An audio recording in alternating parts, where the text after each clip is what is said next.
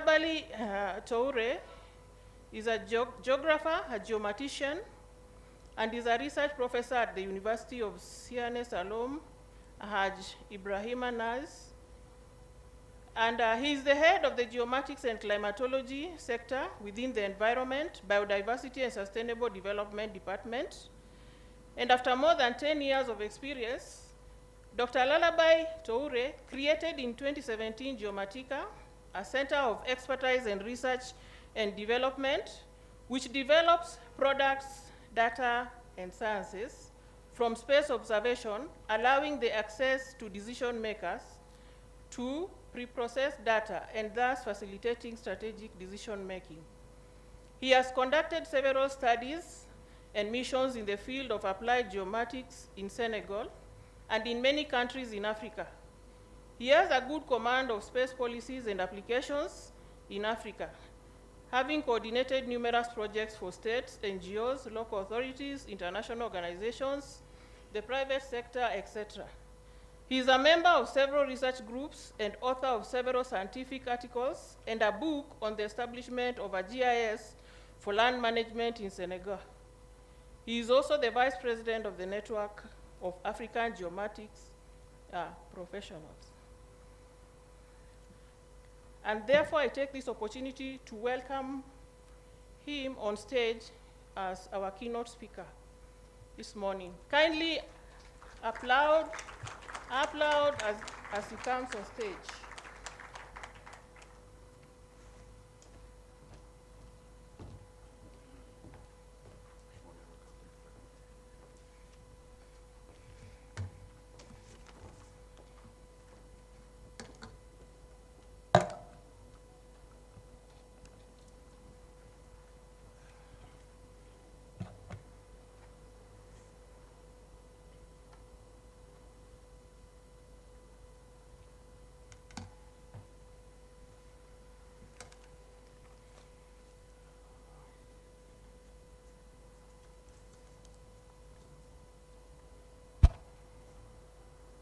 Good morning, everyone.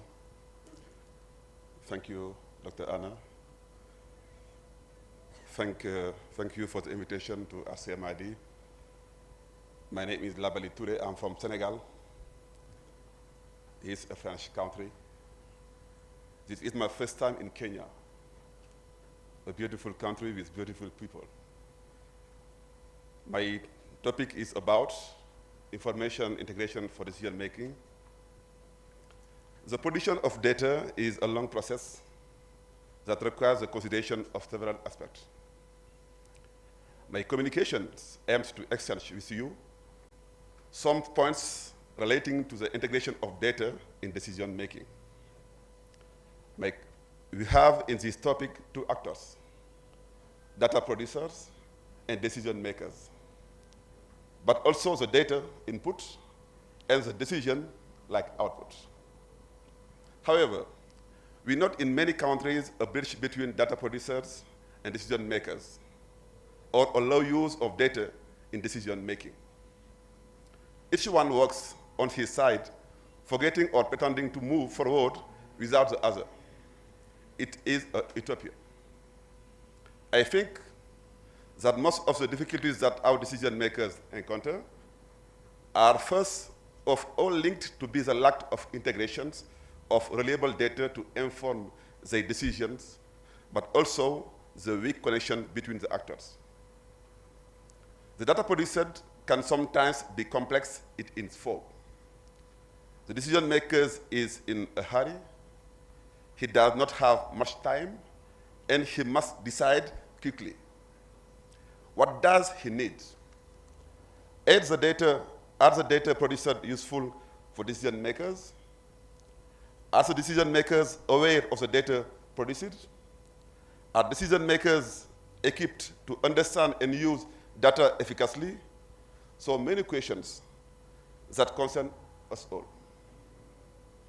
I made the option to present my communication by facts that we carried out by presenting the approach, the strong points, but also the elements of failures. I will end my presentation with a few lessons learned. Also, context, data is very important. In every country in Africa or in the world, we need data to decide. But data should be collected, stored, shared, and published. Good data policies and frameworks, including metadata, standards, and governance framework available. Existing gaps or challenges in the policies and frameworks. And your use case we have shown now will be the example to our experience in Senegal, in some countries in West Africa, we have done. Actually, we talk more about big data. These are many platforms, there are many sensors. Also, the data are in many formats, and the access is not the same, the cache also. You have multi forms of collection and processing, many tools, machine learning, deep learning, big data. But we are sure that there are no decisions without data. Every decision needs data. Dimension of data. You have many dimensions of data, like temporal. It can be static or dynamic. They have many scales, local, national, or other.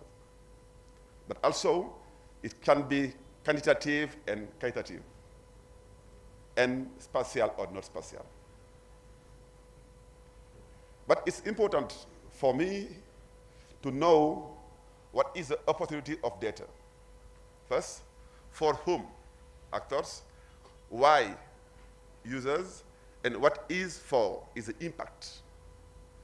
Data is not just to collect. It should be used to impact, to help the decision makers to have the best decisions to decide. And I will show you the facts we have done in Senegal, in some countries in West Africa.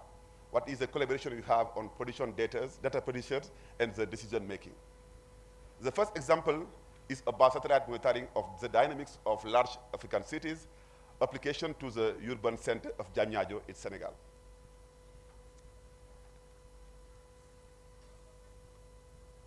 This is an experience we had with the General Delegation of the Urban Pole, which is the structure that manages the extension of Dakar to the new city.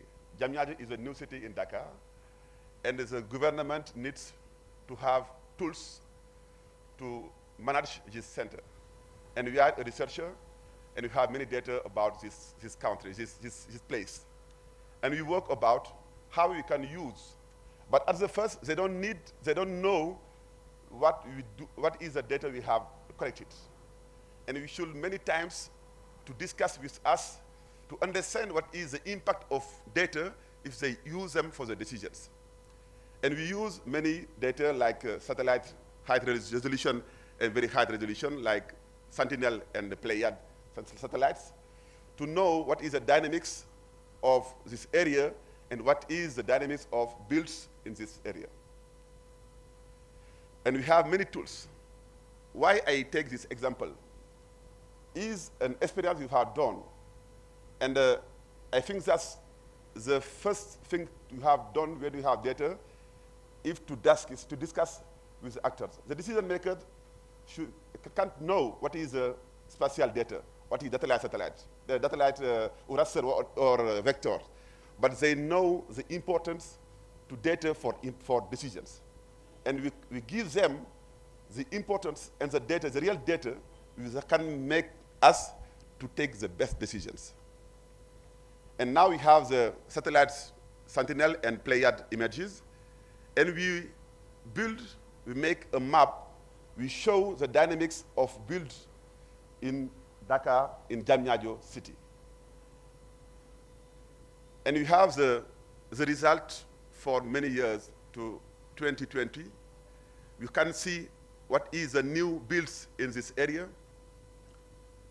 and to see what is for the builds, what quantities you have, what is the height of the build. And this tool, we develop a platform that they use now to see what is the dynamics of this area. But at the first, we don't know what is GIS, what is remote sensing. what we can learn, discuss with us slowly, and they know now they are convinced that it's important for our decisions. I take this because I think it's very important, the collaboration between actors. And now we have many tools like this in Dakar. We can see every year or every month what is the dynamics of builds in Diamniadio city. How many areas are built in every month and where they are. The second example is about a geoportal we have done for SILS. SILS is a regional center for West Africa. He is based in Ouagadougou on Burkina Faso. We help them to make a geoportal to manage the resources in West Africa. And when I come to them, many of them don't know the importance of remote sensing of GIS for them. I just do a demonstration with some data. And after, I show them we can do many things, and the data can help you to have the best decisions on your area. And in this platform is many tools like Kobo Toolbox, like data of GIS, of remote sensing we have used to develop this platform. And now here they are using this platform since 4 years, and every year they do updates for this. It's an example between data producers, we, and decision makers, the guys for SILS or for CEDEAO. The third example, facts, is for the mapping of the municipal land base. It's in Senegal.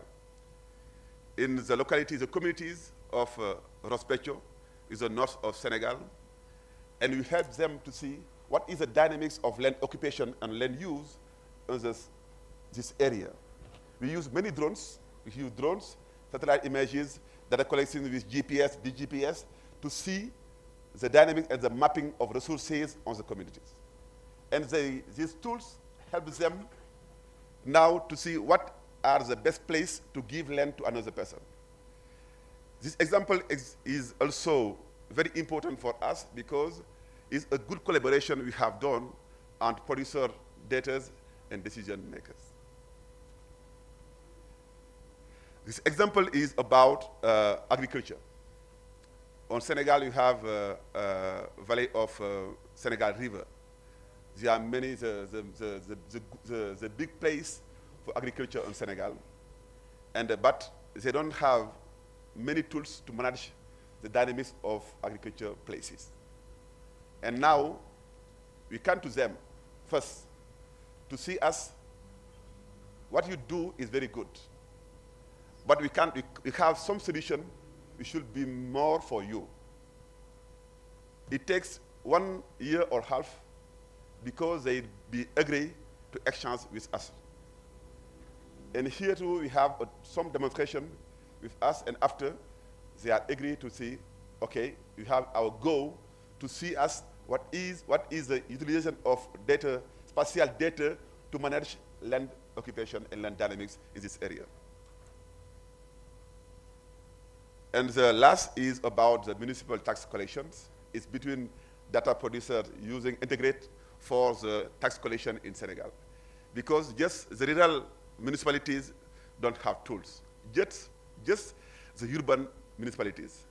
And we go to the rural municipalities to say us, to discuss, to explain, to share, to show what we can do or what we have, so our data can be very important for us. And this phase is very important because when we are between geomaticians, experts on GIS, we are so happy when we have some terms, some technical words. But the decision makers don't know our vocabulary. They don't know what is vector. And first, I do the example. I prepare a demonstration, a demo for us, and I show them, and after they will understand what I will do for us.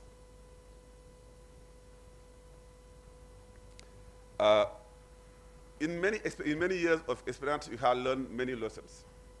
Like, I think that it's very important to work about the adequacy of data and solution to needs. It's important to know what is the needs of decision makers. If you do something for someone, it's important to know what is their needs. The second is to taking into account the need of end users. The end users are the beneficiary of our solutions. We don't do the platform of the geoportal for us. We do this for end users. It's very important to know what they need and what it will be important for us, for them. The third is the adaptability of solution to the technological, social, and political context of end users. It's important also to know the context.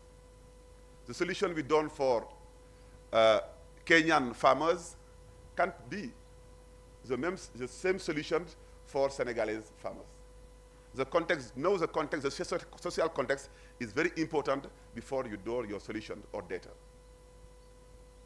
Also, the collaboration between data producers and users. And also ownership by stakeholders is very important. Because we make about data, about solutions, but the ownership don't understand it. You should be to work to simplify your solutions, that they be understandable for the decision makers. We have to work about the sustainability of the approach. It's not just to go to do one way. You should work about the sustainability. What is for the long term, the impact of the use of data for decision maker. It's important for one shot, but I think we should work about the long term, and the collaboration will grow. Also, I think that the updating of data is very important. Data move. Data for today are not the same for tomorrow, after tomorrow. You will have the plan of the updating of data because the decision makers are hurry. They are not many times, but they want to see quickly what is the impact of your data for your decisions. Also, I think it's raising awareness and training of decision makers. Training for me and awareness is very important because if someone don't know, you don't know. But if you know, you can help him to know more about what you produce. And for me, the challenge is impacting communities. All you've done is also for the communities, how we can impact the communities, the decision makers. And I will see you some example you have done in Senegal, because my opinion is the awareness of young people, children for my part, is a solution, because they are future decision makers. And we must prepare them. It is first of education of mentality and digital culture. In Senegal, we have done many activities with young peoples because they are the future decision makers. We should prepare them about this. And we see many examples with we go to school to demonstrate the spatial science. What is drone? What is their uses? What is their impact? We go to the decision makers to have a training with us about our solutions. What is spatial data? What is satellite images? What they can be used? What they can resolve? And we see the demonstration in one morning, in one afternoon with us. And after them, we understand, we know. They know and they call us about, now we understand, we are ready to work with you. What can you do for me with my problems? The second here is with the conservation. And here with the students, and we go to many areas to do the activities. And this example I have now in my class, one students, he was in 3 years ago in a school when I speak about geomatics. And he chose at university geomatics because he know, and his fathers know. And people don't know what is data. Data is a culture. You have a culture of data. And when people, young people, grow with this culture, this mindset, it can be very important for the future because they are the future decision makers. I can use just this video, it can be short if there are connection about one example you have done in Senegal, about in class, in carte, is in French, in English, one class, one map. We have many schools in Senegal, in many regions. We go there, as is, the aim is to raise awareness among young students about spatial data, its importance and users. Over the past 3 years, we have visited more than 100 schools in Senegal. I think the video don't come. YouTube, okay. Okay.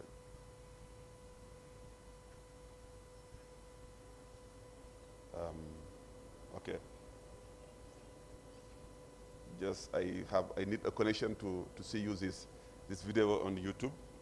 It's a demonstration we have of action in Senegal. And before I end my communication, I just want to tell us data is very important. It's important, but it should have impact. And impacts, you have to impact the communities. But you don't impact the communities when the community don't know what you are doing. Researchers, technicians, we should go to the communities to simplify our solutions and to show by the demonstration, the core demonstration about the integration of data for decision makers. This is, for me, very important because in Senegal you have this example and it works. It's not easily every time, but with that, by example, we will go to convince the decision makers about the impact of integration of data to take decisions. It's education. You have to learn them. You have to share with them what is data, what is spatial data. I'm sorry for the connections, they don't work to show you this example, but if you go to YouTube, you can see in class in carte is a video about our solution we have done in Senegal, and the Mapaton Geo48H is also an initiative which is intended to make a camp in the national parks with more than 200 young people for several disciplines to do the mapping of the park, train the manager and develop tools, but also to promote resource conservation. Ladies and gentlemen, I'm very happy to share with you this keynote. It's for me to share with us our facts we have done in Senegal, and I'm very happy to be in Kenya and to learn and to exchange with us about this. Thank you very much.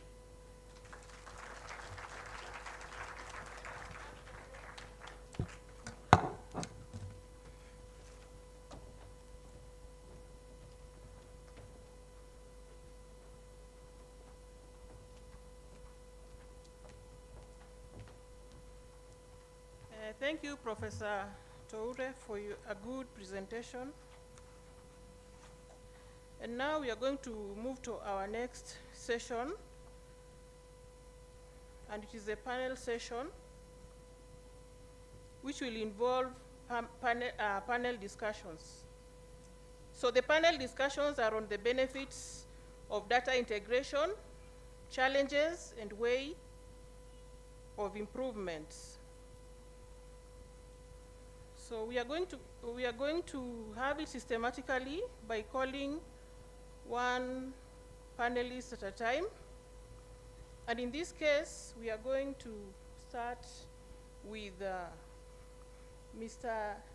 Laing Lawrence from the Council for Scientific and Industrial Research, And before he comes on stage, I'm going to read his bio. So, Lang Lawrence is a software engineer at CSER, and Lang joined the CSER after completing a degree in biomathematics at the African Institute of Mathematical Science, and is currently completing a master's degree in big data science at the University of Pretoria. Lang is also a member of the organizing committee for the Deep Learning Indaba X conference. Since joining the CSER, he has worked on projects involving a wide range of applications, including data science, natural language processing, quantum computing, Earth observation, and digital health. So Lang is actively involved in GMS and Africa program through the Makosio Consortium, and continues to improve his marine and maritime related knowledge through participation in forums like the Trevor Platt Science Foundation. Let us welcome him as he comes on stage to give his presentation.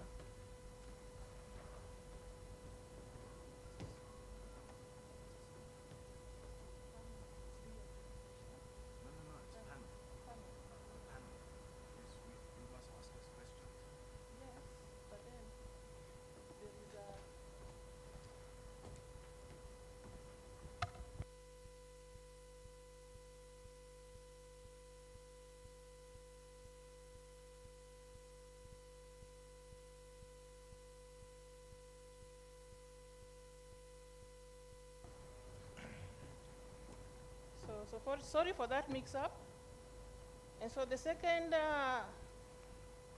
panelist on stage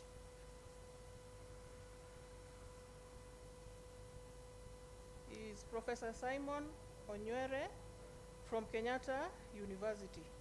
I'm going to read his bio.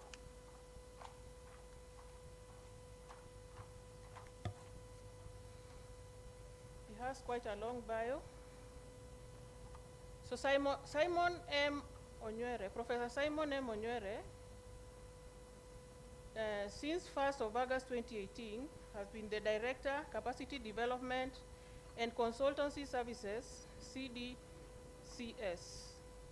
Kenyatta University, and Associate Professor of Environmental Planning and Management in the School of Environmental Studies. Before his appointment to the CDCS, he served as the Director, Research Dissemination and Uptake between 25th May 2016 and 31st July 2018. He also served as the Deputy Director, Research Capacity Building and Dissemination at the then Institute of Research, Science and Technology, Kenyatta University from 20th of September 2011 to 2nd of April 2014. And before joining Kenyatta University in 2001, he was the head of Department of Geography at Egerton University in Njoro in Kenya. That is from 1998 to the year 2001. And he made his PhD in 1997 in structural/remote sensing geology from the University of Nairobi, with postgraduate research support from universities, science, humanities, and engineering partnerships in Africa, USHEPIA, to the University of Cape Town, South Africa, at the Center for Interactive Graphical Computing, into brackets geological science, where he partly worked on the Botswana GIS database.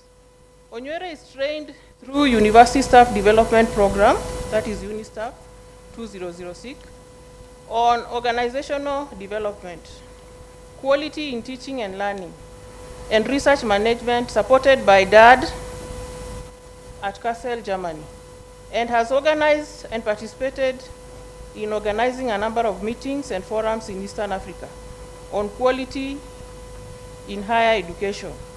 And in the year 2018, Professor Onyere was nominated by ESRI President Jack Dangamont as a GIS ambassador for his contribution to GIS education in Eastern Africa. He was named the ESRI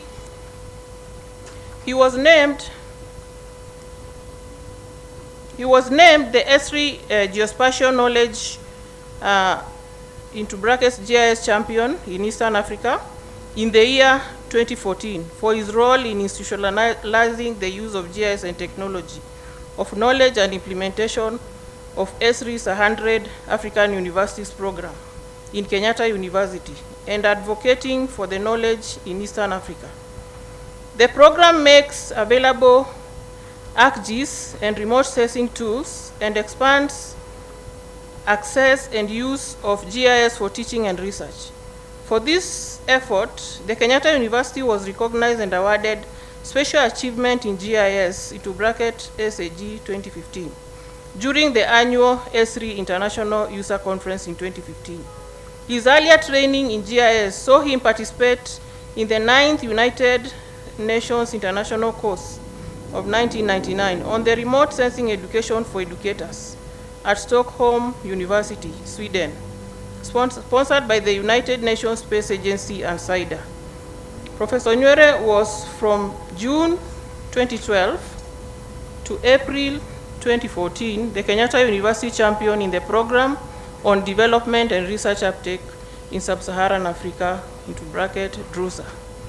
A 24 African Universities partnership and collaboration between Center for Research on Evaluation, Science and Technology, (CREST), the Association for Commonwealth University, ACU, and Organization Systems Design, OSD, and funded by DFID, United Kingdom. He has been involved and champions research management and quality in higher education through the Kenya DAD Scholars Association, KDSA, where he was a chairperson between the year 2010 and 2015. He is involved in integrated watershed/environmental management planning and has participated and trained communities in water resource and catchment management with 7 participatory catchment management plans to his credit. He was a cluster team leader of 15 projects of the Lake Victoria Research Initiative, VICRES, supported by SIDA SAREC through the Inter-University Council of East Africa, IUCAA, on heavy metal pollution. And in the year 2010, he led a team of researchers from Kenyatta University and undertook a regional disaster risk management mainstreaming study in 5 member states, that is Djibouti, Ethiopia, Kenya, Sudan, and Uganda. And in the same year, he was the lead resource person for IGAD regional workshop on community-based disaster management training in Awassa, Ethiopia, where 35 participants were exposed to technical approaches on community-based disaster risk management, CDRM, and planning. In 2011 to 2013, he led a team from Kenyatta University in risk, hazard, and vulnerability and capacity assessment, stroke mapping in support of disaster risk reduction in all 8 provinces in Kenya for the Ministry of State for Special Programs. He has done a number of other projects in the Rift Valley of Kenya and is widely traveled in the East African region. He was involved in comprehensive mapping of the geospatial extent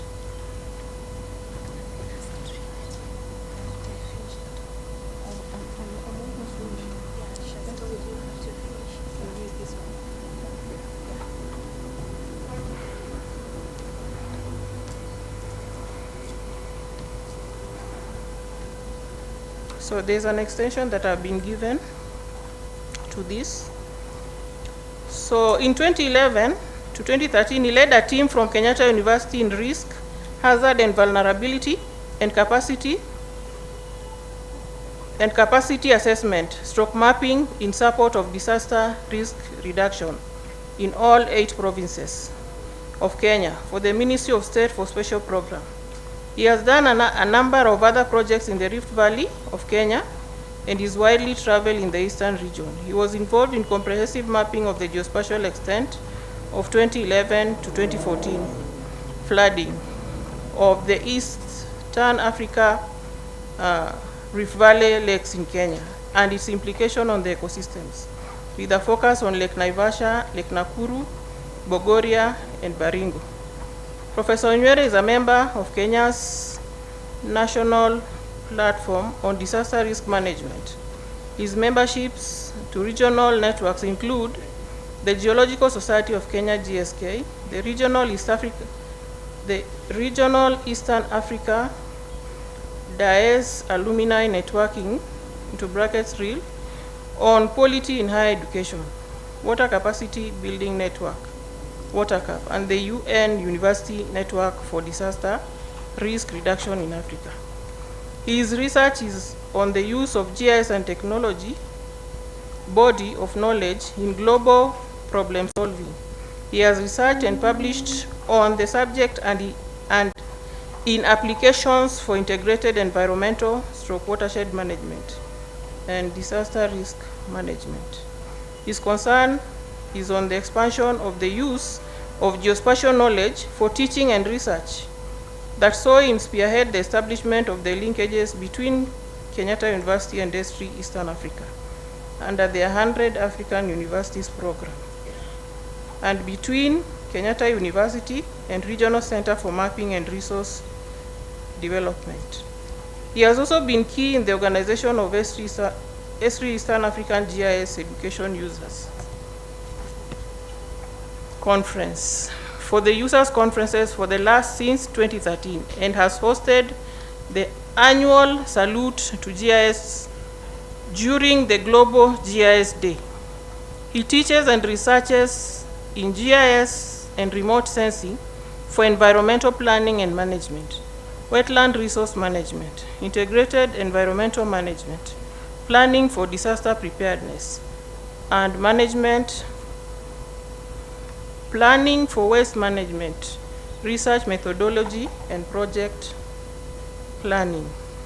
So I've been given an extension of Professor Onyere Bio, and I'm going to read it from the screen.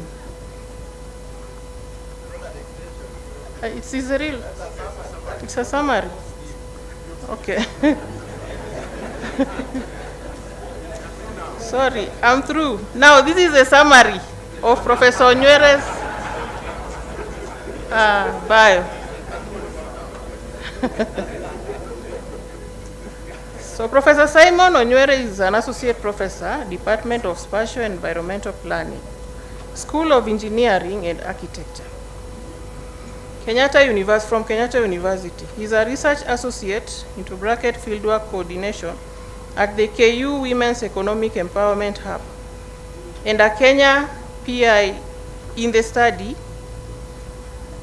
entitled A Randomized Evaluation of the Effects of a Preschool Intervention on Child Learning and Female Economic Empowerment in Tharaka Nithi County, Kenya. In October 2020 to March 2021, he was part of the socioeconomic impacts of rising water levels in the Great Rift Valley lakes, Tarkwel Gorge Dam, and Lake Victoria. He is since 2018 ESRI GIS Education Users Ambassador in Africa, and 2014 GIS Champion for institutionalizing the use of GIS and implementation on ESRI's 100 African University program. He researches on integrated environmental management and has trained communities and supported development of 7 participatory catchment management plans. In 2010, he led a regional disaster risk management mainstreaming study in 5 IGAD states and was the head of the IGAD regional community-based disaster risk management training in Awassa, Ethiopia. And in 2011, he led a KU team in risk, hazard, vulnerability, capacity assessment, mapping for disaster risk reduction in Kenya. He currently chairs the board of KU, Global Tourism, Resilience and Crisis Management Center. Thank you for bearing with us. We want to welcome Professor Onyere. That was a very long bio. But, I don't know who gave you the long bio. It's all right.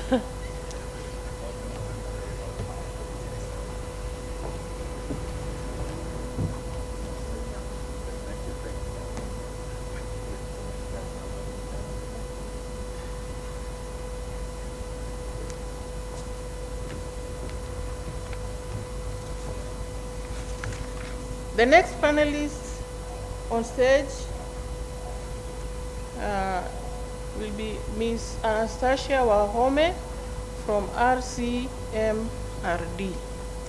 And I'm going to read her bio before she comes on stage.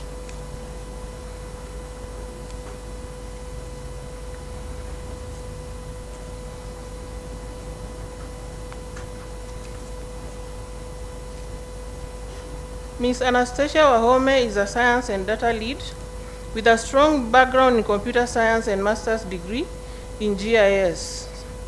Anastasia has worked in various fields and different types of institutions, including NGO, governmental, and private sector. He has developed IT-related systems in various sectors, including water, population, and health, individually, and also when leading software development and data management teams. She is currently the Savia Eastern and Southern Africa Science and Data Lead. Outside of office, she spends time with family and reads novels. That is the bio for Anastasia Wahome. Please welcome Anastasia Wahome as she comes on stage.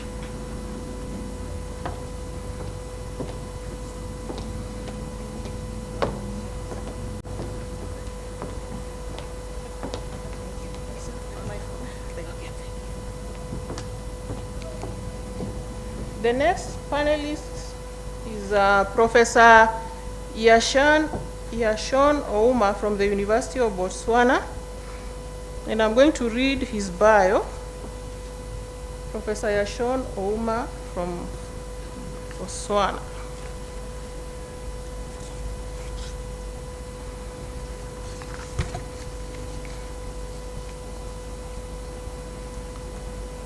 Yashon is a professor of geomatics at the Department of Civil Engineering at the University of Botswana.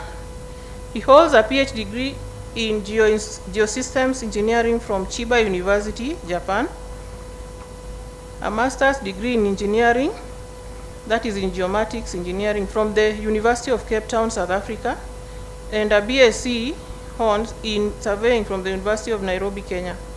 His current research focuses in the areas of satellite remote sensing, photogrammetry, and mobile mapping systems, and applied artificial intelligence. He serves in the International Cartographic Association, ICA, under the Commission on Sensor-Driven Mapping, and is an editorial board member of the International Journal of Applied Earth Observation and Geoinformation. Let us applaud Professor Yashon Oma as he comes on stage.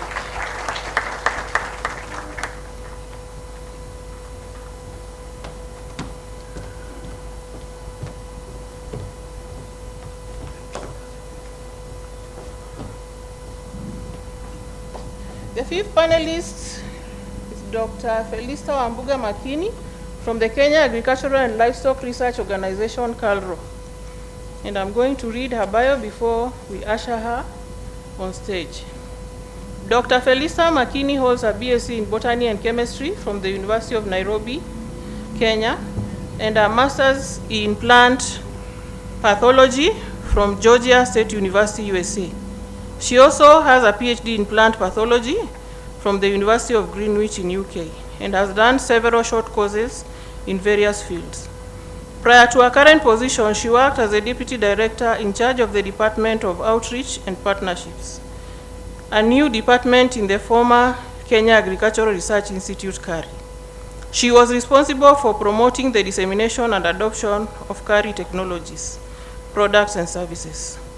She was also responsible for promoting the establishment and strengthening of strategic partnerships along the research development to utilization continuum, as well as along the agricultural product value chains, APVC, an approach adopted by then.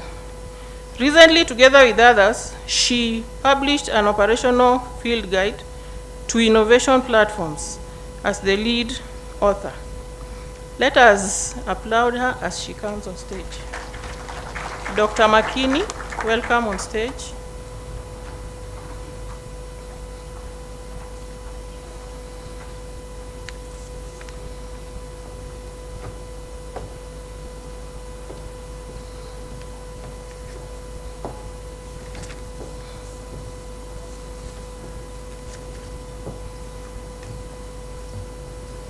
And now, since this one is a panel session, we are going to give each one of them a question so that they can be able to expound.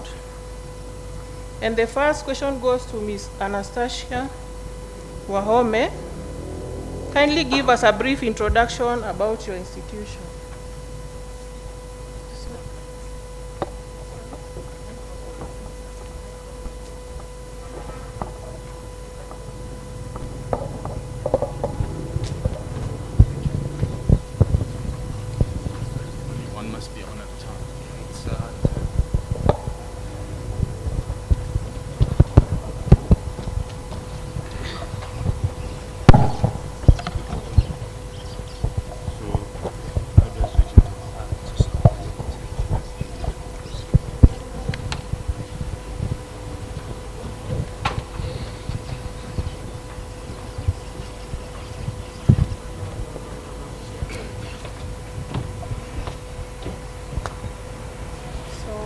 There is a change.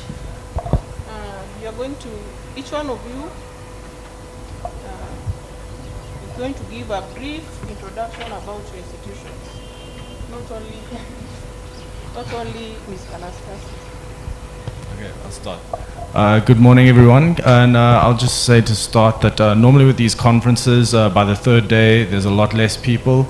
But I'm very impressed that you guys still have energy and you're still here. So thank you all for being here.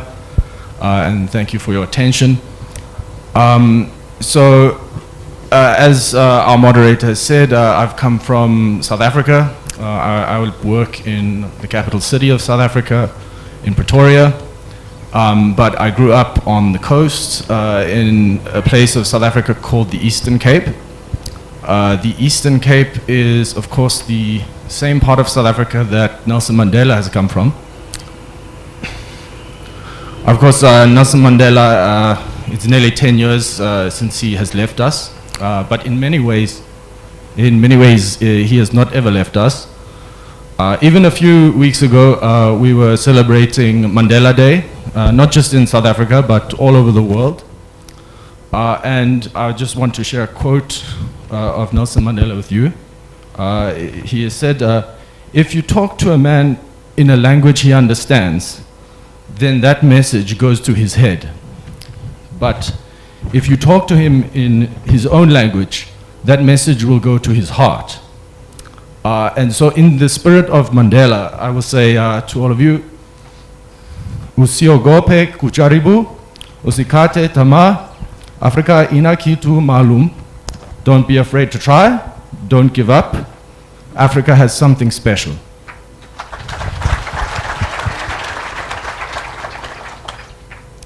So just briefly about my institution, the CSIR, it stands for the Council for Scientific and Industrial Research. This is an organization that is 78 years old, and this makes it one of the oldest science councils, I think, in Africa, one of the oldest research institutions probably in Africa. And I would just read from the website. It says that CSIR is a leading scientific and technology organization that researches, develops, localizes, and diffuses technologies to accelerate socio-economic prosperity in South Africa. The CSIR, of course, it's old, but it's also a very huge organization. In 2021, it was reported that we had over 2,100 employees in our organization. And these employees are organized into 9 clusters, including agriculture, chemicals, health, manufacturing, mining, defense, smart mobility, smart places, and the next generation enterprises and institutions, which is a cluster I'm involved in.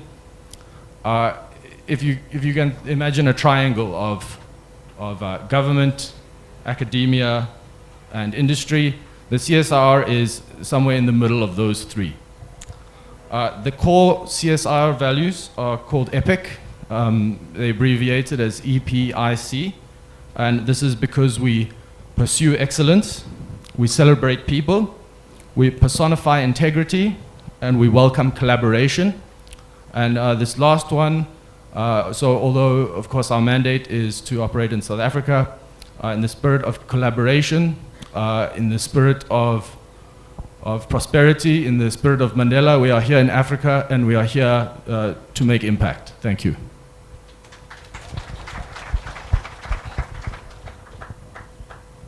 Good.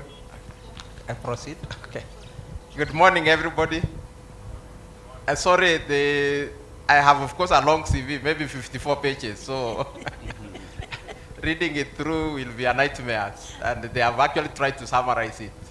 But I had meant to be introduced in just a quarter of a page, and I don't think the information reached the chair of the session. Sorry for the long discussion about myself. But having heard about myself, I belong to Kenyatta University. Kenyatta University is just about 5 kilometers, we are where now? To the north, wherever the north is, to the north of the road, going this way. It's just about 5 kilometers from here. And the university was a college of the University of Nairobi many years ago, since 1972. But we became a fully fledged university in 1985. And myself, I moved into Kenyatta University in 2001. The university itself is known for education, teacher education, and it's actually the largest producer of teachers in this country. If you ask the teachers in schools, they'll tell you that they'll prefer a teacher from Kenyatta University for whatever reason.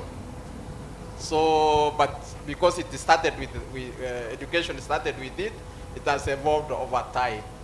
But the university now has all the faculties that you can think of, and we run most of the programs that you can think of. And in the context of what we are doing here, obviously the School of Environmental Studies is very key. Department of Geography, which is in a different school, is very key.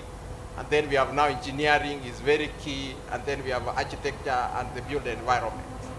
And myself, I belong to the spatial and environmental planning department, which is in the School of Architecture, in the School of Engineering and Architecture. So what we pride ourselves with is a number of signature projects that are in the university. And one of them is actually the spatial knowledge. We pride ourselves as the first university in Africa to actually secure Rcmrd universities program. So Rcmrd University program was started in 2011, and it was an announcement by Jack Dengermont, and they wanted 100 African universities to benefit from using ArcGIS platform for their work. And we were the first one to actually sign a memorandum on that, and we got it, and I can tell you for free that it has transformed the way our students think and the way they do things, not just in the school where I am, but across the entire university. Because what we realized is the spatial thinking is for everybody. It's not just for people who are thinking about the art and information about the art. It's for everybody. And therefore, we purposed from the 100 African Universities program that we'll reach out to everybody in the university, those who care, to know how the place they are in the location matters to them. Thank you, Madam. Okay, thank you very much. I think I feel a bit disadvantaged. We are all here at Rcmrd, and I'm supposed to say something about Rcmrd. I think you've heard a lot about it. I'll just give a very short summary. Regional center, being regional with member states in Eastern and Southern Africa, 20 of them. Being intergovernmental, meaning that the member states actually own the center. In terms of data, we are also a data provider. Those of you who have been to our booths, you've seen the kind of work we do in providing higher resolution and other data. We are also users of geospatial data in a very big way, because we do provide geospatial and IT and allied services. Those geospatial services cut across different sectors: agriculture and food security, water and the related resources, land use, land cover, land change, biodiversity, and even weather and climate. All these need geospatial data. Some of it we collect, others we source from our partners and stakeholders, I think we are going to hear more about it in the next few minutes. We also do a lot of needs assessment because we believe that in order to be able to address the developmental challenges that our member countries and our stakeholders are facing, it's good to actually understand what the problems are, what are those challenges, how can we help them to address them as countries, as a community, using geospatial data. Thank you. Shall I? Okay, thank you. Good morning, everyone. First of all, let me thank Regional Center for inviting us to the RIC 2023, and also to everyone who is able to come this cold morning to the third day of the conference. My name is Yashon Oma from the University of Botswana. University of Botswana is the largest university in Botswana, and the student population is around 15 to 20,000, give or take. We have about faculties, the Faculty of Engineering and Technology, Department of Civil Engineering, and this department houses also geomatics. As a public institution, I think a lot of details are available online, so we can always read about the University of Botswana. The only interesting thing is that the university is now at the stage of undertaking what is called high performance organization strategic approach towards being one of the leading universities, especially in leveraging what is called knowledge-based economy in terms of preparing students who are fit for purpose as we move to the fourth industrial revolution, or as we are in the fourth industrial revolution. So the HPO, that is high performance organization, is what is unique in enhancing teaching and learning in the institution, as well as research and enterprise in the institution. The university is large with more than 8 faculties, and so I'll speak to what we do at the Faculty of Engineering and Technology, and specifically civil engineering, where I'm basically involved in what is called geospatial intelligence, as well as hydroinformatics research. So, in geospatial intelligence, as you heard from my short bio, we deal with satellite remote sensing, we deal with photogrammetry, and in general, we deal with several platforms that can give you Earth observation. By several platforms, we mean we even use the consumer-grade smartphone, for example, for our Earth observation. So we have very unique solutions to community problems, which we'll probably talk about in the next session. We deal with photogrammetry, we deal with machine learning and applied artificial intelligence, and as I said, also hydroinformatics. Our research focus is guided by 4 principles in our laboratories. Basically, we are talking about fourth industrial revolution technologies as well as disruptive technologies. We'll demonstrate a little bit about that. Secondly, we are very concerned about the SDGs. Right now, our projects are on SDG 6, SDG 9, and SDG 11. A little bit of what is contained thereon. We shall discuss that probably later. And also, we are very keen on multidisciplinarity as well as stakeholder and community engagement in our projects, and we'll demonstrate how we do that. Just to mention 1 or 2 projects that we are talking about, and we'll talk about those later on. We are talking about smart infrastructure. There we are integrating several sensors for SDG 9 and 11 in terms of bridge and road maintenance, for example. We have Land Water Nexus project, which is also multi-spatial, multi-sensor kind of project where we are looking at water quality and water quantity in dams within Botswana, but also outside Botswana. The final one that is very interesting, and someone talked about it, one of the esteemed panelists talked about it yesterday, is on the groundwater monitoring. So we are using GRACE and what we call the GRACE FO for groundwater monitoring for Botswana. So for the people in government, they're saying there's a problem with the GRACE, but for us, we see the opportunity. And so one of the research we're doing is to actually use machine learning and other Earth observation data, integrate them together using some techniques in machine learning to downscale GRACE data, for example, to a scale where you can use it at a very local level. So some of the challenges in government or other institutions is actually opportunities to us, and we are able to provide solutions. Our partners in research are in research funding and numerous. We have USAID. We partner also with the National Academy of Sciences of the US. We also partner with, for example, universities in the US. For example, MSU, that is Michigan State University, for example, and I think some of this will come later on. Thank you very much. Thank you. First, to just say my bio was incomplete, but I'll not go over it. I'll only mention that currently I'm the Deputy Director General in charge of crops research in CALRO. And CALRO is a merger of 4 institutions. CARI, which was mentioned, Kenya Agricultural Research Institute. It was merged with Coffee Research Institute, Tea Research Institute, and Kenya Sugar Research Institute, and it became CALRO, Kenya Agricultural and Livestock Research Organization. CALRO's mandate is to promote, streamline, coordinate, and regulate research in crops, livestock, genetic resources, biotechnology, and animal diseases.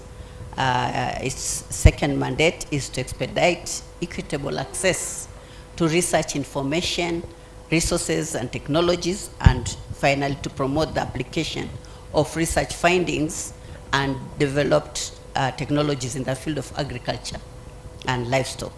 We have 17 research institutes with 53 centers and sub-centers strategically located in the country to enable the organization meet the demands of farmers throughout Kenya. The organization has a pool of trained human resources, about 2,700 staff and about 700 scientists, and it is an arm of the Ministry of Agriculture, Livestock Development that stands at the forefront of agricultural and livestock research in Kenya. As a prominent public research institution, CALRO has been tirelessly committed to advancing the national agriculture and livestock sectors through groundbreaking research, innovative technologies, and sustainable practices. With a rich history spanning several decades, CALRO has evolved into a premier organization addressing crucial challenges and opportunities faced by farmers, policymakers, and stakeholders across the agricultural ecosystem. Over the years, CALRO has been leveraging its agricultural data assets to inform a data-driven approach to addressing agricultural challenges through modern ICT technologies. CALRO digitization plan is built on extensive years of agricultural research and technology and innovation generation with a considerable amount of data, information, and knowledge with contribution from its research scientists. CALRO has established a big data platform that brings together private and public sector partners across the region to ingest data, develop data products and services, and scale dissemination of digitally enabled products and services for Kenyans smallholder farmers. I would like to stop there. Thank you. Clap for the panelists, please. Give them a round of applause. As we move to the next session, again, I'm going to engage you.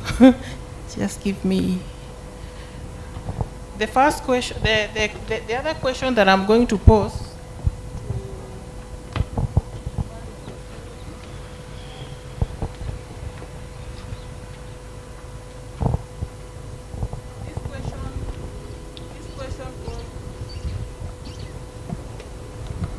This question goes to Mr.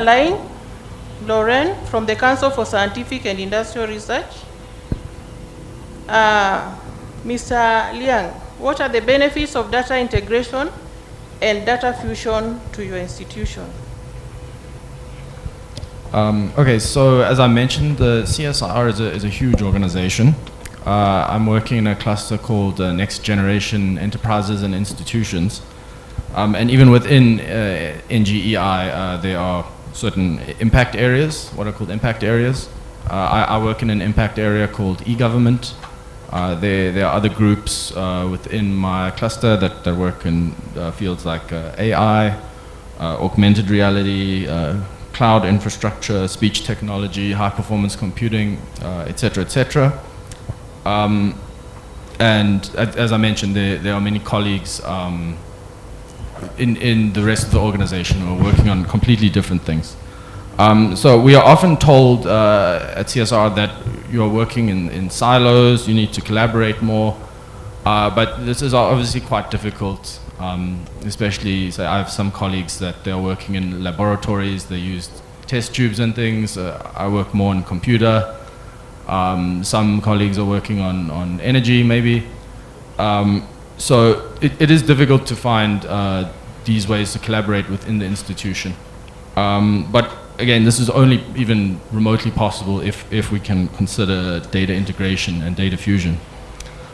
So since CSR is kind of a unique organization in some ways, for the sake of this discussion, I will just focus on work which I'm more familiar. And these are three main categories: blue economy, digital health, and artificial intelligence. I will just quickly explain a framework for service delivery. As I said, I work in e-government, so we make services. So it's kind of a chain. It starts with data identification and specification. So this is very like early raw data. Then there's data processing, where you apply methods and algorithms to that raw data, create more value. The next level up, you get a product, which is normally some sort of geophysical information. In blue economy, this could be, maybe like a ship or port information or some kind of environmental information. In the case of digital health, this could maybe be, say, a hospital or clinic. This is also a geophysical object. The next layer up, we get product analysis. So this is where you take that actual product data and you start looking at maybe trends or multi-scene analysis, adding again another layer of information of value to that pipeline. There are then things like tailored services, which include things like indicators. There's been a lot of discussion around monitoring and evaluation. So that's another level. There's then service content, which is all about information formats, and a big topic obviously in geospatial terms is OGC, and it's all about formats. We can't really share data, we can't fuse data, we can't integrate data if we don't agree on the format to begin with. There's then service delivery, so this is how does the data or the services, how does it get to the user? So that's more about infrastructure, and then finally there's the end user. These are the people who benefit. Could be organizations, could be researchers, or could be members of the public.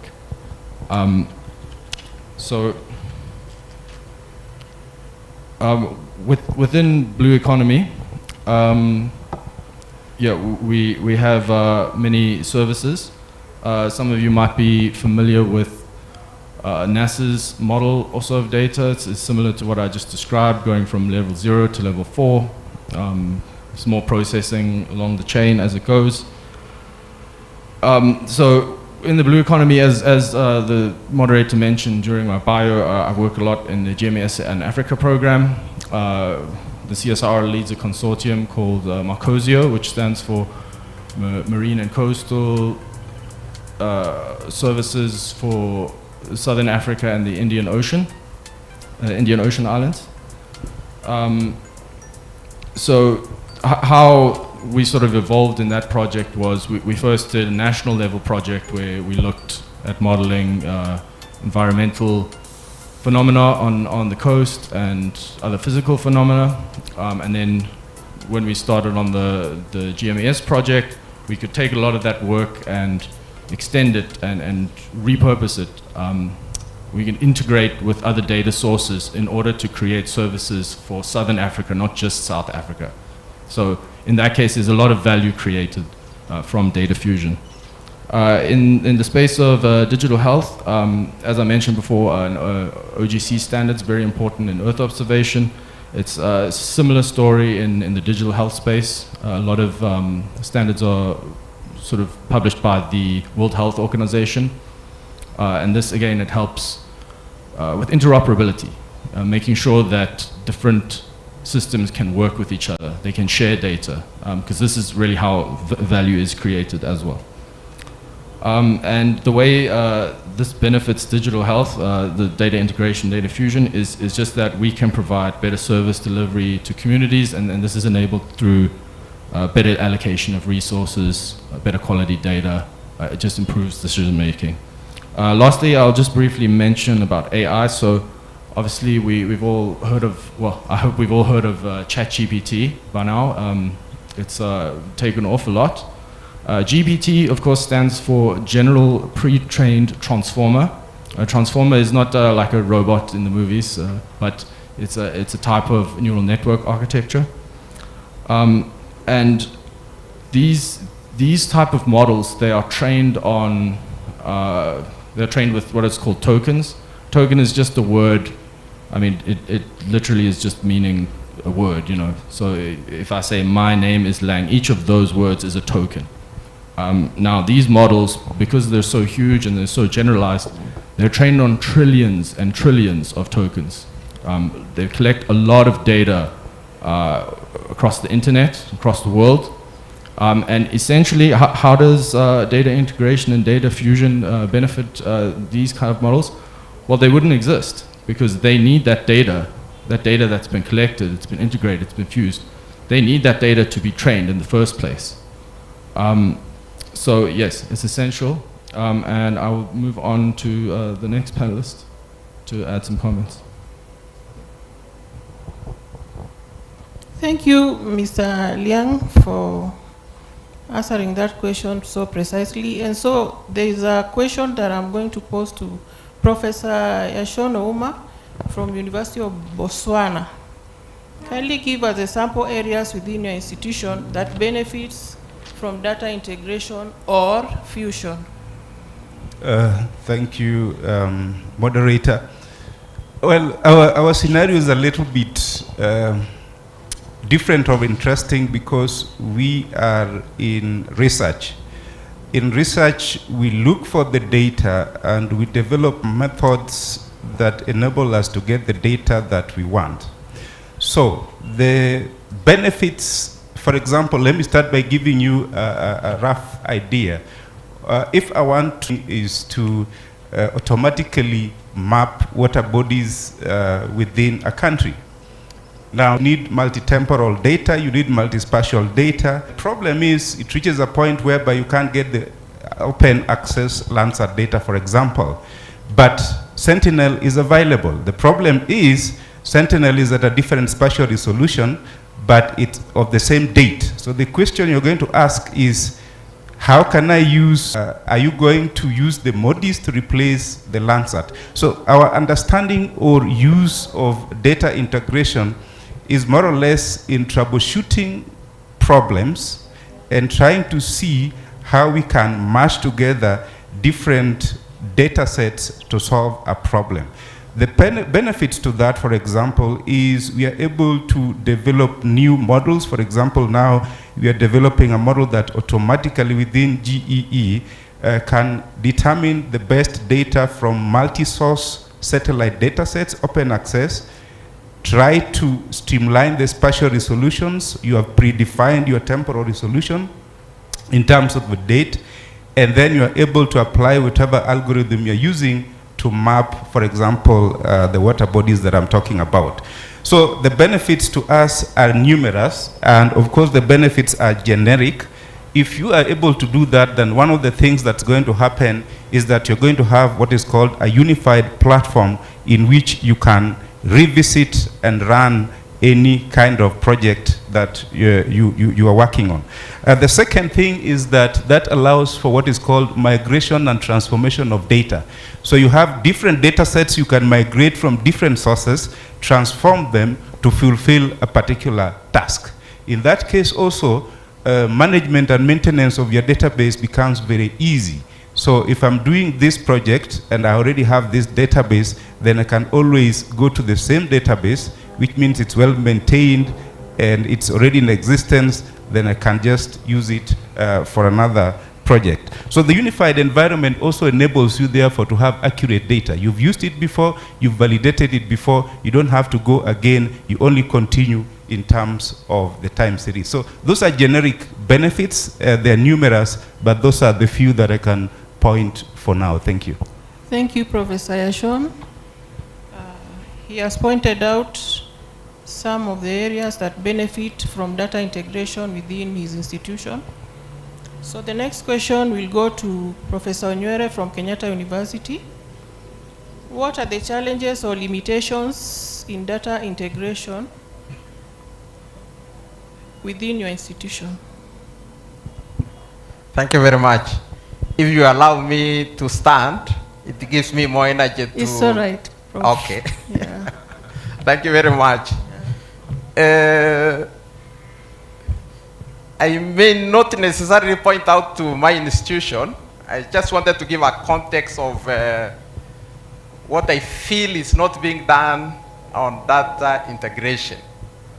And it has something to do with the conversation this week has been about data and the policy. Using data to inform policy so that a decision can be made. And there are many data sets. Unfortunately, we have not contextualized what does the policymaker need to know. And that's where the problem is. And I'll use 3 examples, Madam, if you allow me. Yeah, it's okay. The first example, if you are working on a project like in Kenya here, we have something we call Kenya Water Towers. And everybody has been grappling with the issue of water availability. And therefore, they have said that they need our water towers to be conserved. The areas where the waters come from to be conserved. And there is an institution, actually, the Kenya Water Towers Authority or agency that is involved. The Kenya Forest Service is also involved. And other stakeholders who some kind of are limited to the context of cover, land cover, that then we assume is the one which is going to provide the possibilities for water recharge. The question is, what is it you need to know how the water cycle behaves?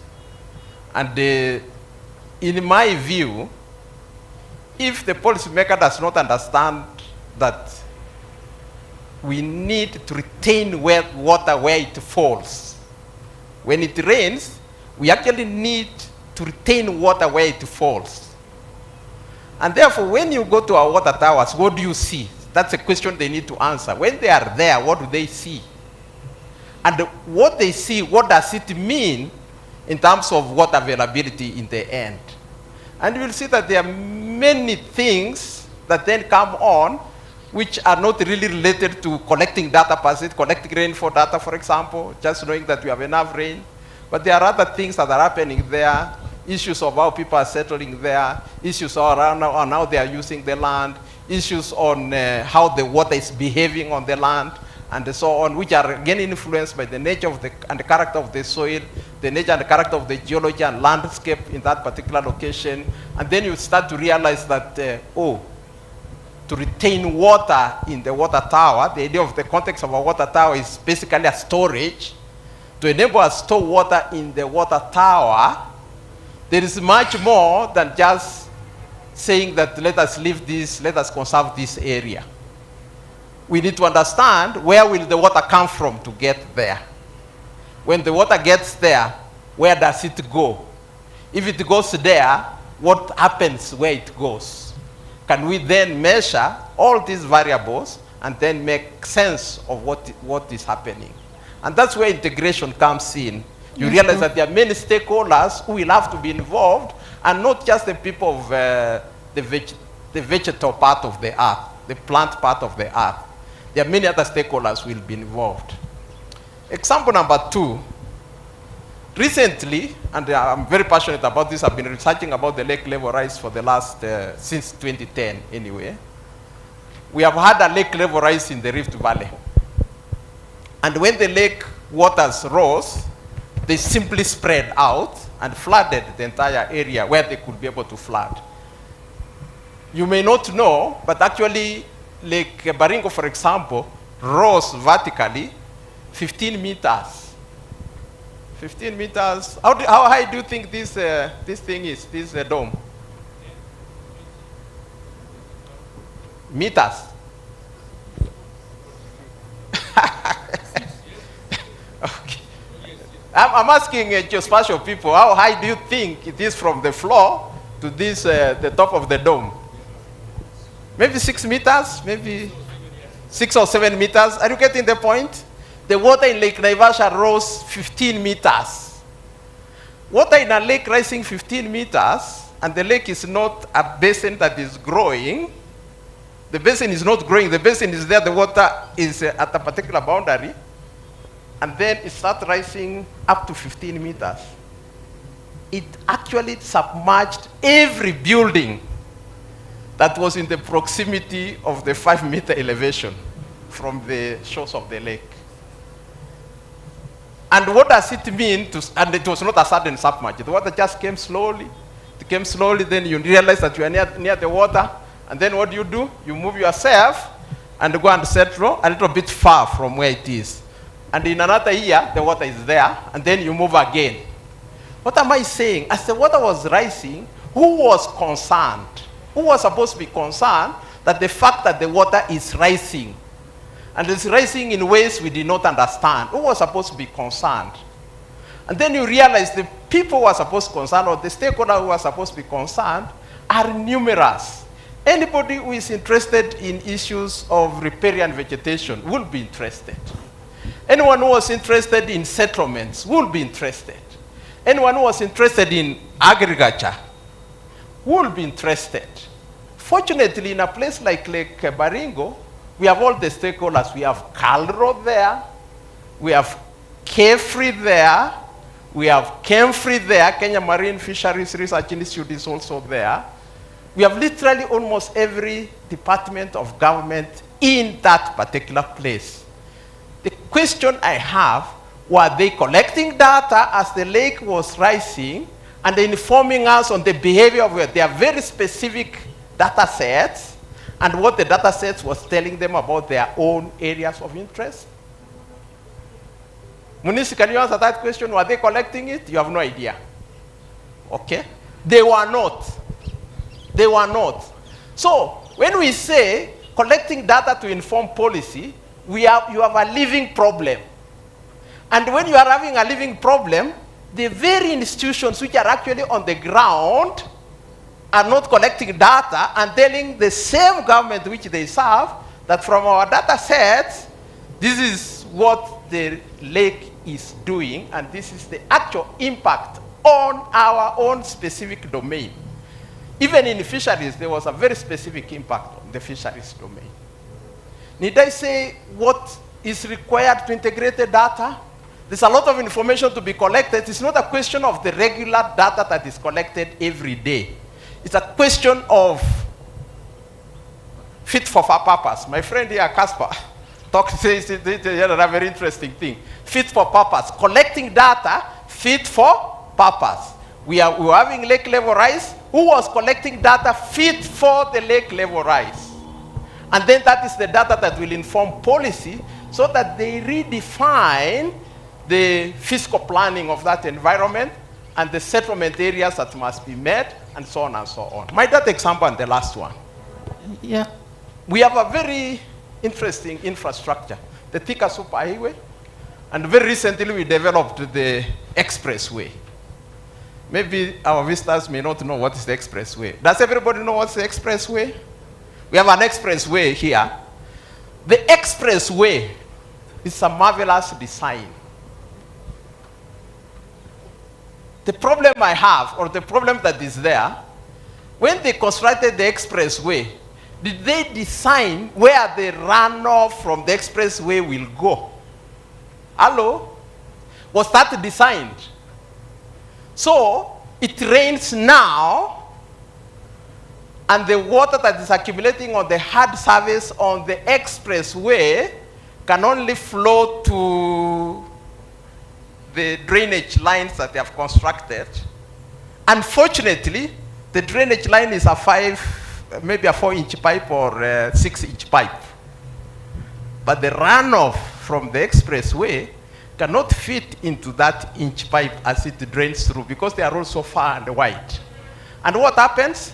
The expressway accumulates water. Where does the water flow to? The water flows to the exits. Hello? And as the water gets to the exit, it gets to the lower road. And when it gets to the lower road, you can't pass. So what problem am I expressing? That's a problem of design, engineering design. A marvelous structure, but the people who designed it, they just wanted a service for vehicles to move. They did not care where what it will produce will go to and who will be affected by that. The question is, did anybody else who was supposed to be concerned about settlement, about drainage, about flow systems, about anything else you can mention, give information as to the effect of having that expressway without appropriate infrastructure for drainage? In my view, integration has something to do with understanding what you have in place, its location, understanding what you see will happen in that place if ABCD happens, and understanding that you need information about all those so that that information then informs either the design or a change in the design. Thank you very much. Thank you, Professor Onyere, for answering that question so precisely. So the next question... Sorry, madam. By the way, this is the knowledge we are telling our students now. We are telling our students, you cannot just pick data and then give me information without relating that data to reality. Where have you collected data from? What did you see? What you saw, what does it mean? How then is your project going to provide information for intervention? Thank you, Professor Onyere, for the examples given. I hope you've gotten something from his explanation on the challenges and limitation of data integration. So the next question goes to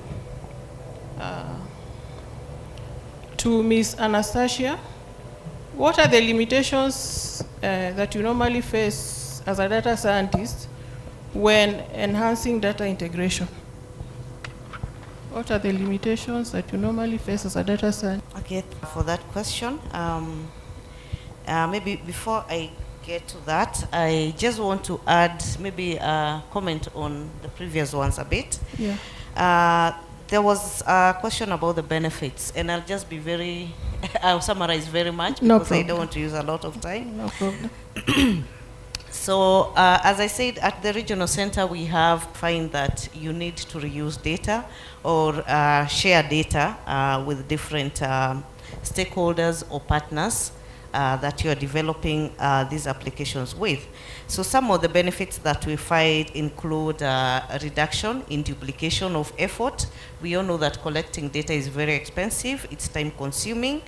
So I think that's one of the benefits that we do enjoy. And the other one is that there's a lot of value addition when you reuse or when you share data that's already collected instead of embarking on your own activity of repeating a data collection, for example, that has already been done. And the other benefit that I would want to point out is that when you're sharing or when you're using data that's already available, you also find that you increase compatibility and interoperability of that data across different domains. Also, you end up creating better partnerships because in the efforts of sharing and co-developing, you're creating synergies, skills and expertise that's not within your organization. You're getting that from others. and many times you find that you achieve greater impacts. Now, on the challenges that we usually experience, some of them relate to incompatibility of data. When data is collected by different people for different purposes, it's sometimes very difficult to share that and use in your own applications. And I think one way we try to embrace what we call the data management and data sharing principles, best practices. Some of them include the globally accepted FAIR. FAIR stands for findable data, that when you have data, you make it findable for other users as well, and you make it accessible, you make it interoperable, and you also make it reusable. That means that you're not just getting the benefits yourself, but you're enabling others to get value and also benefit from the same. How do we do that? One of the things is that if you're going to reuse data, you need to, and it's going to be compatible and interoperable. One of the things you have to ensure is that when it's being collected, do you have common variables that can be used across different disciplines? When you talk about geospatial data, what makes data, just geo? It means that it has location information in it. You'll find that, for example, in the agricultural sector, there are organizations or the ministry or the county governments that go to the field, they collect data, it's not geolocated. When you come back here and you want to reuse that data, maybe for modeling, for example, doing yield estimates, or maybe looking at the crop health using the satellite data. If it does not have the location information, that data will not be usable. If you want to do validation, maybe we have done like NDVI or yield estimates for our the food basket areas, for example, and that data is not geolocated, we are not going to be able to use it. So one of the things that, one of the challenges is that across the different domains, for example, the agricultural sector, there's no definition of those common variables or parameters that everyone can collect to make their data interoperable and compatible. And that data can cut across or even go beyond the agriculture, for example, to the water sector. If we all agreed, if the different partners agreed that every time you're collecting your data, these are the basic, the fundamental parameters or variables that you need to collect, and it has to be geolocated. And the other thing is, when you look at, for example, the quality of data, do we have similar definitions of quality? We know that there's the ISO standards that define geospatial data quality, but I don't think I've not come across any institution that's completely adhering to those quality parameters. Do we always check our data for quality using the same metrics? So that's another challenge that I would want to put out to the different institutions that are represented here, and even when you go out within that, can we embrace those quality parameters so that we make our data more interoperable? I think the other challenge that we find is nowadays we are using a lot of web services. The visualization of geospatial data has gone to the internet. You want to share your products or your data, the internet functionalities it's like you can't do without them today. But are we making sure that our geospatial data adheres to the web services or the web standards that enable others not just to look at it, but when you download it, is it also usable? How easy is that?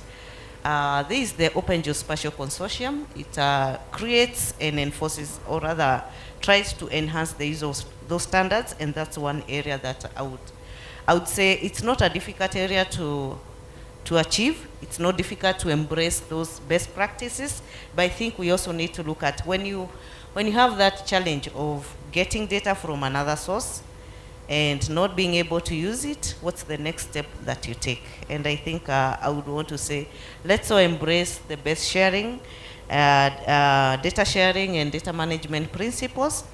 At GEO, and we have an AfriGeo booth, we do have a whole working group that deals with data, and tries to share or give information on how these best practices can be achieved. Thank you. Thank you, Anastasia. Can you please clap for them? And the last question goes to Dr. Felisa Makini from the Kenya Agricultural and Livestock Research Organization, KALRO. Any other thoughts or action that can help data integration for decision making within your organization? Any other thoughts or action that can help data integration for decision making within your organization? Thank you for that question. And we've had some of the challenges there, and I was agreeing with them. And one of the things I would like to say on that is we need to promote the fair, findable, accessible, the fair, the FAIR, which is findable, accessible, reusable, interoperable principle of data across the sector. We need to promote that very much. The other thought or action that can help data integration for decision making is having an establishment of data governance framework for sharing and access agreement to bring data together, and ensuring, like having tools, similar tools when collecting similar data, so that this data can be compatible. So harmonization of data collection tools, that is going to be very important, especially when we are bringing data, integrating data from various sources.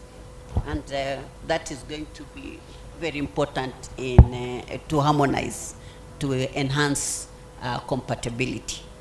Also, investing in data as a public good.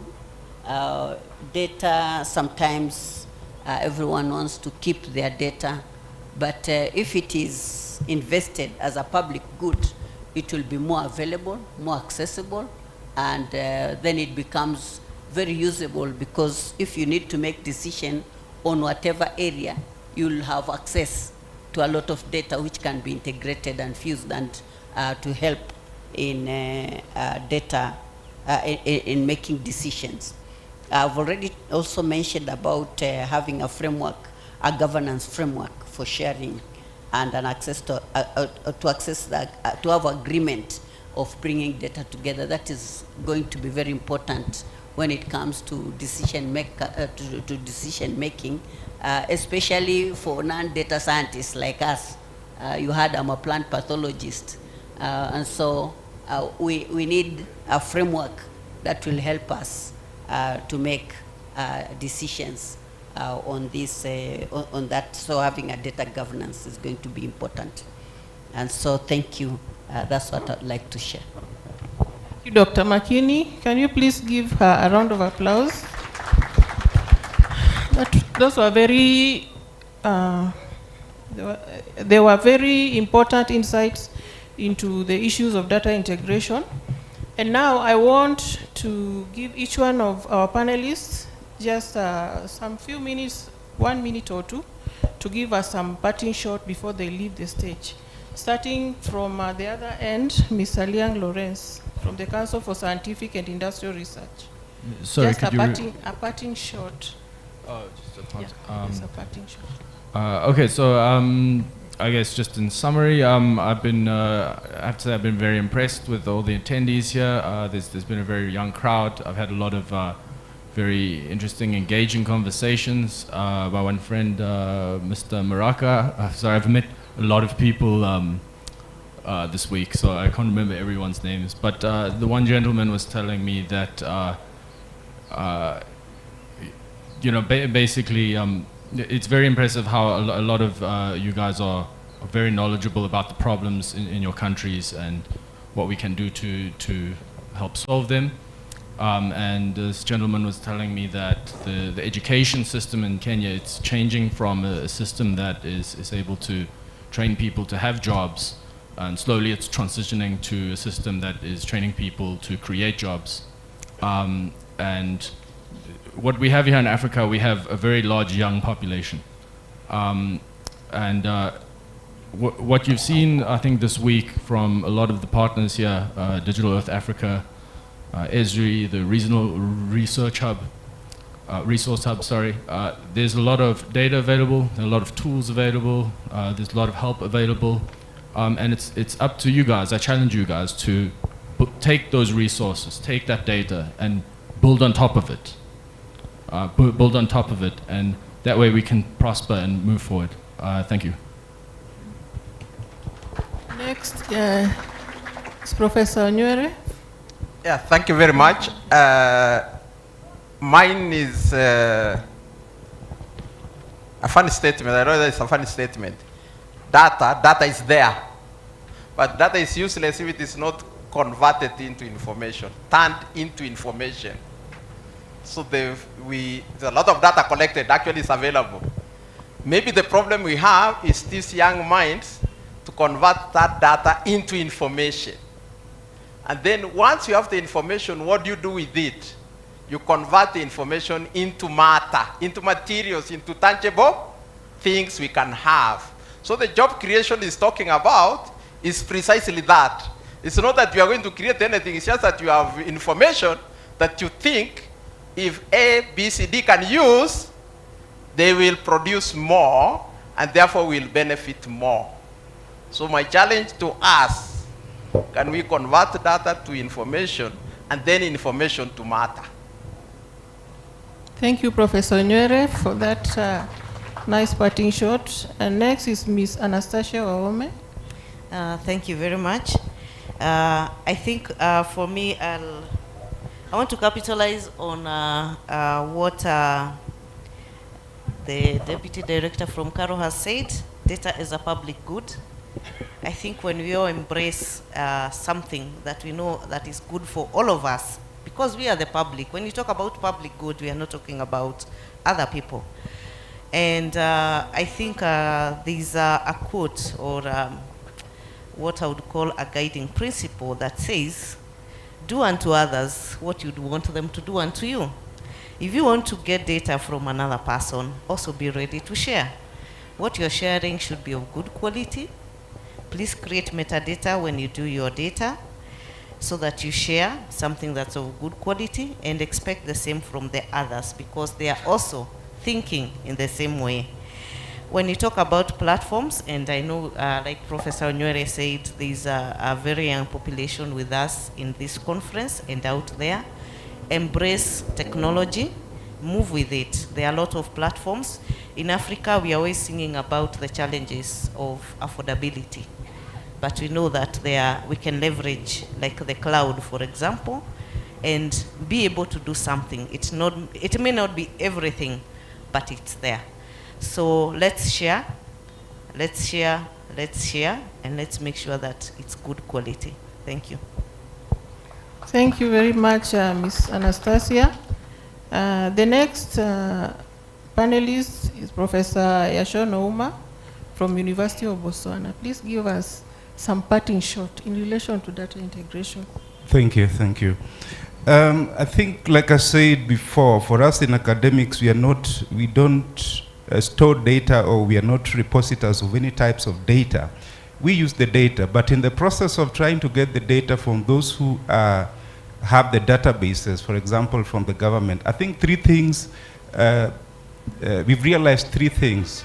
One of them is the lack of analytical process put into place, probably I would call it by the National Spatial Data Infrastructure Managers that manage these data sets within governments of institutions. The second one is operational processes don't exist. So you find that you go to one department, then you find that the data is fragmented, either in terms of entry or in terms of dates and so forth and so on. And the third one is what we would call organizational processes. So there are no policies, there are no procedures, there are no protocols which are put in place so that we are able, or they are able to store the data properly. So those three things are very important. How do we analytically capture the data? How do we ensure quality? And what are the operations put in place when you are collecting this so-called spatial data? So those three things are very important to us who are consuming this data, especially by or from the government agencies or other agencies like regional center. But I think all is not lost, because we are talking about data integration now, and I think that is the theme of this session here. But the UNGGIM, I think that is the the experts on global geospatial management or something like that. They have the 9 pathways for data integration. And so those 9 pathways gives the strategic ways in which your data should be collected, should be stored for easy integration. So I think probably what we need to do is simply adopt what is already in existence, and probably we reduce the rhetoric a little bit so that we do not re-engineer what is already been engineered. Thank you very much. Thank you, Professor Yashon. Please give him a round of applause. And now the next parting shot from Dr. Felisa Makini from the Kenya Agricultural and Livestock Research Organization, KALRO. Yeah, thank you very much. My parting shot, and as it has partly been mentioned, is on data quality. Because what you put in can easily lead to a wrong decision.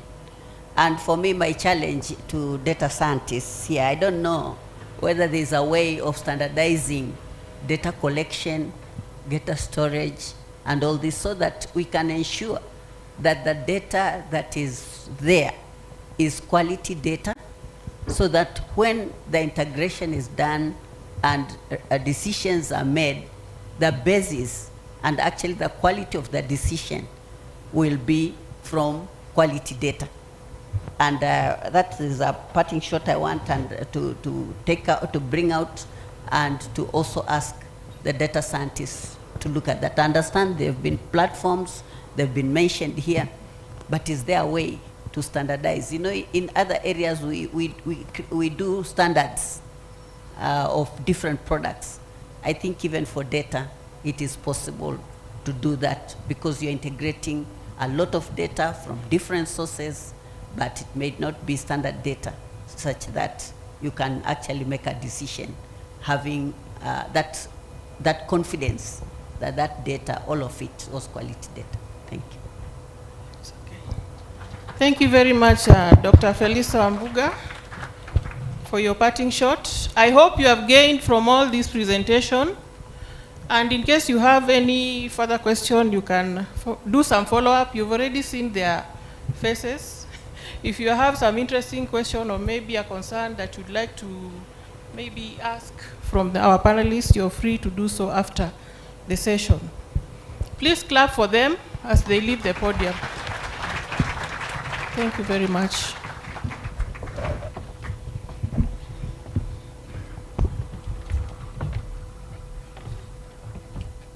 Thank you so much, Dr. Ann Osio.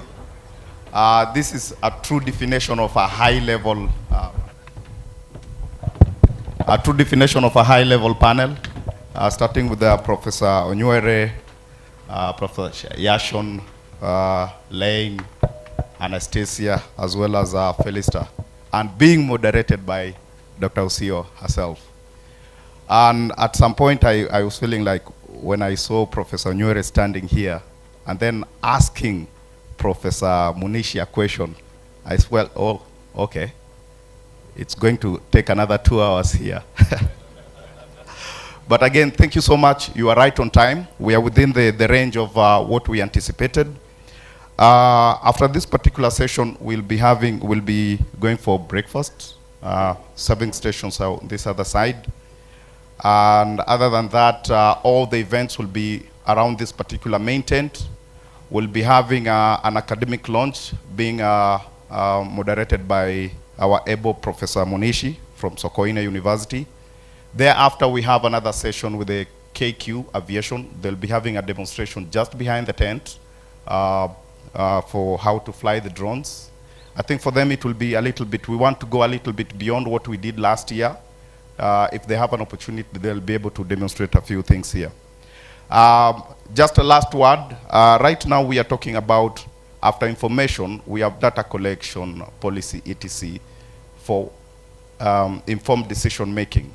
And what Professor Onyere was talking about now is we are looking into wisdom. That is the link that we are missing.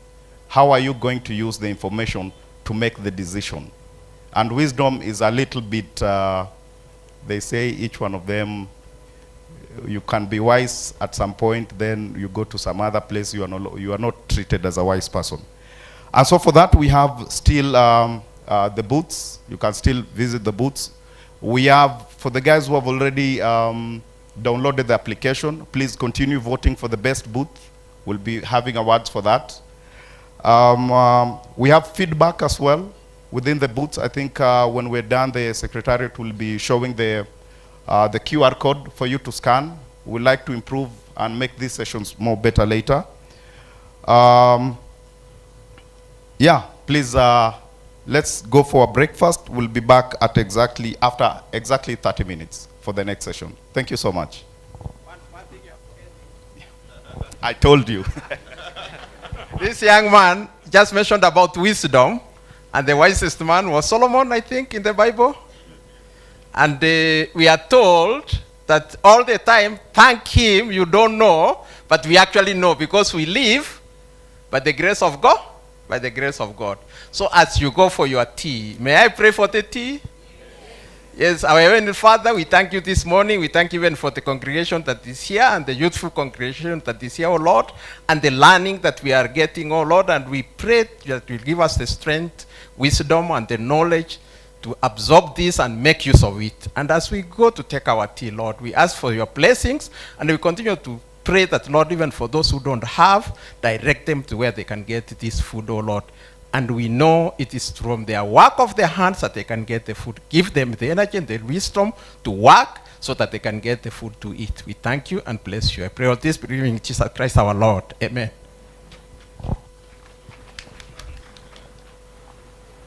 Asante, Prof.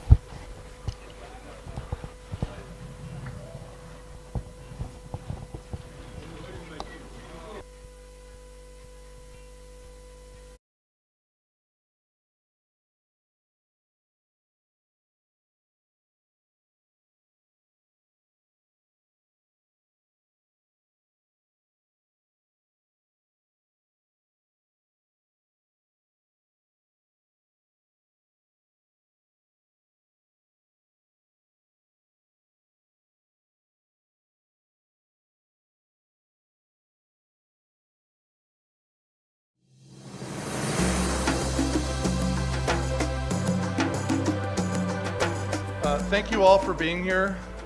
This is an incredible opportunity. It's a learning opportunity. You're all coming from many different places. Clearly some very senior executives in the room. Many of you well-established professionals and practitioners in geospatial technologies. There is a lot of economical reflections that need to go into the data capture. We believe that it's time for a third party to provide a solution to these market issues around data, a market or a solution which is not motivated by profit only and can be trusted by everyone to solve these inefficiencies. A key part of engaging a community with this powerful technology is to simplify the experience through apps, make it easier for people to visualize it and work with it, and also training, so you're empowering that community to take advantage of these capabilities themselves. We are networking science, research, academia, civil society, policymakers who are actually now engaging, collaborating with this, with the Rcmrd on a number of projects, which is we're very proud of across Africa of this issue. So we look forward to working with them further. In as much as we have data that is global, countries also require national data to be able to make decisions around local issues that are affecting the country. So we have been working with the Kenya Space Agency and South Africa, particularly the SAGO, that is South Africa Group on Earth Observation, to create a guidance document that can guide countries on when they want to create a coordination mechanism. How do they go about it? This broadening of the sources of data is a welcome thing, because remote sensed data is cheaper. It is sometimes it is even more reliable, because it doesn't suffer from some of the defects that other data has. So a conference like this really that is talking about data issues sharing and Earth observation as an alternative is a very good one, because it is a solution, one of the solutions to the problem that our countries have.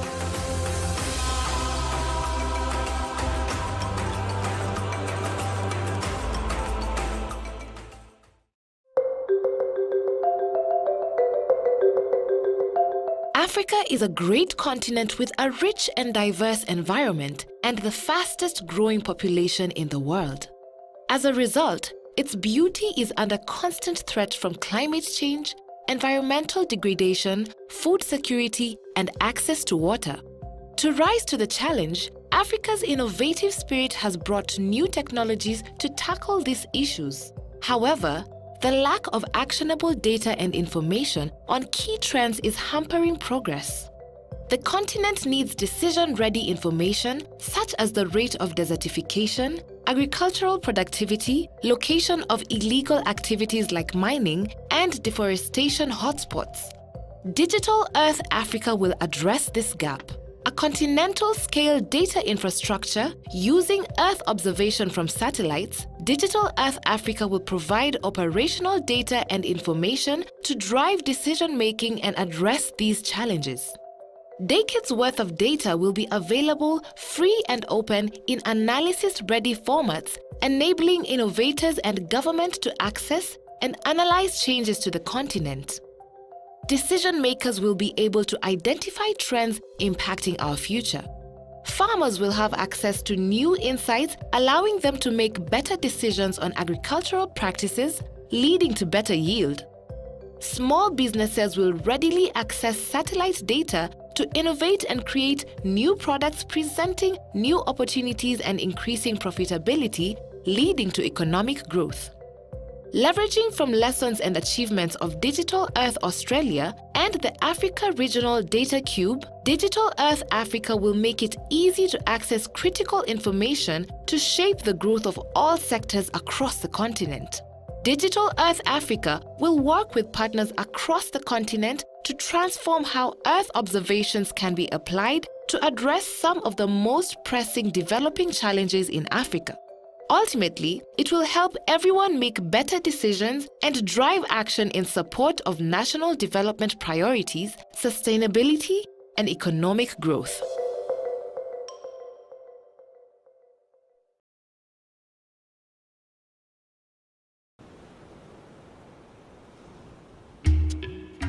Coasts are an important part of the land on which we live.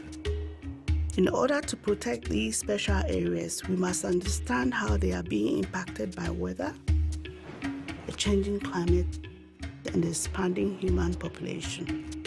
Coastlines are fragile. They ebb and flow with each weather event. They are the first line of defense in a storm. They are the first to experience the rising sea levels. With a rapidly changing climate and growing populations, we must protect the fragile and vital ecosystems of the coastlines in Africa. Now we have the tools to help us understand and protect our coast. Introducing Coastlines, a new service from Digital Earth Africa. L'outil Digital Earth Africa a été développé par Geoscience Australia en rapport avec le centre géologique. C'est un outil qui permet de suivre différents indicateurs par rapport aux risques côtiers, par exemple, dans le domaine qui nous intéresse. Et l'intérêt, c'est que ces images Landsat de moyenne résolution sont facilement accessibles, sont gratuites, alors que les images d'autorisation sont chères et pas forcément accessibles. Et nous, dans le cadre du travail que nous voulons faire donc à l'échelle régionale, à long terme, il est beaucoup plus avantageux de pouvoir accéder à des images gratuites pour pouvoir pratiquer ce suivi d'indicateurs à long terme. Through the use of satellite imagery and data, the Coastlines Monitoring Service allows users to map the location of the African coastline and identify patterns of coastal change. Using satellite imagery, Digital Earth Africa has created a full continental data set. By capturing where the land meets the sea, the Coastline Service visualizes and provides the rate of coastline change over time. Using the Coastline Service, we can see how beaches, mangroves, river mouths, and the tidal flats have grown and eroded over time. Digital Earth Africa's Coastline Service takes the lead from world-leading methods developed by the Digital Earth Australia team. In collaboration with implementing partners, the methods developed have been tested and validated through a truly global collaboration. With data freely available and updated regularly as it continues to be acquired, the service allows current rates of coastal change to be compared with that observed in previous years or decades, giving us the best holistic picture of the African coastlines we've ever had.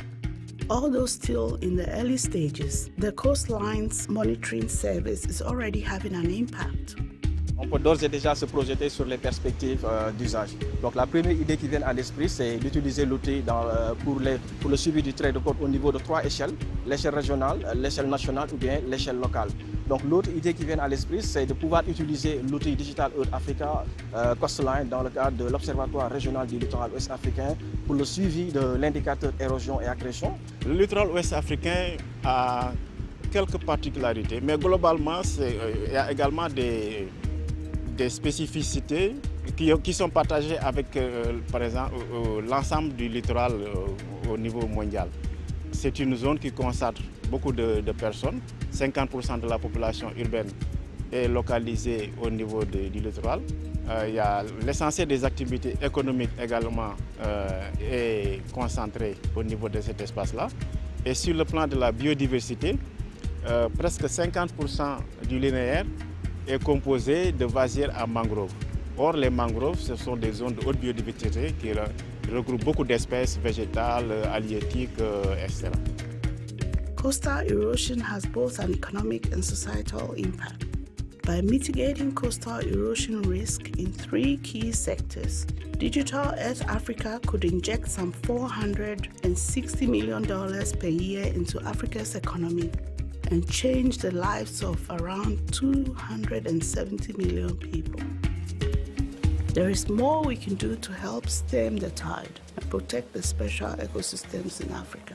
Through Digital Earth Africa Coastlines, we can plan for the future by unlocking the patterns of the past.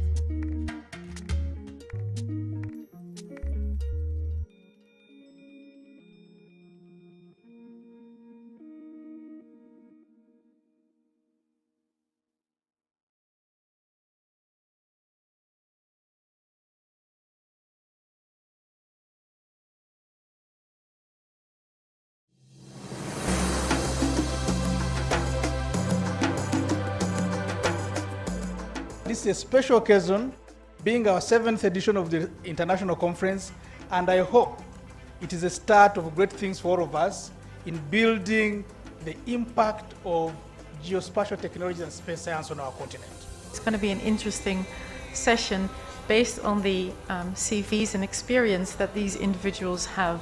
We want communities and societies to take shape, and therefore we want to involve communities in building these capacities, which is critical for the space program.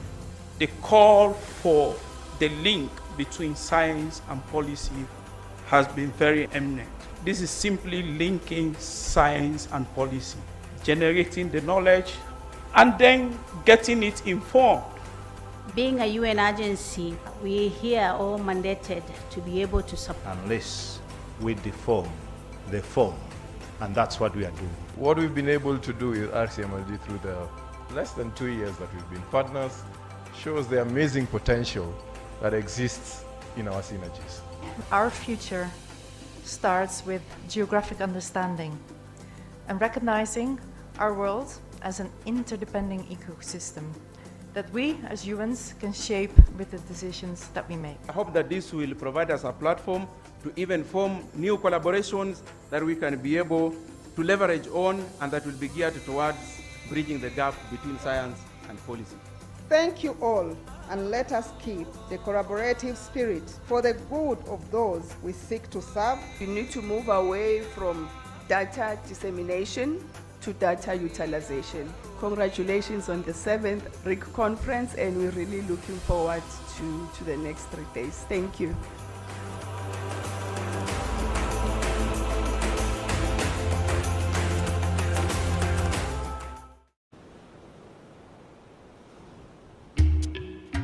Coasts are an important part of the land on which we live. In order to protect these special areas, we must understand how they are being impacted by weather, a changing climate, and the expanding human population. Coastlines are fragile. They ebb and flow with each weather event. They are the first line of defense in a storm. They are the first to experience the rising sea levels. With a rapidly changing climate and growing populations, we must protect the fragile and vital ecosystems of the coastlines in Africa. Now we have the tools to help us understand and protect our coast. Introducing Coastlines, a new service from Digital Earth Africa. L'outil Digital Earth Africa a été développé par Géosciences Australia en rapport avec le Centre de psychologie.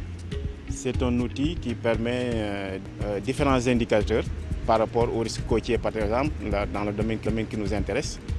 Et l'intérêt, c'est que ces images Landsat de moyenne résolution sont facilement accessibles, sont gratuites, alors que les images d'autorisation sont chères et pas forcément accessibles. Et nous, dans le cadre du travail que nous voulons faire, donc à l'échelle régionale, à long terme, il est beaucoup plus avantageux de pouvoir accéder à des images gratuites pour pouvoir pratiquer ce suivi d'indicateurs à long terme. Through the use of satellite imagery and data, the Coastlines Monitoring Service allows users to map the location of the African coastline and identify patterns of coastal change.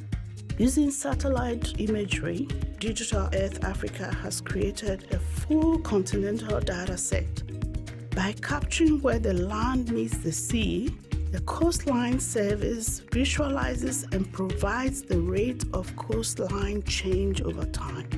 Using the Coastline Service, we can see how beaches, mangroves, river mouths, and the tidal flats have grown and eroded over time. Digital Earth Africa's Coastline Service takes the lead from world-leading methods developed by the Digital Earth Australia team. In collaboration with implementing partners, the methods developed have been tested and validated through a truly global collaboration. With data freely available and updated regularly as it continues to be acquired, the service allows current rates of coastal change to be compared with that observed in previous years or decades, giving us the best holistic picture of the African coastlines we've ever had. Although still in the early stages, the Coastlines Monitoring Service is already having an impact. On peut d'ores et déjà se projeter sur les perspectives d'usage. Donc la première idée qui vient à l'esprit, c'est d'utiliser l'outil pour le suivi du trait de côte au niveau de 3 échelles, l'échelle régionale, l'échelle nationale ou bien l'échelle locale. Donc l'autre idée qui vient à l'esprit, c'est de pouvoir utiliser l'outil Digital Earth Africa Coastline dans le cadre de l'Observatoire régional du littoral ouest africain pour le suivi de l'indicateur érosion et accrétion. Le littoral ouest africain a quelques particularités, mais globalement, il y a également des spécificités qui sont partagées avec, par exemple, l'ensemble du littoral au niveau mondial. C'est une zone qui concentre beaucoup de personnes. 50% de la population urbaine est localisée au niveau du littoral.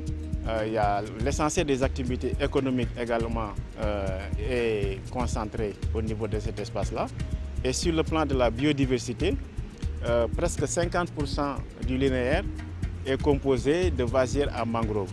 Or, les mangroves, ce sont des zones de haute biodiversité qui regroupent beaucoup d'espèces végétales, halieutiques, etc.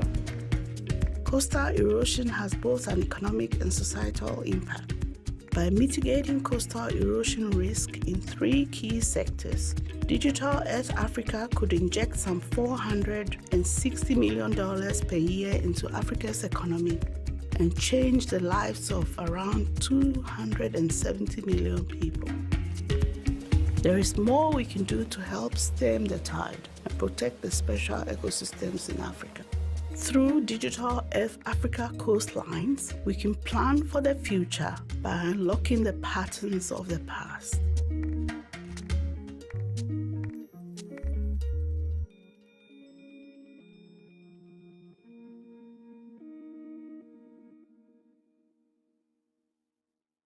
Regional Center Training Institute RCTI, a constituent college of Regional Center for Mapping of Resources for Development Rcmrd, the home of geospatial technology, is inviting applications for diploma and certificate courses in land survey, photogrammetry and remote sensing, cartography and GIS, IT and CASNEP courses. At Regional Center, we emphasize on hands-on practicals and train on the latest geospatial technologies such as drones, GNSS, GPS, GIS and AutoCAD. At RCTI, we help you map your future.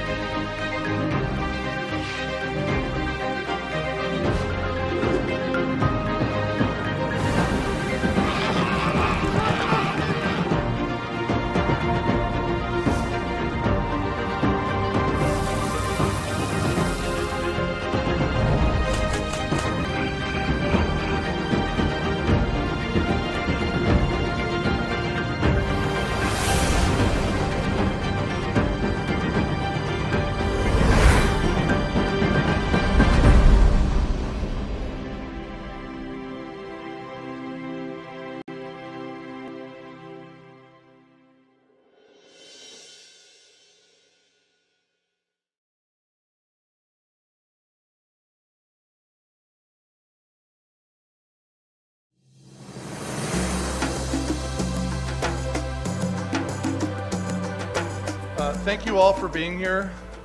This is an incredible opportunity. It's a learning opportunity. You're all coming from many different places. Clearly some very senior executives in the room, many of you well-established professionals and practitioners in geospatial technologies. There is a lot of economical reflections that need to go into the data capture. We believe that it's time for a third party to provide a solution to these market issues around data, a market or a solution which is not motivated by profit only and can be trusted by everyone to solve these inefficiencies. A key part of engaging a community with this powerful technology is to simplify the experience through apps, make it easier for people to visualize it and work with it, and also training, so you're empowering that community to take advantage of these capabilities themselves. We are networking science, research, academia, civil society, policymakers who are actually now engaged in collaborating with this, with the Rcmrd on a number of projects, which we're very proud of across Africa of this issue. So we look forward to working with them further.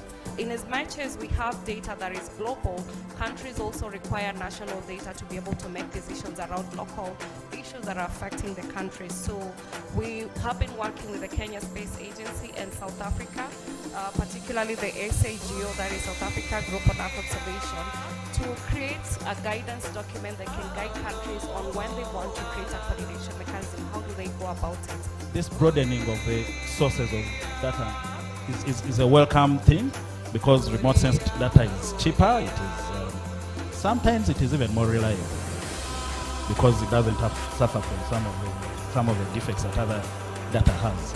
So a conference like this really that is talking about data issues sharing and Earth observation as an alternative is a very good one, because it is a solution, one of the solutions to the problem that our countries have.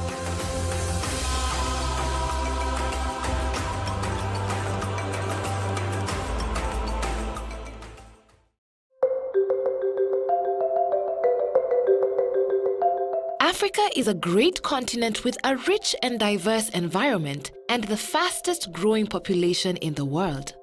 As a result, its beauty is under constant threat from climate change, environmental degradation, food security, and access to water. To rise to the challenge, Africa's innovative spirit has brought new technologies to tackle these issues. However, the lack of actionable data and information on key trends is hampering progress.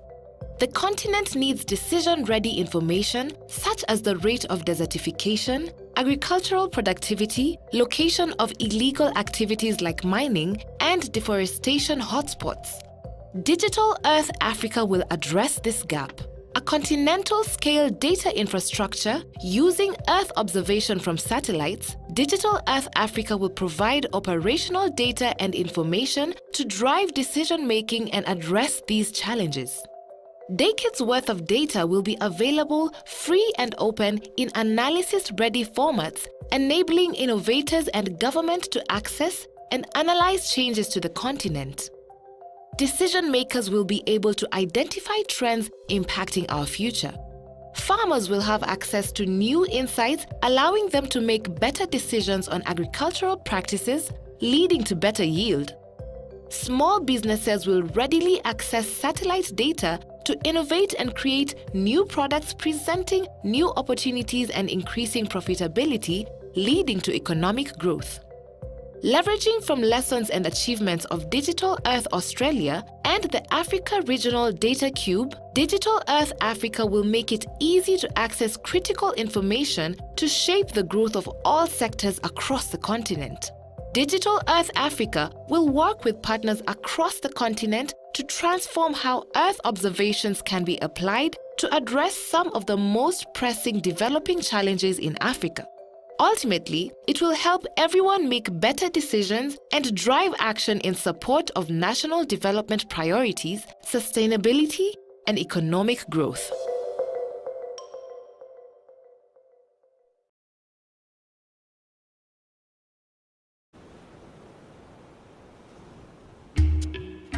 Coast Coasts are an important part of the land on which we live.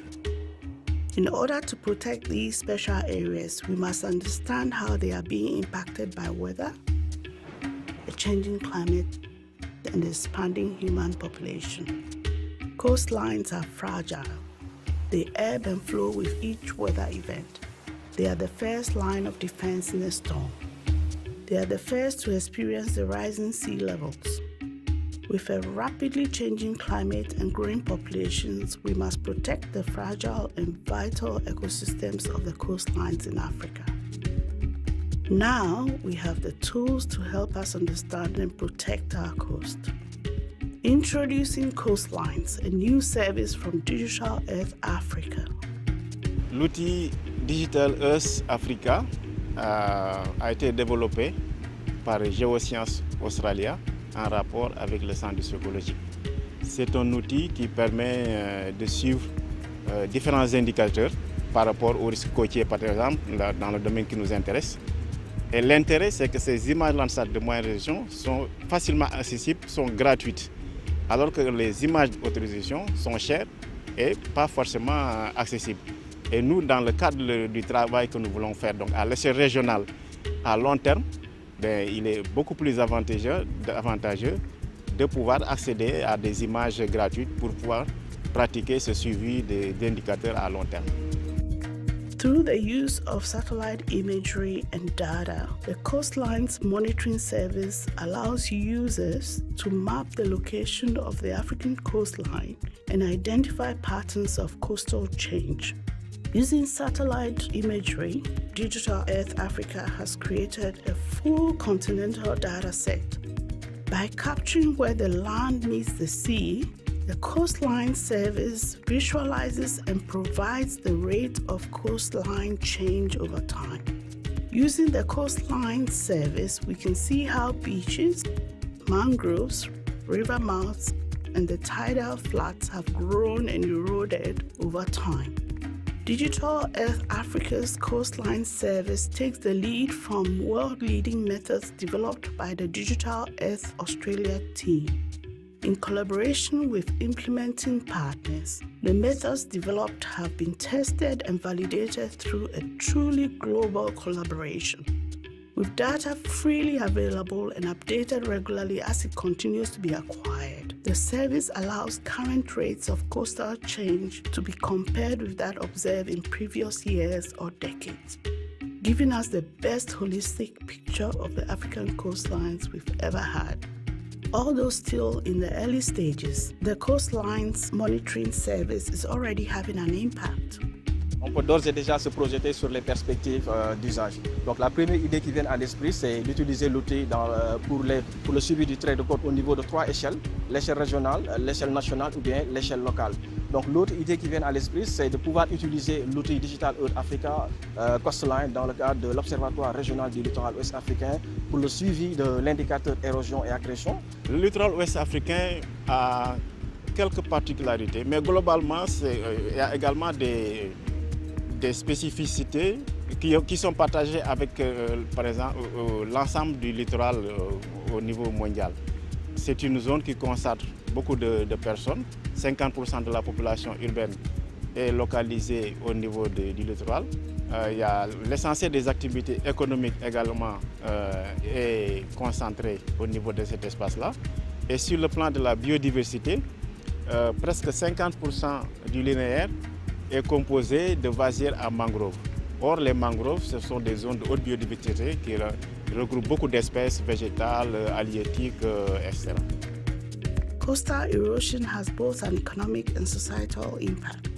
By mitigating coastal erosion risk in 3 key sectors, Digital Earth Africa could inject some $460 million per year into Africa's economy and change the lives of around 270 million people. There is more we can do to help stem the tide and protect the special ecosystems in Africa. Through Digital Earth Africa Coastlines, we can plan for the future by unlocking the patterns of the past.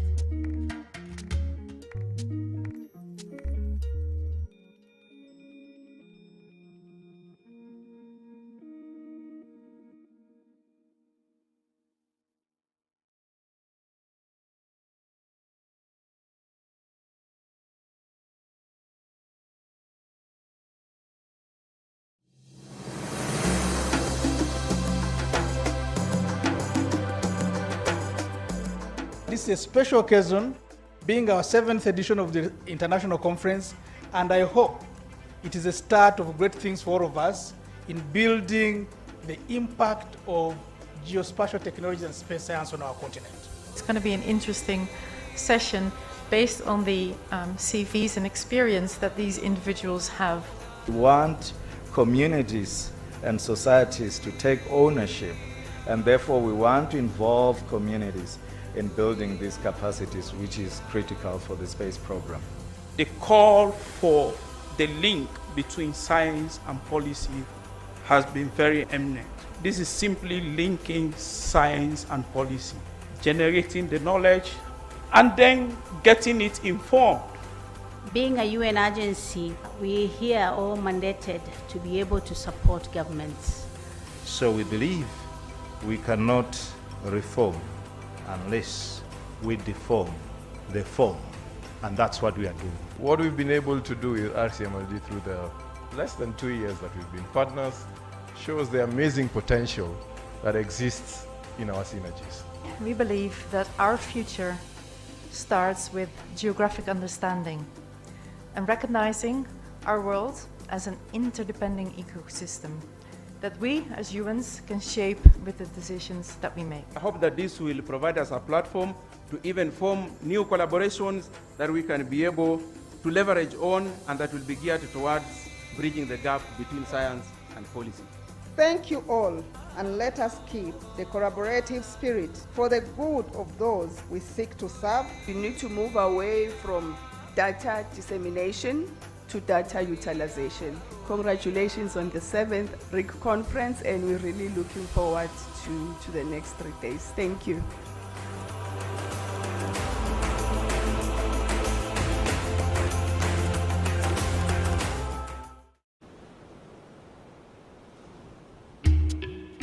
Coasts are an important part of the land on which we live.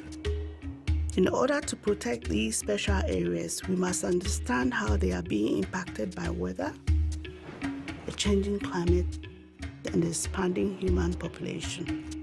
Coastlines are fragile. They ebb and flow with each weather event. They are the first line of defense in a storm. They are the first to experience the rising sea levels. With a rapidly changing climate and growing populations, we must protect the fragile and vital ecosystems of the coastlines in Africa. Now we have the tools to help us understand and protect our coast. Introducing Coastlines, a new service from Digital Earth Africa. L'outil Digital Earth Africa a été développé par Géosciences Australia en rapport avec le Centre de psychologie. C'est un outil qui permet de suivre différents indicateurs par rapport au risque côtier, par exemple, dans le domaine qui nous intéresse. Et l'intérêt, c'est que ces images Landsat de moyenne résolution sont facilement accessibles, sont gratuites, alors que les images d'autorisation sont chères et pas forcément accessibles. Et nous, dans le cadre du travail que nous voulons faire, donc à l'échelle régionale, à long terme, il est beaucoup plus avantageux de pouvoir accéder à des images gratuites pour pouvoir pratiquer ce suivi d'indicateurs à long terme. Through the use of satellite imagery and data, the Coastlines Monitoring Service allows users to map the location of the African coastline and identify patterns of coastal change. Using satellite imagery, Digital Earth Africa has created a full continental data set. By capturing where the land meets the sea, the Coastline Service visualizes and provides the rate of coastline change over time. Using the Coastline Service, we can see how beaches, mangroves, river mouths, and the tidal flats have grown and eroded over time. Digital Earth Africa's Coastline Service takes the lead from world-leading methods developed by the Digital Earth Australia team. In collaboration with implementing partners, the methods developed have been tested and validated through a truly global collaboration. With data freely available and updated regularly as it continues to be acquired, the The service allows current rates of coastal change to be compared with that observed in previous years or decades, giving us the best holistic picture of the African coastlines we've ever had. Although still in the early stages, the Coastlines Monitoring Service is already having an impact. On peut d'ores et déjà se projeter sur les perspectives d'usage. Donc la première idée qui vient à l'esprit, c'est d'utiliser l'outil pour le suivi du trait de côte au niveau de 3 échelles, l'échelle régionale, l'échelle nationale ou bien l'échelle locale. Donc l'autre idée qui vient à l'esprit, c'est de pouvoir utiliser l'outil Digital Earth Africa Coastline dans le cadre de l'Observatoire régional du littoral ouest africain pour le suivi de l'indicateur érosion et accrétion. Le littoral ouest africain a quelques particularités, mais globalement, il y a également des spécificités qui sont partagées avec, par exemple, l'ensemble du littoral au niveau mondial. C'est une zone qui concentre beaucoup de personnes. 50% de la population urbaine est localisée au niveau du littoral. Il y a l'essentiel des activités économiques également est concentré au niveau de cet espace-là. Et sur le plan de la biodiversité, presque 50% du linéaire est composé de vasières à mangroves. Or, les mangroves, ce sont des zones de haute biodiversité qui regroupent beaucoup d'espèces végétales, halieutiques, etc. Coastal erosion has both an economic and societal impact. By mitigating coastal erosion risk in 3 key sectors, Digital Earth Africa could inject some $460 million per year into Africa's economy and change the lives of around 270 million people. There is more we can do to help stem the tide and protect the special ecosystems in Africa. Through Digital Earth Africa Coastlines, we can plan for the future by unlocking the patterns of the past.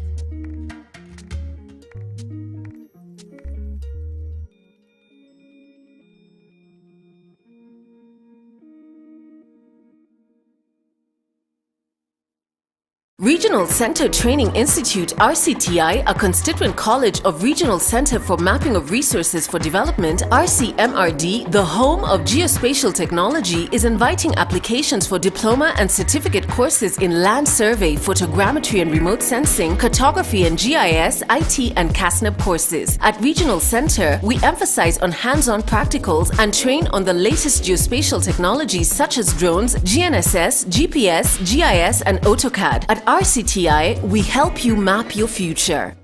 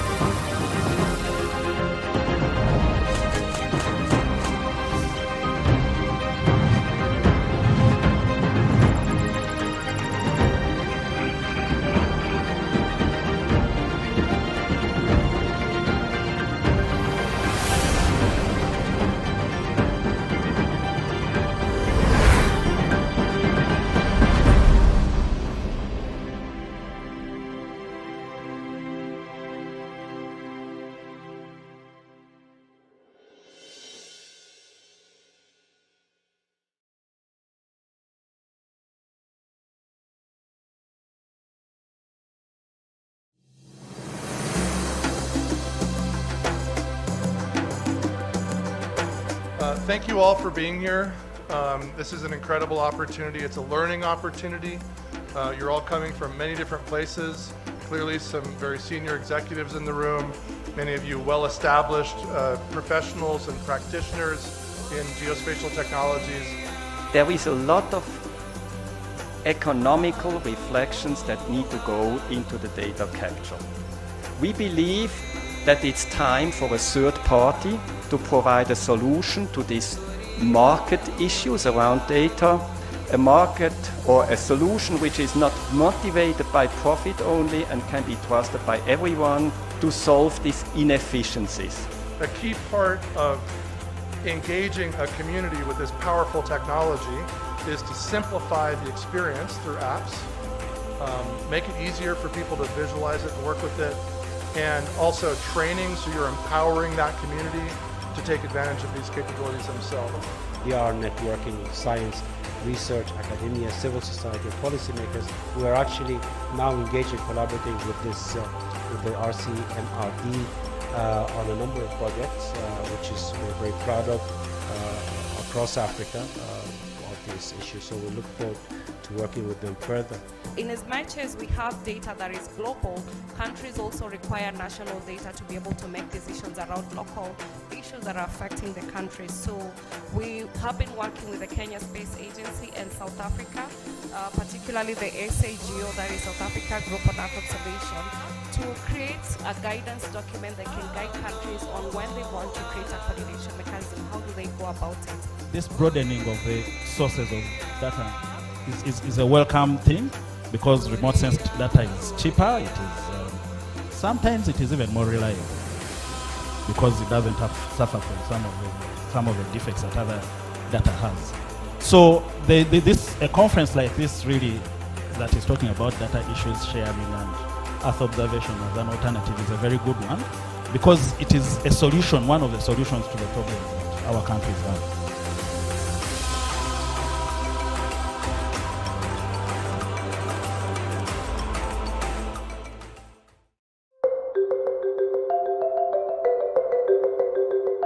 Africa is a great continent with a rich and diverse environment and the fastest growing population in the world. As a result, its beauty is under constant threat from climate change, environmental degradation, food security, and access to water. To rise to the challenge, Africa's innovative spirit has brought new technologies to tackle these issues.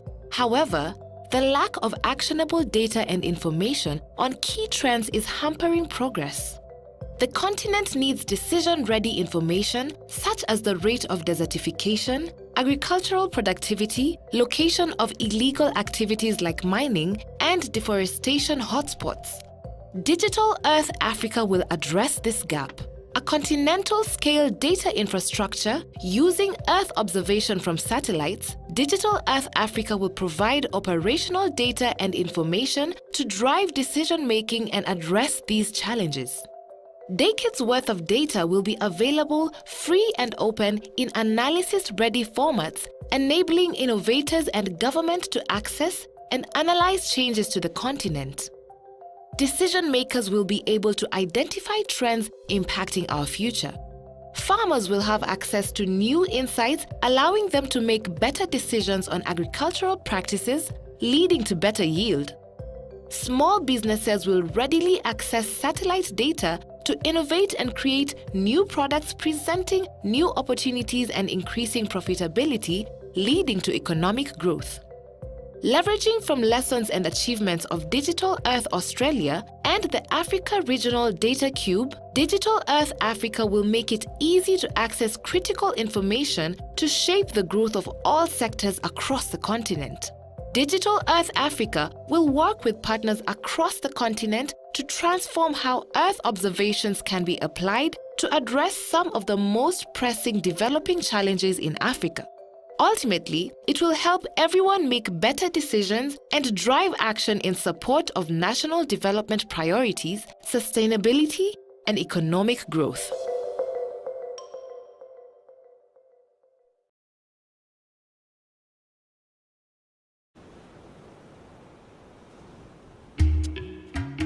Coasts are an important part of the land on which we live. In order to protect these special areas, we must understand how they are being impacted by weather, a changing climate, and the expanding human population. Coastlines are fragile. They ebb and flow with each weather event. They are the first line of defense in a storm.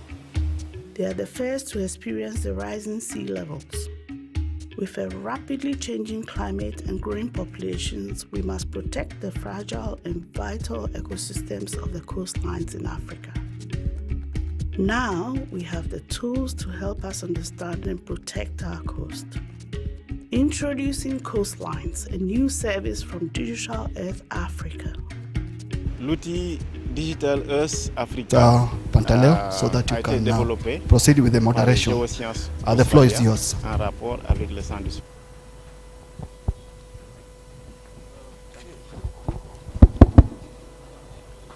Okay, thank you, and I welcome you to this other session, and it is about academia.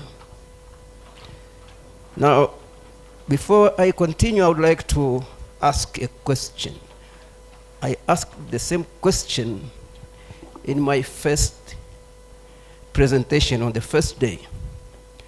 Among us, who has not passed through any kind of an academic institution? Could you raise up your hand, please? There's no hand raised. It means every one of us have passed through an academic institution. And actually we are proud. I'm coming from academia. I am proud that we have got a big library, a big data in people's brains. And it's the same data that is being used to get things done on the ground and everywhere. So, we have, as you have been introduced, we are presenting on this session about research done in Earth observation applications for societal benefits. Earth observations research for societal benefits. And then I would like to welcome, we have got the first presenter, hopefully University of Ghana is around. Please welcome and present. You have 10 minutes of presentation and 2 minutes of question and answers. Thank you.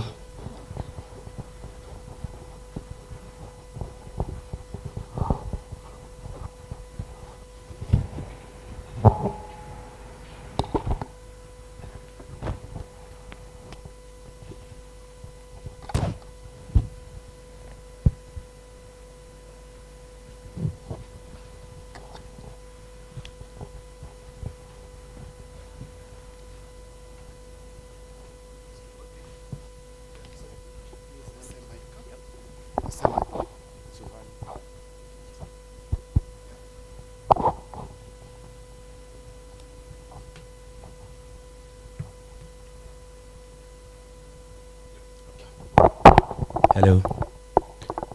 Good morning, everyone.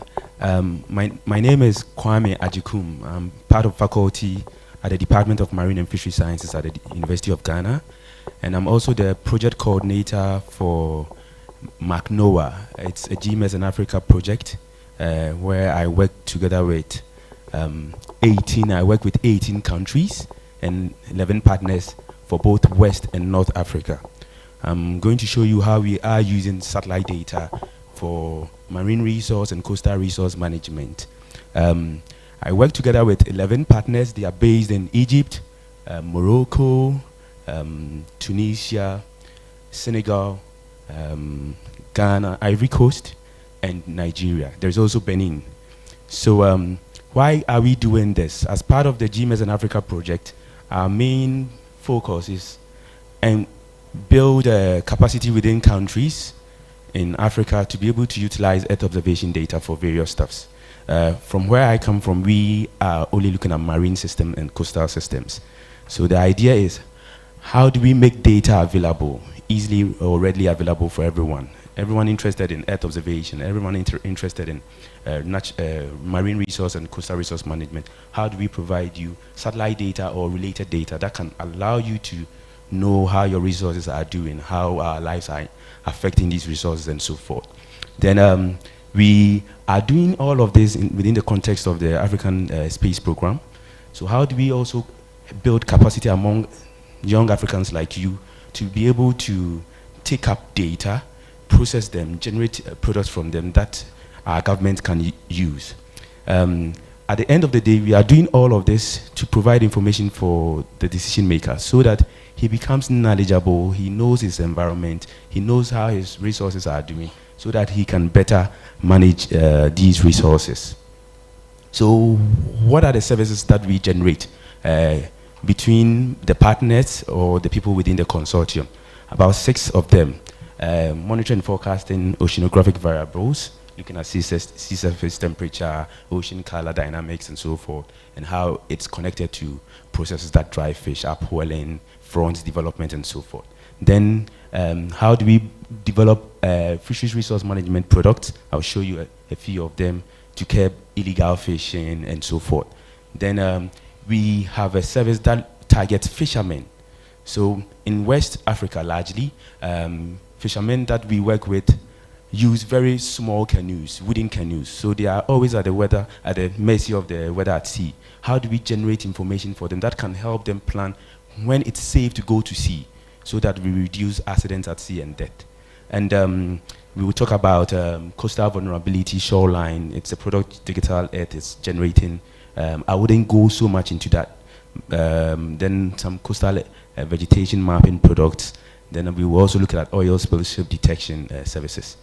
So this is an example of how we are using AIS data, vessel traffic data, to look at assets at sea. You know, in most countries you have gas pipelines, cables, and so forth. How do you ensure that these subsea assets remain intact? And most of you wouldn't know.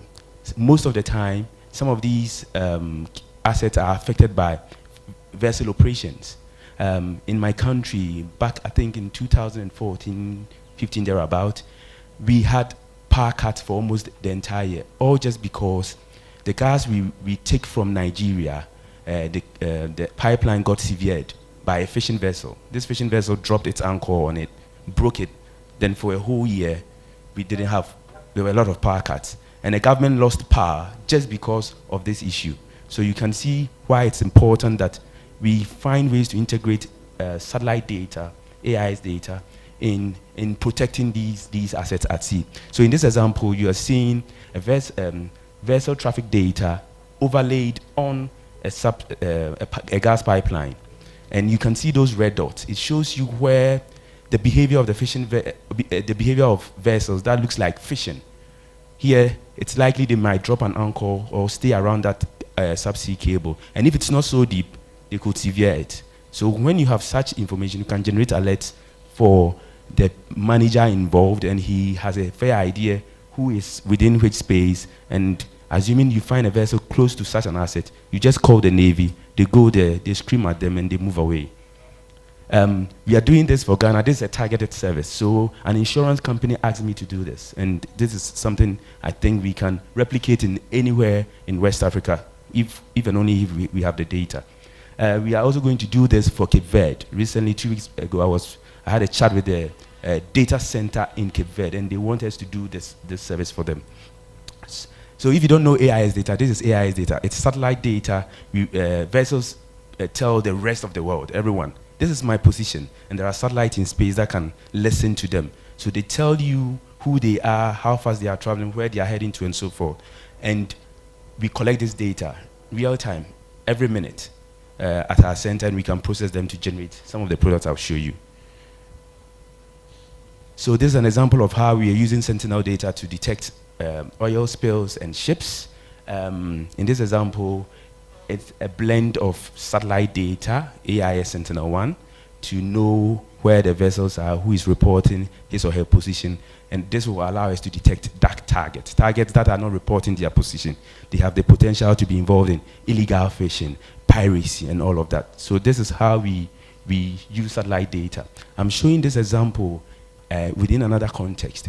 I mean, we've spoken about data, and you know we have large volumes of data. At our center, most of the time, most institutions will be using SNAP, so which is a bit slow, but let's start thinking about developing skills to be able to use tools that could speed up processing, optimize our code. And one good example is GPUs. So it's something I might talk a bit about as I present.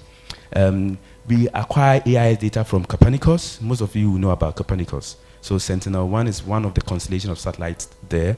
There are products, there are tools for easily downloading the data. There's Sentinel Sat. It's a package, a Python package. It allows us to quickly download this. And in the past, we were using Snap, but now we are building tools to optimize our code. So in this example, for instance, I get about 30 scenes for the area I am in charge of. With about 30 scenes of satellite data, it takes me about 20 minutes to process each one of them if I have to use Snap. So in all, I have about 10 hours of processing time. I mean, if you're doing something operational, 10 hours it's not good. But with the current tools that we are developing using Number, we can process a single scene in about 4 minutes. So we have 2 hours to generate products, and I think it's something cool. The point I'm making here is, and especially to the younger ones, the students here, start thinking of ways to build skills that would allow you to process data quickly, because that is how you get jobs. You leave this place, you need to find jobs, build skills that will allow you to be able to be relevant and useful. Another example here is how do we find fishing spots and even estimate the duration of fishing. These are important indicators for fisheries management. Those of you involved in fish stock assessments and so forth, such a product is very, very useful. We can process AIS data, convert them into geotiffs. You can visualize them with in QGIS, do some analytics on them, and generate a lot of information. I'm going to talk to Edward about this product because I think Digital Ed could host it going forward. Yes, and how it's done. You have the poles. It tells you the speed of the vessel, the rate at which it's turning, where it's heading. You can analyze some of these things to understand the behavior, and you just mark them in grades, right? You georeference them. It's useful for any GIS application. Then this is a product we developed under MISA. We are implementing this currently within our project, how to forecast fishing grounds. It's doable using Copernicus products, Mercator products, plus AIS data. You know the product I showed you earlier? When you overlay this on any satellite imagery, you can collect the environmental parameters. You put it in any machine learning environment, you can forecast areas where you think you can find fish. This is another example we are developing to reduce illegal fishing at sea. This example is on transshipment. Basically, when vessels transship or they move close to each other, they move close to each other in space and in time. So you can process data and identify these infractions. When that is done, you can quickly share that information to anyone involved in fisheries enforcement. They can tell the Navy this information, go there to police. Now we are also processing data to be able to generate this, share this in formats that are easy to visualize in any web application. We can write this out as KML, HTML, and so forth. So these are some of the things we are developing at the University of Ghana to support the GMS and Africa project. This is one of our flagship services. This is the service I had indicated about for fishermen. So this service, we developed it during MISA. We have improved it in GMS Phase 1. We are going to even further improve it with natural language processing. There is recently someone pointed me out to a package in Python where about 4,000 local languages are there, right? Fishermen most of the time are not too educated to read and write. So you can't send them text in English and in numbers. So you might want to use like their local language. In the past, we had done this via text on a normal phone. A person dials into a USSD number. He gets a number that says 1, it's safe to go to sea. 3, it's not safe. But not everyone has a phone. So we find someone within the community, and this is a good example of how we use EO data to engage communities from space to community. He receives the message, and because he needs to reach out to a lot, he can sometimes use flags. So the flags are able to help us also communicate the state of the ocean. So in essence, the point I really want to make is for us to reach out to the community of users from space to community, we must find ways to work together, listen, engage, and co-design services, right? Then there should also be technical cooperation. Coming here, I've had a lot of engagement with entities, especially Locate IT, where we will be working together to do stuff. Rcmrd has also been very helpful in getting us connected to these entities. During these technical cooperations, we share ideas, and it improves our services. Then lastly, let's find ways to optimize the things we do. Build skills in programming languages. It is the way to go. It's good to know software, it's fine. But when you have programming skills, you are in control. So this is largely for the younger colleagues here. Let's build skills so that we become the people who will change the world in the years to come. Thank you very much.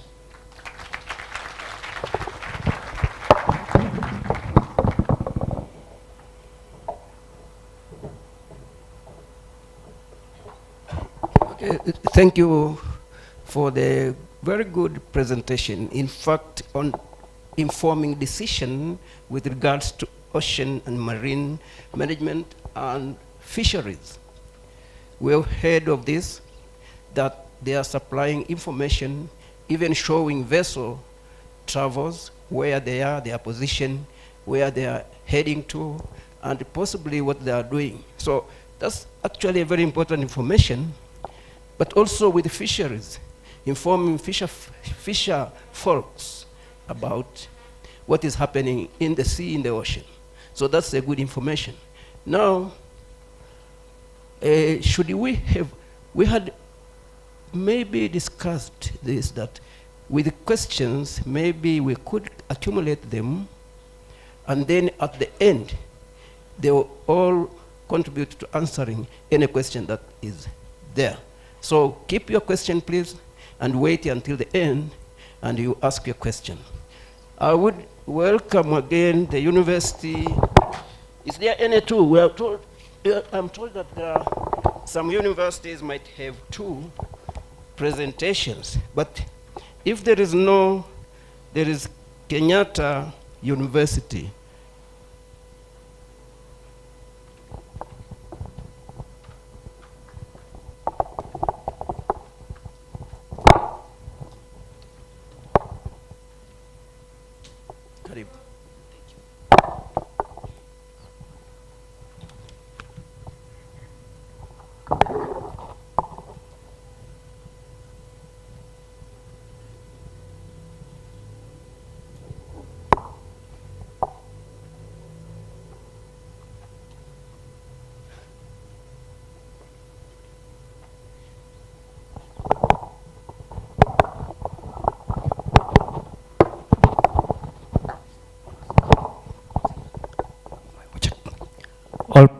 All protocol observed.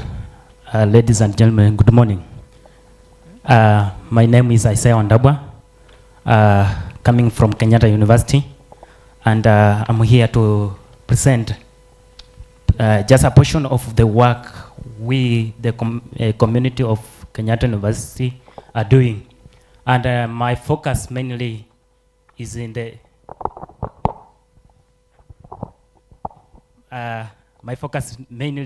the area of natural resource conservation.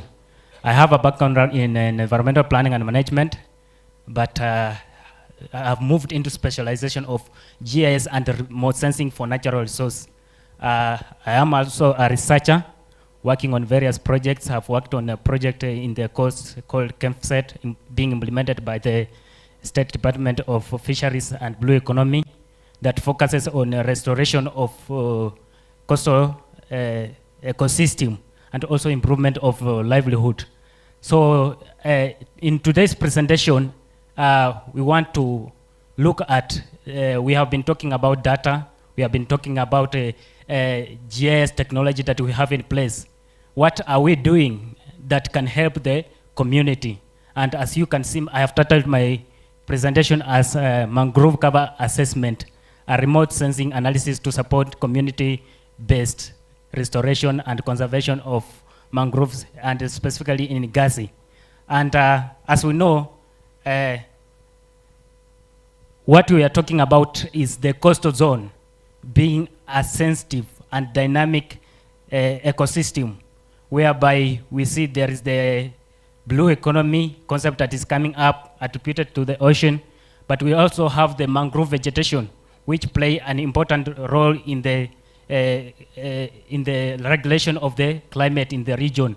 We find that the mangroves in the region are important vegetation because they form like protection to the coastal zone, and also they are a resource. They are harvested for various products, including furniture making, and also their products are used in the construction. But you realize that over time, these have been affected, and mainly what is affecting them is the natural process. We all understand, and we cannot run away from the fact that there is climate change and how it is impacting various. Like we can see the issue of sea level rise. As the sea level rises, you find that some of the mangroves get submerged. And also we are talking about the human activities in the coast. Human activities, we are talking issues such as cultivation. We are talking issues such as development, that is construction. How are they impacting on the mangrove ecosystem? Because we have already realized that it is sensitive and it is actually vulnerable. So my focus area is Gazi, and Gazi is one of the tourist destinations. Actually, most tourists visit the area. It also has facilities such as fishing. That is where it is basically. Like, for example, the yellow dot on the map is a fishing site. But how is it being impacted? So in brief, we can say that in three decades ago, this area, which is approximately 5.5 kilometers squared, was covered by mangrove. That is almost 30%. But they have significantly dropped. And as I mentioned earlier, the decline is directly linked to human activities, which we are talking of cultivation and developments, which are harvesting these plants for the purposes of construction, for the purposes of products, because of its value. And now, as a consequence of this human activity and climate factors, we have seen that the adverse impacts have started manifesting on the community, especially the fishermen and the small-scale farmers, because mostly in the region you find that there are small-scale farmers who farm as alternative to fishing, the main activity.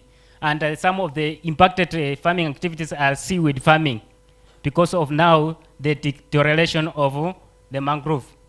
So in this, the main objective of the assessment that I'm presenting here is we want to understand from the period starting from 1989 to 2020, recently, with the data that we have been talking of satellite data that is available. What has been happening? How have the mangrove been changing? And actually we used the readily available data from Sentinel. We extracted data for the years 1989. We extracted data for the years 2000, 2005, 2012, 2015, and 2020. And this data now, we went through a process of image pre-processing, just clearing those that have been affected by the clouds, georeferencing, and also correction. And later on, now we move to the stage of classification in order to understand the variation. And this classification was informed by where you are able to train the software using training samples, whereby you are telling that when you see such a signature, it signifies this vegetation. And this has to be largely informed by the ground truth data. and having been in the course for a project on ChemSet, then it was easy to collaborate with the community so that they tell you that this place, this is the mangroves, these are not the mangroves, these are the palm trees, the coconut trees, so that now your results have to be accurate. Then from there, we ran a competition of accuracy assessment in order to assess the reliability. And that basically was informed by computing the kappa using the confusion matrix as tabulated there. And then after all, you now try to understand, will this result make sense? So after doing the classification, then and you are sure that your data is accurate, and then we develop land cover maps. And from the land cover maps, and then from there we can compute the land cover areas. And now this is what we are informing to say that actually this is what is happening. These are the changes. So that was the methodology that I used in this small assessment. What are the results? Actually, we can realize that there has been a change. From the maps you presented there, you can see that the dark green is the mangroves. But as you can observe, they have been declining over time. And this is the decline that we are saying that it is impacting communities. Why? The mangroves are meant to protect the coast. They are meant to protect the fishery sites. But as they are declining, they're exposing the land to hazards of the sea. We have agreed that actually there is climate change, and that is affecting the issues such as sea level rises. So from my analysis quickly, the red point is where we are talking of the Gazi village. And this Gazi village is rapidly developing. People are moving in to settle. And as they move in to settle, because of the variety of the uses of the mangrove, some of them are being cut for this development. But other areas are also being cleared in order to create land for agriculture. And mainly they do farming of coconut plants, they do farming of bananas, such like activities. But they do not understand that this is now impacting on the sustainability of living in the area, because now the fisheries are declining over time as observed. So from this, then the statistics come that you can realize that land cover has changed, and it has changed significantly. Using the data that I generated from the analysis, I was able now to try to develop a dashboard that can visualize how are these changes happening in comparison to the previous year. And just to take an example, you can see the graph is showing the trends. The dark green is showing that the bars are declining, showing that how mangroves have been declining over time. And from the figures, you can see that the agricultural land is increasing. From the initial, according to the data provided by the Landsat, from the initial 76.6 kilometer squares of area in 1989, currently agriculture has to increase to 179. And when you closely look at the figures, there is a correlation between the area of land that is increasing in agriculture and the area of land that is decreasing in mangroves. So we are saying that actually human activities are directly impacting on the mangrove ecosystem in the coast. And this is causing adverse effects, because you can realize from the dashboard, then you try to, using various analytical tools, you try to predict what is the impact on this issue of carbon sink, because we know mangroves are are known to be well in terms of having that carbon absorption.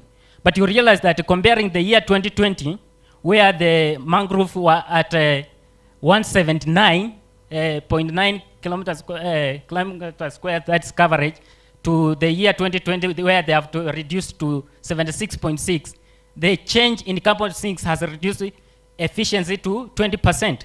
And now this is data that is communicating to us as scientists, as researchers, what policy do we need to make in place in order to restore? Because we are saying that these are a resource, they are also helping protect the coast, but what impact are we having? So from this assessment, then we need to inform the community where does focus need to be. And we are saying that focus needs to ensure in controlling the development of the development activities along the coast. Let us not just encourage that because of tourism, because of the, let us make development facilities for people to sit, but let us know that mangrove is a great resource. And as I mentioned, those are some of the development that is the Gazi area, and those are the farming activities that are happening. So as researchers, as the academia, we are saying that we can have a position in the society if we are helped to unveil this information to the community. And as we know in Kenya, the government is in the forefront of this, of trying to restore the forest cover. That is constitutionally, that is 10% cover. And we also have the presidential aspiration of achieving 28% by 2030. How can I achieve this? It's only by using the data that is available, trying to create insights from them so that we can now inform. And one of the efforts is that in 2010, the community in partnership with Vivo, they started to restore the mangrove because they realized that the impacts are becoming very adverse. Thank you so much, and I can say that from where we stand, yes, we can be able to use this geospatial intelligence to support the community, but we need to be held hands, and also that these researches we make at the institution, they are absorbed, not to be archived as reports in the offices. Thank you so much. Thank you, Kenyatta University. We are seeing community initiatives in restoring mangroves, but mangroves with so much importance related to blue economy, breeding grounds for different organisms. That means biodiversity, but livelihoods in terms of fisheries, but also tourism, and looking into it in terms of participatory approach to manage mangrove ecosystems. Thank you very much. And now, I would like to welcome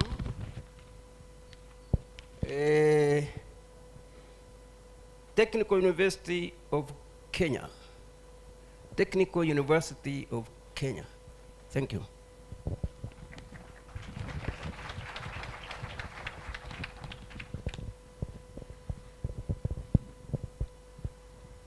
Karibu.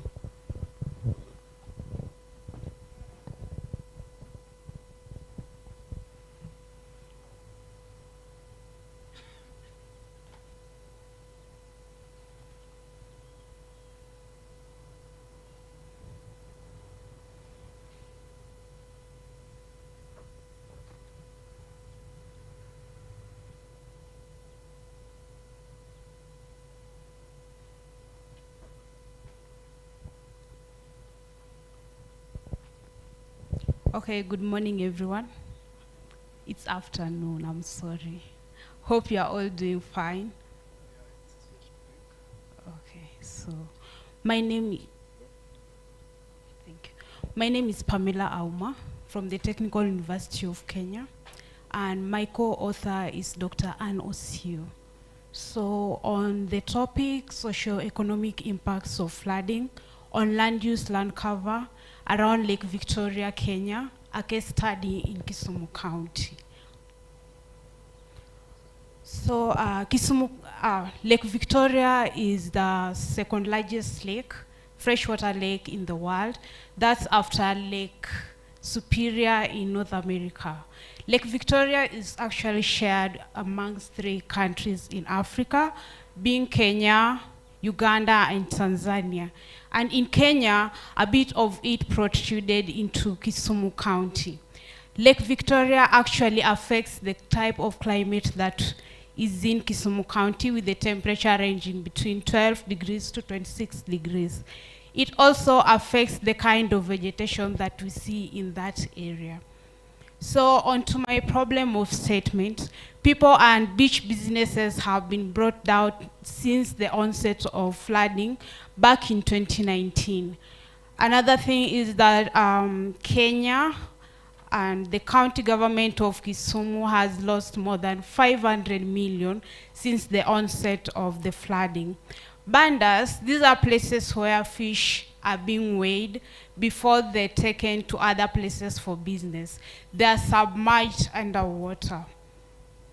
So onto the objectives, I'm going to review the spatio-temporal change of Lake Victoria between 2019 to 2022, and also to assess the impacts of flooding on the livelihoods of the people living around Lake Victoria. So onto my methodology, I used a Sentinel-2 image from Copernicus. I pre-processed it and went ahead to do supervised classification to come up with different land classes, such as the built-up, the water, the vegetation, the roads, and the bare lands. After coming up with the classification, I went ahead to check the accuracy assessment of my work by doing some ground truthing using points from Google Earth Pro. And then I was also able to come up with the change map of how the land covers have been changing over the years. So that is how the land has been behaving over the years. You cannot actually see it better, so I opted to use some charts which actually communicate it much better. With the built up, you can see in 2019 the built up was at 4.7%, the total coverage of Kisumu County, and in 2022 it reduced to 3%. So the question I'm posing to you is, where are these people living? Another thing is that we can see the water level actually rose. Okay, I'm going to discuss that much better in the next slide. So you can see water level rose by 4%, and the bare land rose by 71%. So this is actually a concern to the county government, like having that huge chunk of land being bare, yet you can use it for some resourceful activity, like maybe agriculture and putting up the buildings for maybe businesses. So when you check on the bare land, you can see also that the built up has reduced by -36%. So that's really a huge disparity, which makes us to be more concerned as a county. Where are they heading to? Because the lake is actually increasing by 4.27%.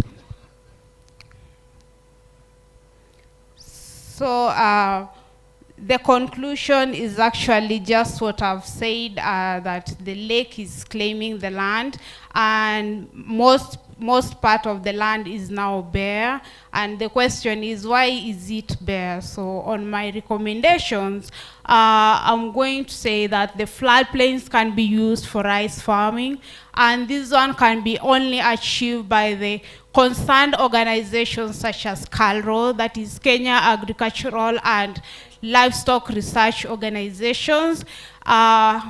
With the county government, they can actually use the land for rice farming, because the county is at an age of food insecurity. Another one is adoption of geospatial technology to actually identify the best places to put up structures so that they avoid the impacts of flooding, where buildings are being brought down each time the county floods. Another thing is to designate the wetlands as the buffer between the lake and human activity. This is to say that the people should not live too close to the shorelines of Lake Victoria. Another one is civic education about flooding. Like, the people living around Lake Victoria should actually be educated and know much about flooding. And this one will help because most of us, we know that we have a tendency of being attached to our ancestral land. So if we know the impacts of flooding beforehand, then most of people will not be living in such like areas. Then lastly is dissemination and communication of risk information and early flood warnings to the people living around Lake Victoria. Thank you very much for your time. Thank you, Kenyatta, Technical University of Kenya, not Kenyatta. And actually she has saved some time. This is very good, very brief. And we are glad that she has been able to present really sincerely information that is required by the county to land use planning, very important. And now I would, are you coming? Welcome the University of Nairobi. Karibu. The second person. Oh, oh, okay. Kenyatta, I didn't know that there are two presentations. Now, another Technical University of Kenya, another presentation. Karibu.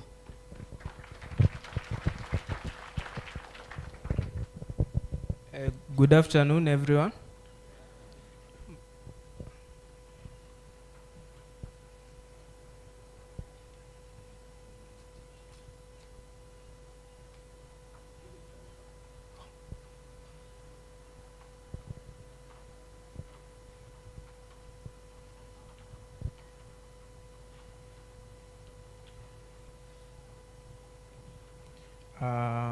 My name is Luis Wambua from the Technical University of Kenya. I'm a fourth-year student pursuing Bachelor of Applied Science in Geoinformatics. And my project is titled Using Autoregressive Integrated Moving Averages Model to Forecast Patterns of Precipitation in Kenya within a lead time of 2 years. So my project is aimed at using the Earth observation data to forecast precipitation, right? And if I can explain this model, so this is a machine learning project actually, and autoregressive integrated moving average, or ARIMA model, is a statistical machine learning model that is that uses the relationship between the data, and the data that is being used here is being extracted from the satellite imagery and then converted into a tabular format. Then the algorithm is now applied to find the relationships, the seasonality, maybe the trend in the data, and also now to make forecast. And the lead time will be the year 2023 and the year 2024. So the statement of the problem, we normally have the uncertainty associated with precipitation patterns in Kenya, causing considerable challenges in management of water resources and planning agricultural activities. And also the current approach of forecasting precipitation in Kenya may have limitations in accuracy and lead time, potentially maybe hindering the plans or maybe affecting the small-scale farmers, because we're actually talking about the communities, right? So to address this problem, I'm using this ARIMA model now to model the relationship in the data from the Earth observation data. So my area of study was Kenya, that is Kenya. And the objectives, I had two objectives, to analyze and explore the historical precipitation data. Then this is where I gathered the historical long-term precipitation data for Kenya to understand the patterns, and then model optimization and prediction. Then here I was to optimize the ARIMA model through fine-tuning and also iterative testing, so that I can get like the best accuracy, so that I can be able to allow the model to learn from the data to make the forecasts.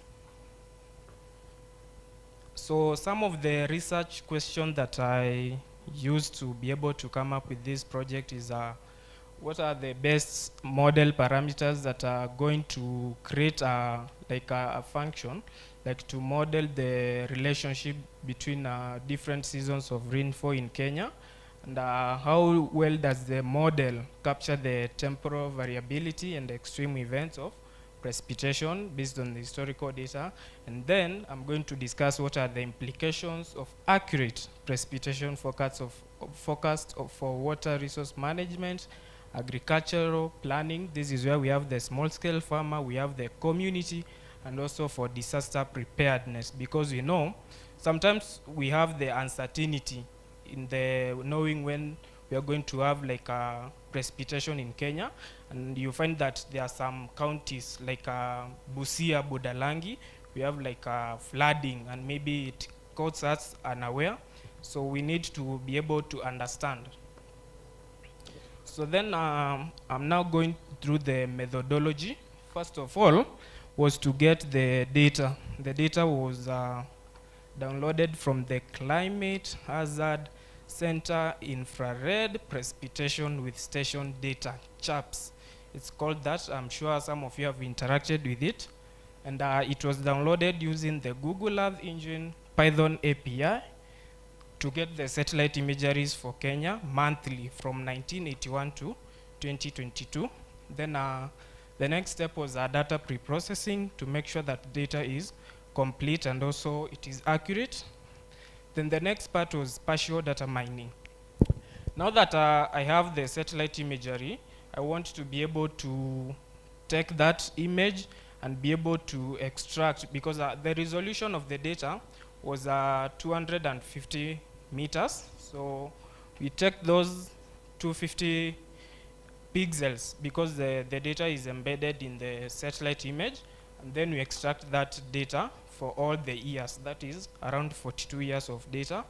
Then we have the spatial exploratory data analysis. That one was to explore the data to find maybe some insights. And we also had stationarizing the data. For time series forecasting, Rcmrd takes data that is stationary. Stationary means that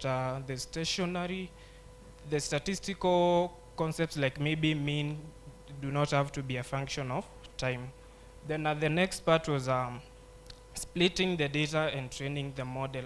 For every machine learning task, we need training data and testing data.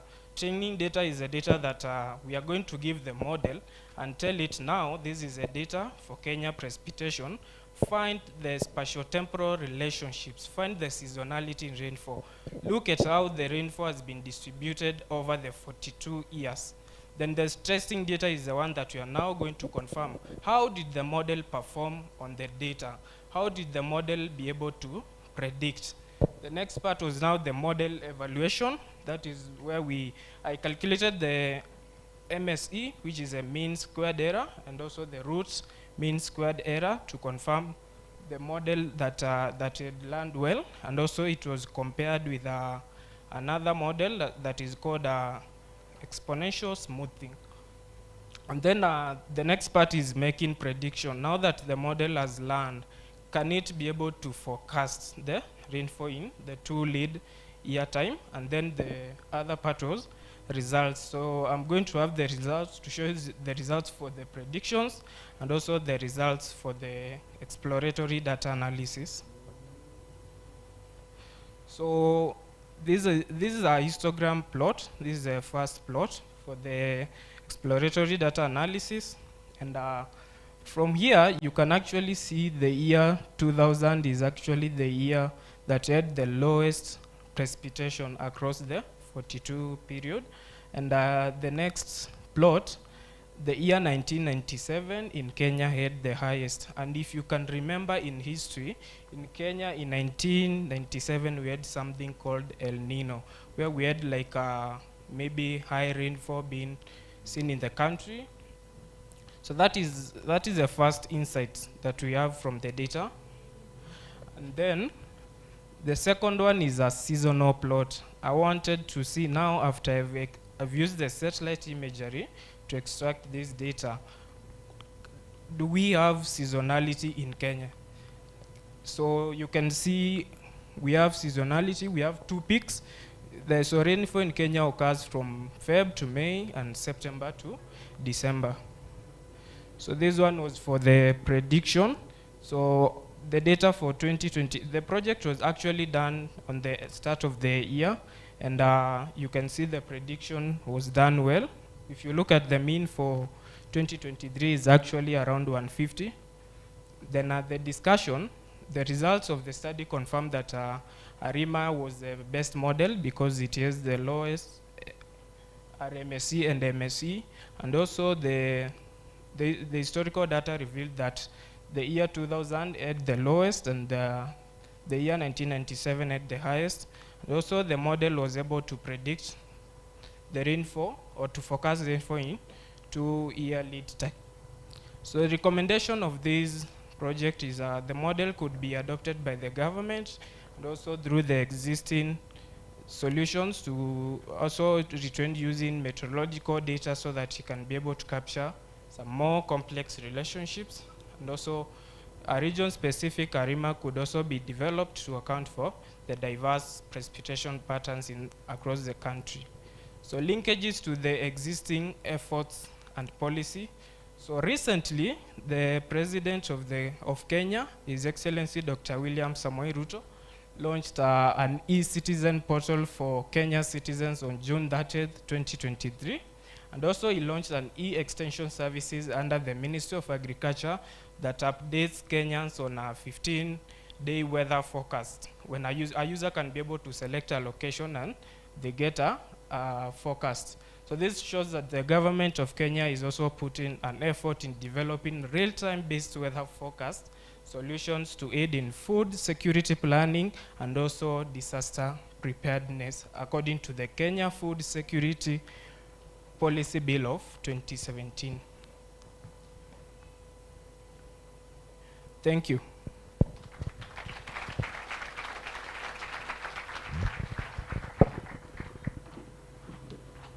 Thank you again for the very good presentation. In fact, you can see the question of patterns of rainfall influences so much farmer decisions on what to do.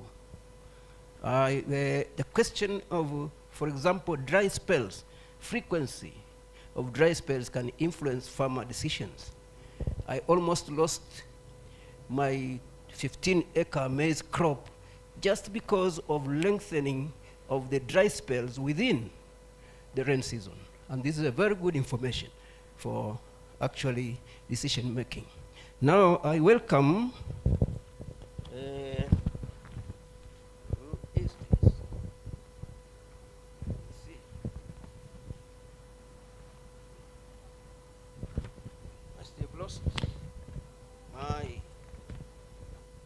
maybe I'm talking too much.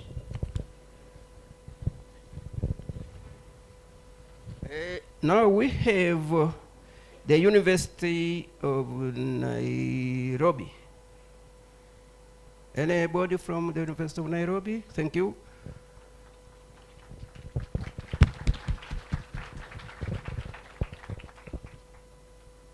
Karibu.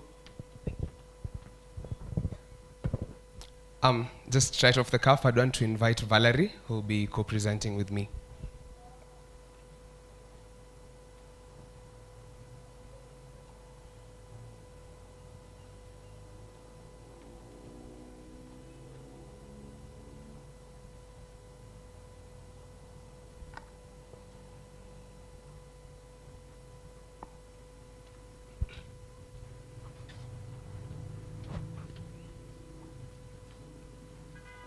All right, good afternoon.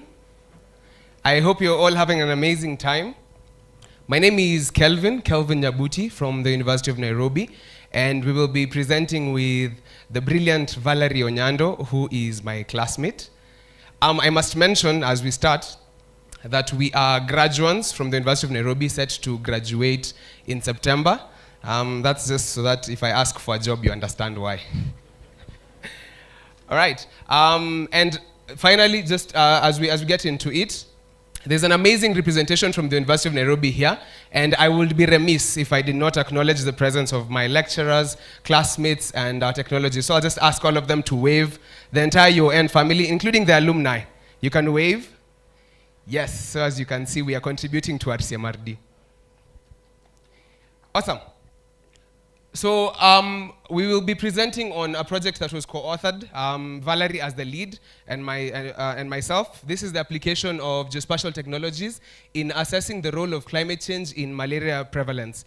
This is an epidemiological application of geospatial technologies. It will be a case study of Homa Bay County. Yeah, this was just a plug for the University of Nairobi. This is how our presentation will be structured. We'll go through I will take you through the introduction and the statement of problem, and then Valerie will take us through the methodology, the results, and the conclusions, and then we will finish up with the recommendations. And so as we all know, malaria is a disease that is caused by the Plasmodium parasites and transmitted through the bite of the infected female Anopheles mosquito. Now, across the world, 95% of malaria cases are actually domiciled in Africa. Now, of all these cases, 3.5 million cases are reported annually in our country, in Kenya. And we have a mortality rate of about 10,000 cases, 10,700 cases per annum in our country. Kenya is divided into 4 epidemiological zones, as you might know. There is the first endemic zone around the Lake Victoria and the coastal region. There is the seasonal transmission zone in the arid and semi-arid areas. There is the epidemic-prone areas of the Western Highlands and the low-risk areas of the Central Highlands and Nairobi. Now, as we speak about the endemic zones experience the highest prevalence and transmission rates due to the fact that they have, those areas experience modified equatorial climatic conditions, which are actually characterized by high temperatures and rainfall. Now, the connection between temperature, rainfall, and malaria prevalence is as stated, that high temperatures result in increasing biting rate, parasite development rate, and vector competence. And the rainfall results in stagnant water pools that act as breeding sites for the mosquitoes. But it is also important to note that they are optimal temperatures, because as you're going to see from our results, as temperatures exceed 25 degrees, the result is actually counterintuitive, because very high temperatures lead to high vector population turnover, but they also lead to weak individual mosquitoes and a high mortality of the mosquitoes. And so a further increase in temperature could actually result in a decrease in malaria prevalence, as you're going to see in a moment. We all know that as we speak about climatic conditions, climate change is becoming a buzzword in our world right now, which is basically the variation in either the mean state of the climate or in its variability. And as we look forward to the future, if conditions exist as is, then we're looking forward to further rise of temperatures, which will result in a lot of problems, as we're going to see in a moment. And so this study aims to fill the gap that exists between the complex, that exists in the complex relationship between malaria and climate change. And so, as we've mentioned, we're going to focus on Homa Bay County, which falls in the endemic sections of Kenya. And so it is projected that temperatures are considerably rising in this area, and so is the rainfall. And so in a moment, we're just going to explore then how are these conditions connected with the prevalence of malaria. I'll invite Valerie to take over from here. Good afternoon, everyone.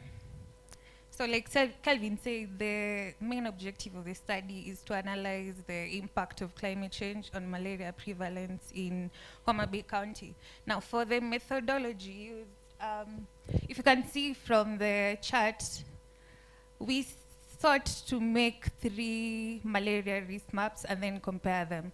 One for the year 2022, and then predict 2 maps, one for the year 2050 and the other for the year 2080. The method used, the risk maps are generated by considering 7 environmental criteria and developing a weighted suitability model based on these factors.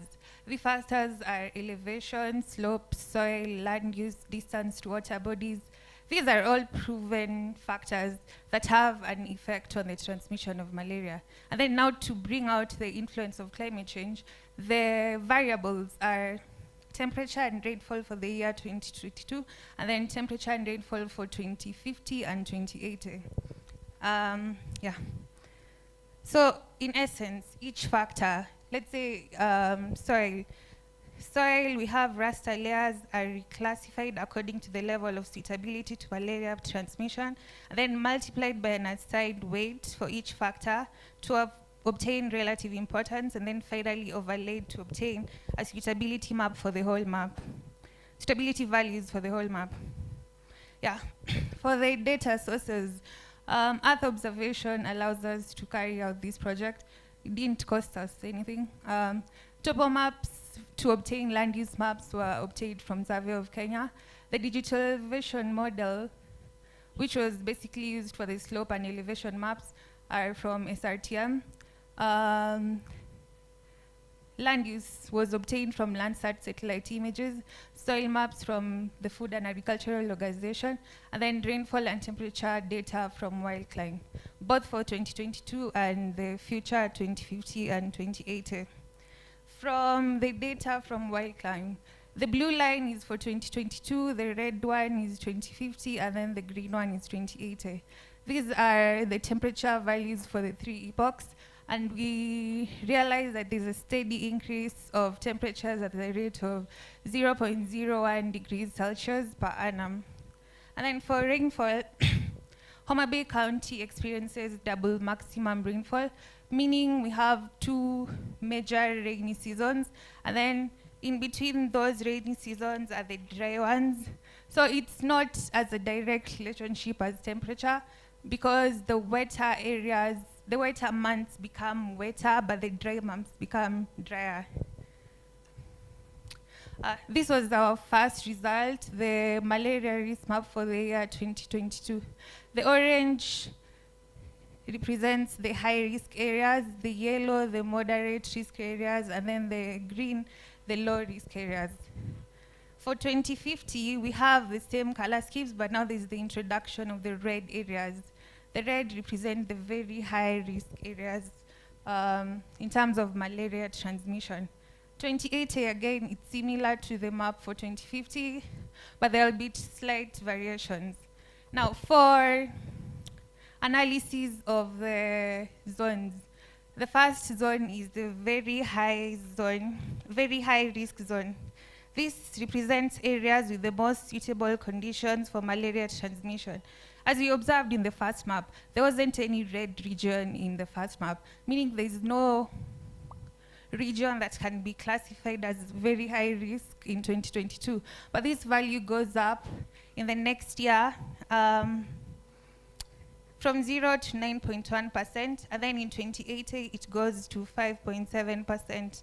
Like Kelvin said when you were talking about temperature, yes, increase in temperature boosts malaria transmission rates, but a further increase causes high vector population turnover, but weak individual and high mortality.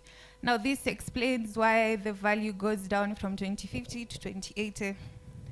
The next zone is the high risk zone. This relationship is a linear one. Increase in temperature and rainfall leads to increase in malaria prevalence. In 2022, it was 47.7%, 2050, 58.2%, and then 2080, it was 62.1%. Comparing 2022 and 2080, there's an increase by almost 15%. And then the moderate one, this value goes down. This is not a good thing, by the way. It's only because previous moderate regions have shifted to the high risk levels or even very high risk levels. So it goes from 52 in 2022, 32 in 2050, and then 31.7.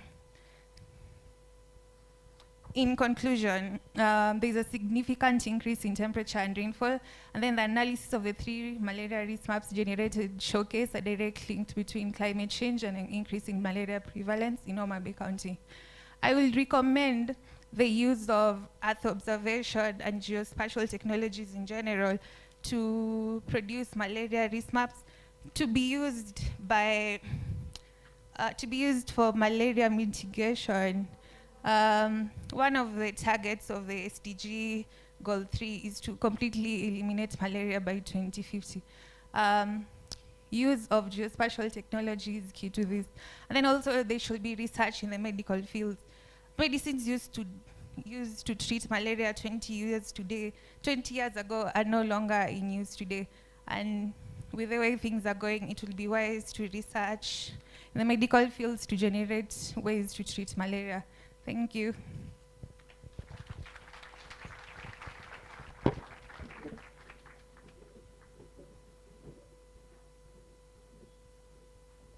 Thank you, University of Nairobi. Malaria. Tanzania spends more than 20% of its health budget on malaria. And we can imagine if we don't have information to try and stop spread of malaria, what will happen? Of course, it comes from climate change, which we cannot sometimes, increasing temperatures, but again, we have also now, see the connectedness. Malaria, climate change. Do you fight spread of malaria, just malaria, or do you work on climate change mitigation? So we have to think about that. Now we have the regional center. Regional center has 3 presentations, and I would like to welcome the first. It is Regional Center Training Institute. Please, the first presenter, Karibu.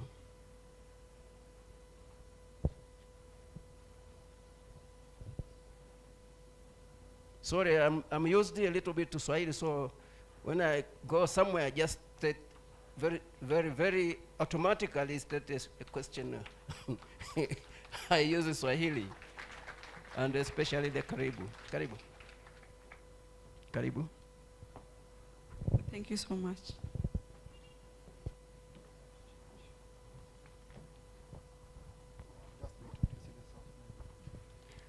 My name is Caroline Nungari.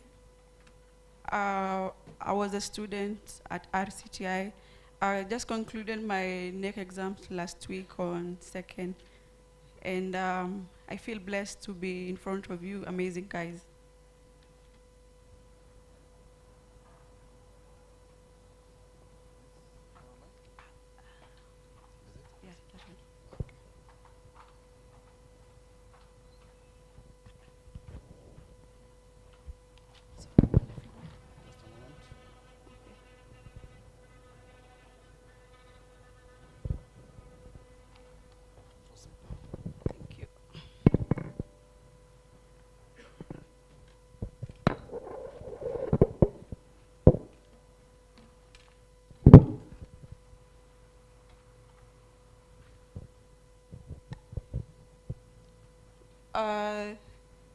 The project was on the assessment of the effect of land use, land cover on land surface temperature, a case study of Kiambu County, Kenya. And I'm also from the same county. I come from Makongeni, Thika.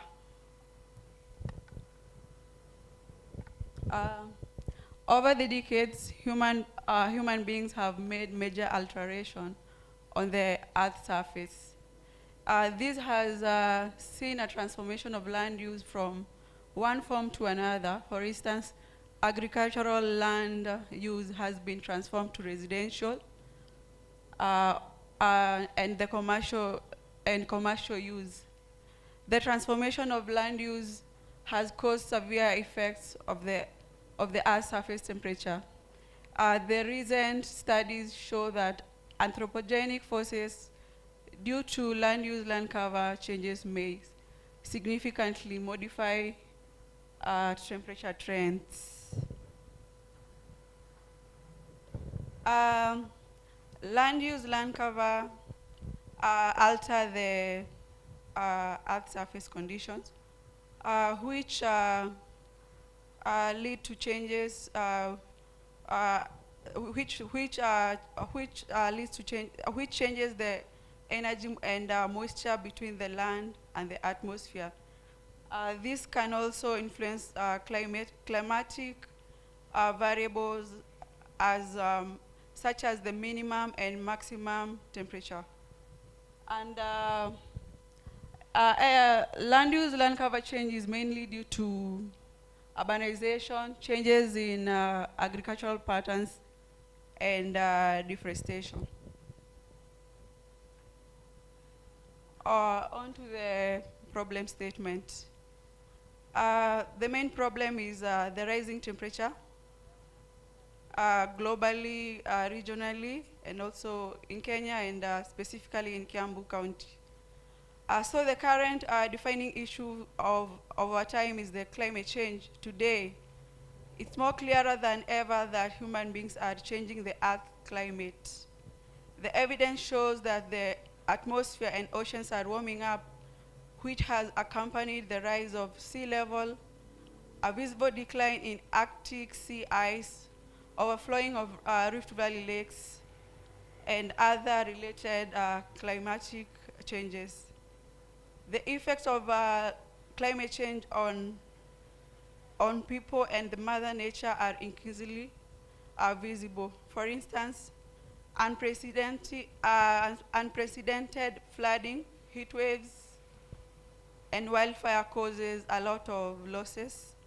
And also habitats are undergoing rapid shifts in response to changing temperatures and precipitation patterns. The study focused on the assessment of the effects of land use, land cover on the land surface temperature in Kiambu County.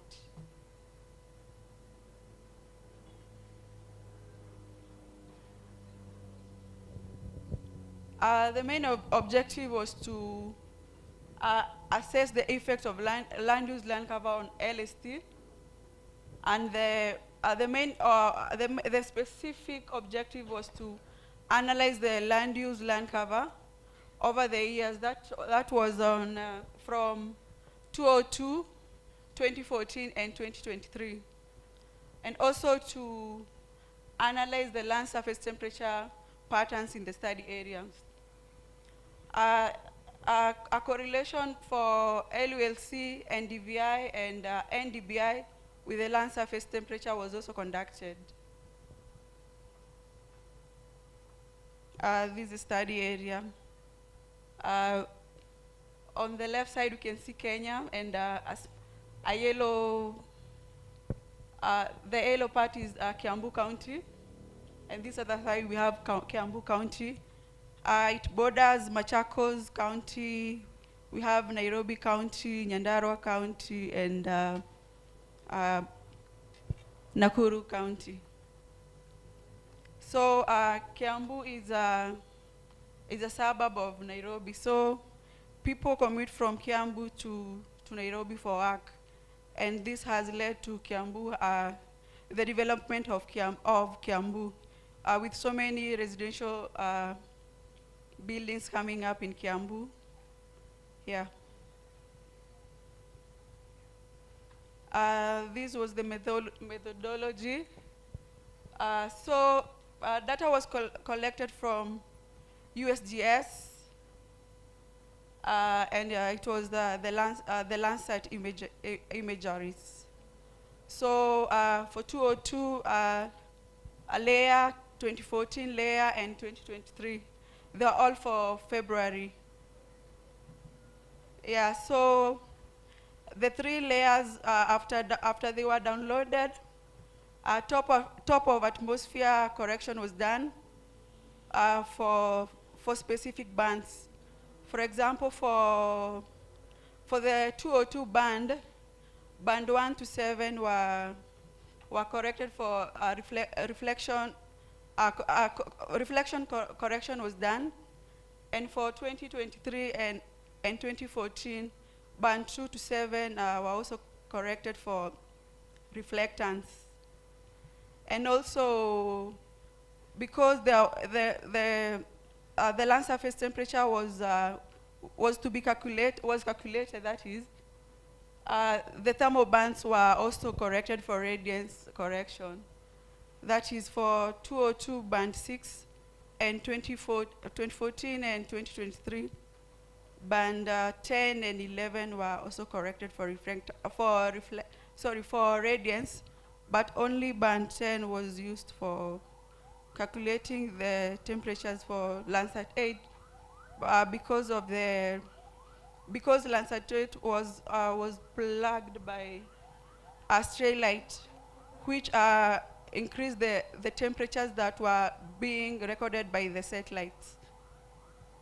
So we can see after the top of atmosphere correction, we can see the subset. Then NDVI, which is normalized difference vegetation index, was calculated. We also the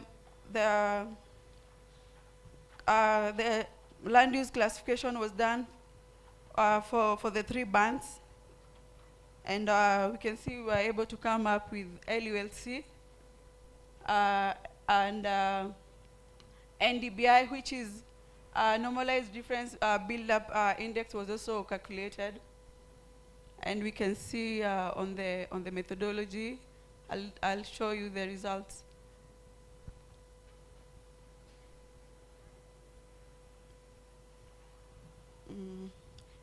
This was the data used. This is the result for the land use, land cover classification. That it was maximum likelihood classification on ArcMap platform. These are graphical representation of LULC. And I was very shocked to see the area covered by water in Kiambu. We have very few water bodies in Kiambu County.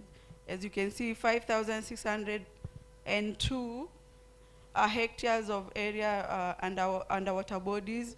It has been reducing to, like in 2014, we can see 3,600, and this year, the area really reduced, as you can see.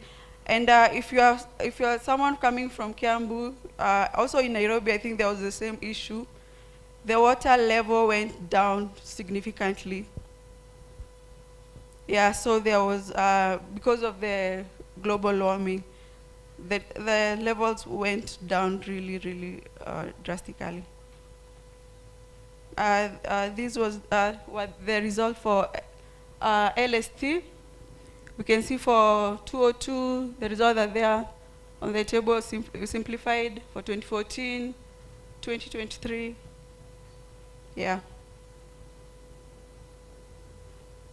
These are the results for NDVI. And NDVI ranges between -1 to 1. And values approaching -1 correspond to water. Values from -0.1 to 0.1 corresponds to rocks, sand, and snow areas. Low positive values represent shrubs and grasslands, which is approximately between 0.2 to 4. And higher values that are approaching to 1, they show, they indicate temperate and tropical rainforest. This is the NDVI index maps. And the table simplifies how the build-up areas have been increasing. As you can see for 202, the build-up index is 0.49 for Kiambu County. It increased to 0.64, and then in 2023 to 0.79.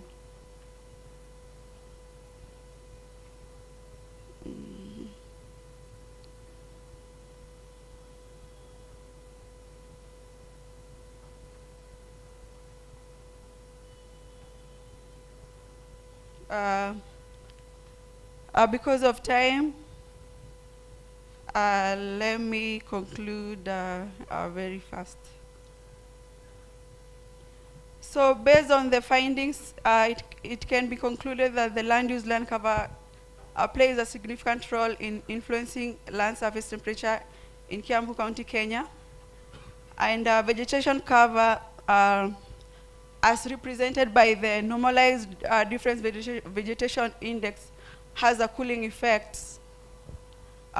which mitigate the rise in LST.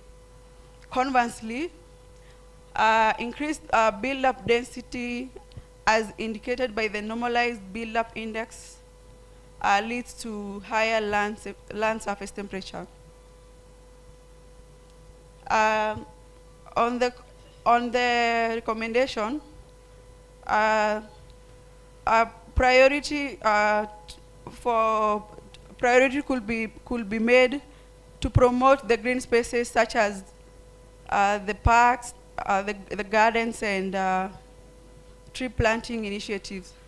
Also, water conservation and management, that is protecting existing water bodies, restoring wetlands, and implementing sustainable water management practices. Forest conservation and reforestation, and also a continuous monitoring and research could also help to mitigate the rising temperatures in Kiambu, in Kenya, and generally all over the world. Thank you very much.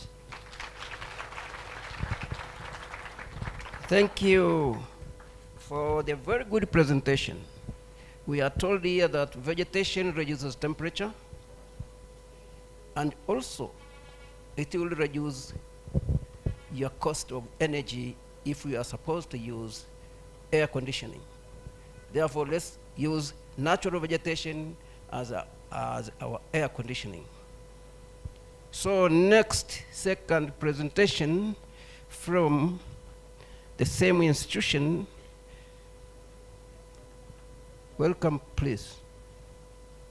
Any second presentation from the Regional Center Training Institute? Thank you. Karibu.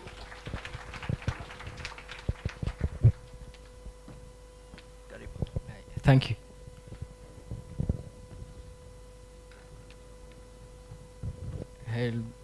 Good afternoon. I'm Mohammed from Regional Center Training Institute, and I've just completed my diploma in cartography and GIS. So I want to present a project on integrating GIS technology on rainwater harvesting site selection, a case study of Mandera County, Kenya. I know most people relate Mandera with terrorist attacks. And Mandera has much to offer than the persisting challenges of insecurity and clan conflicts. And I think we have talked a lot about rain today. We had several presenters who are presenting on this topic, because this topic is very important to our sustenance and our livelihoods. And as much as water covers a larger percentage of our planet, and there is a problem of water scarcity, and which is persistent. And the availability in water covers more than 70% of our planet Earth. Mostly is salty. And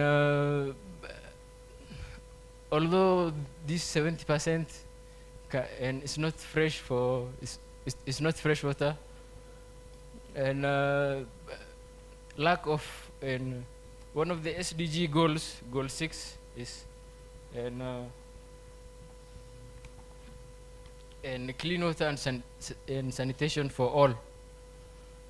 And 1.1 billion people lack access to fresh water, and approximately 2.7 billion people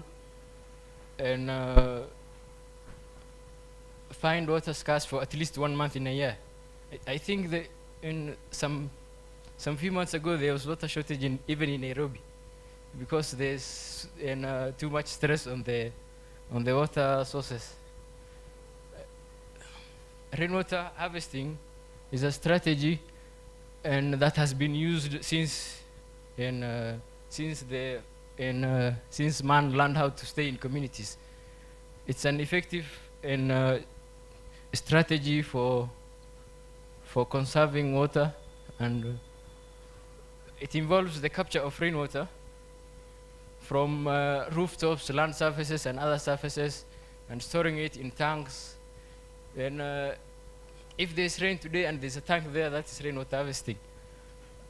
And storing it in tanks, cisterns, underground reservoirs, for various uses such as irrigation, domestic use, and industrial processes.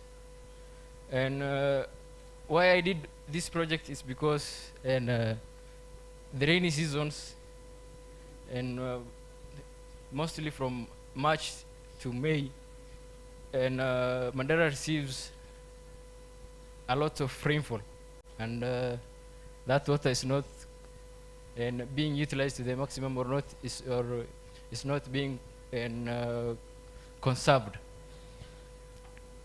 And rainwater harvesting can supplement the existing water sources and relieve the stress on the existing water infrastructures, such as the boreholes and the rivers.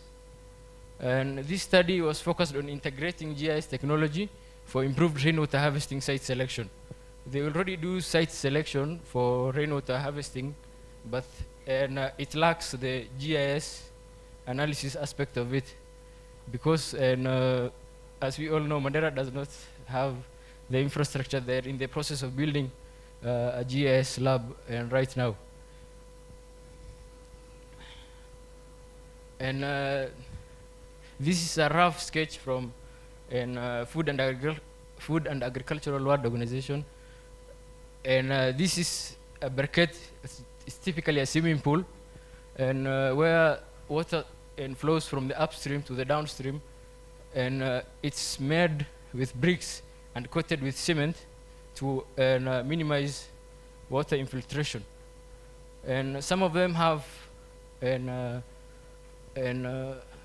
have nets to block the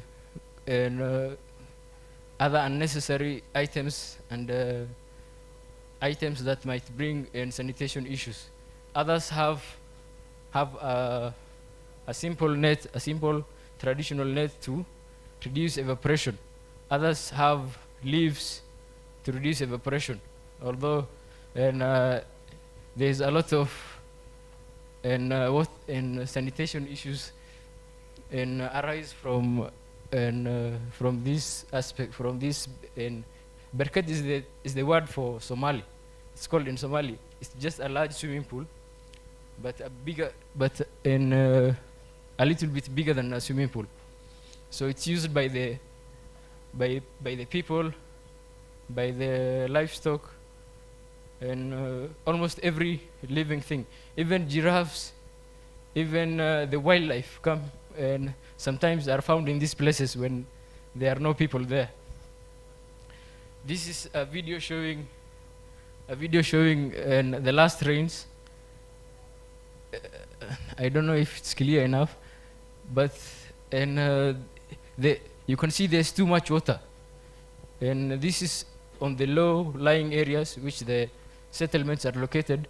If this water was blocked and before flowing the upstream and conserved and stored, it will have reduced the impact of droughts and the ever-evolving impacts of climate change.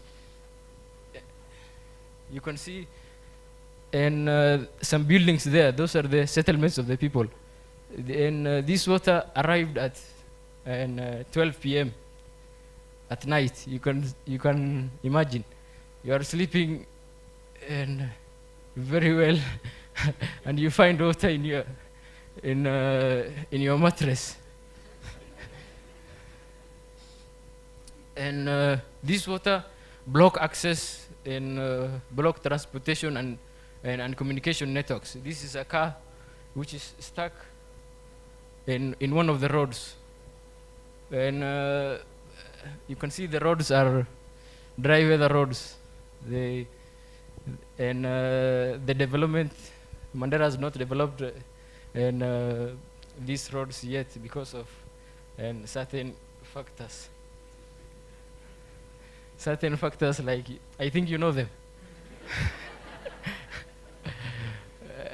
And this another video, the water was too much, and then it's almost uprooting the infrastructure. So this was my problem statement. Water scarcity poses a significant predicament for inhabitants in Mandera County. I think we live in Nairobi. We have water shortages even here. Imagine a remote part in northern Kenya. In light of, we know if there's something that has been repeated here, it's climate change. Climate change, climate change, climate change. And some parts in Kenya are affected in way worse than compared to others. And the current site selection for rainwater harvesting structures in Mandera lacks comprehensive spatial analysis and relies heavily on manual and anecdotal methods. And typically, I just wanted to, so I learned GIS here. So I'm helping my community to make a difference using GIS technology. And the absence of an integrated GIS technology leads to suboptimal site choices, and resulting in ineffective water storage and inadequate water supplies during dry periods. You find that there's a mega earthpan. It rains, it fills, and it does not hold the water until the next rainy season. So people, Mandera locals are mostly pastoralists, so they tend to move from one place to another, looking for pasture and water with their animals and their camels and their goats. Therefore, this study is focused on integrating GIS technology for improved rainwater harvesting site selection. And these were my objectives. My main objective was to just optimize the site selection process for Mandera, in Mandera County, Kenya, using GIS. And the other factor was to identify the factors that affect rainwater harvesting sites. There are several factors that affect rainwater harvesting sites, and come up with a map of suitable locations of rainwater harvesting structures.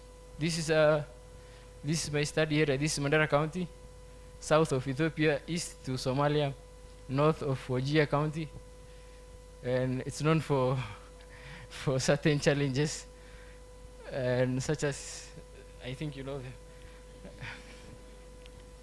This is my methodology, and data was collected from various sources.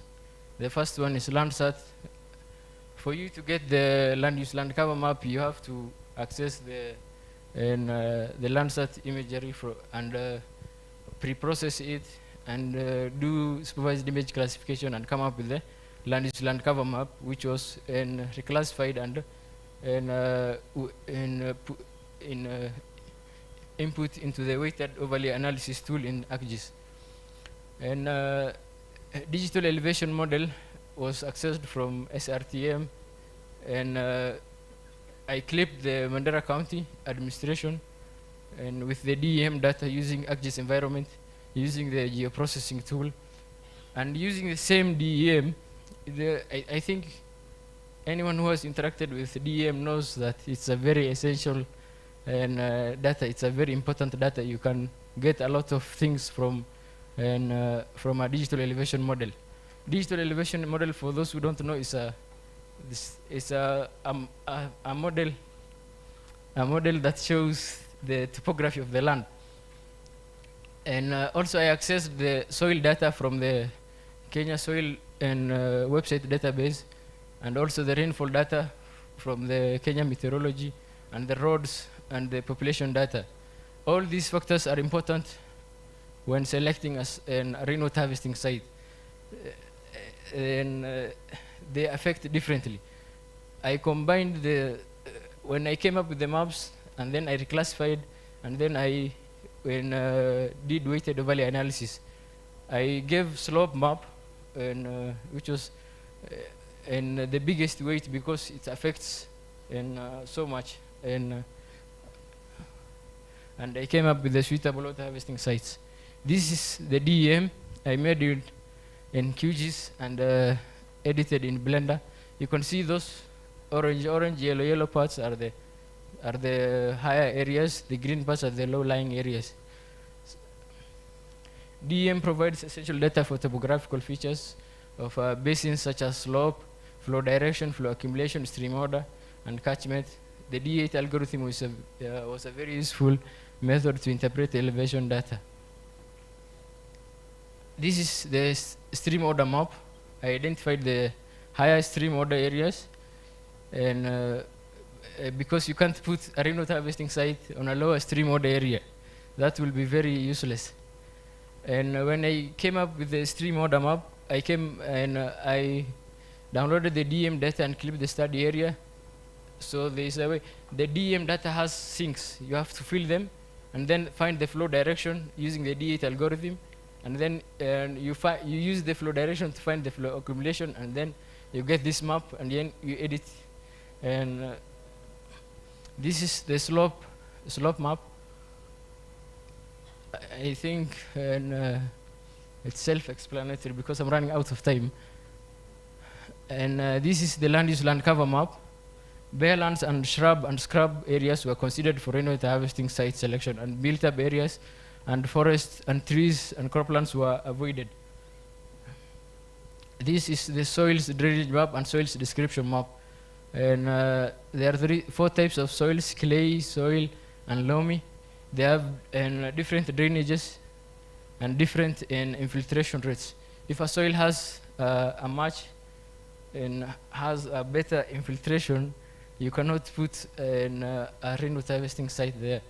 But if it has a lower infiltration rate, you can put the site there so that the water cannot get infiltrated fast.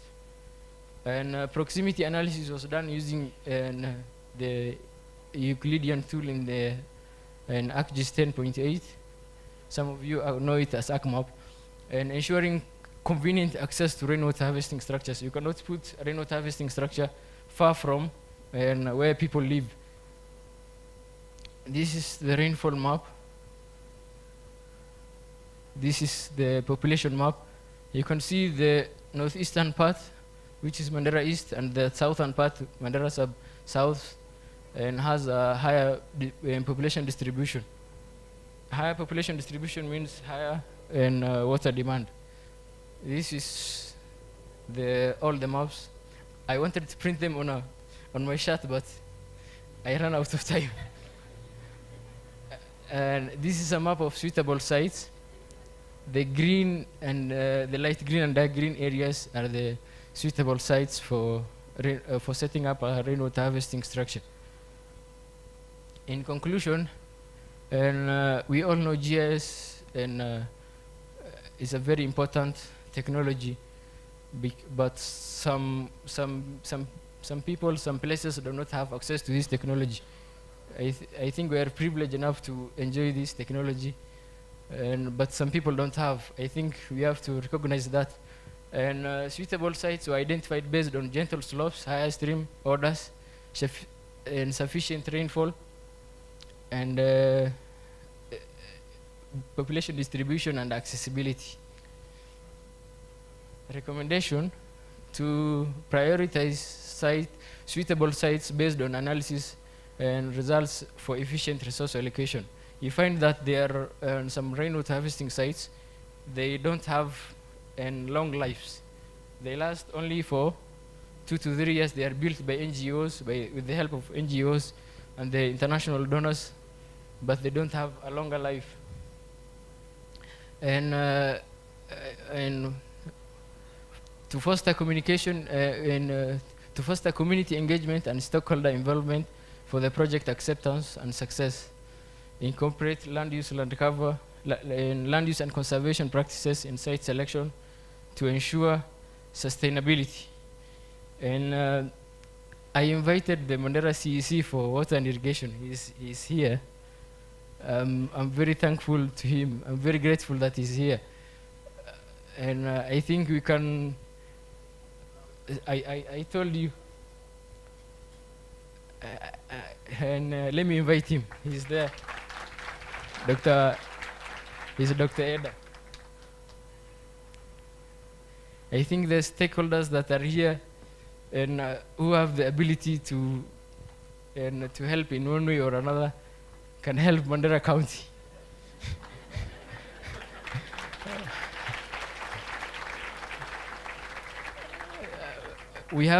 I think we have a huge responsibility to do that, because this education, this knowledge that we have learned, that we have accumulated over the years, if it does not help the people, okay. And let me invite him, sorry. Welcome.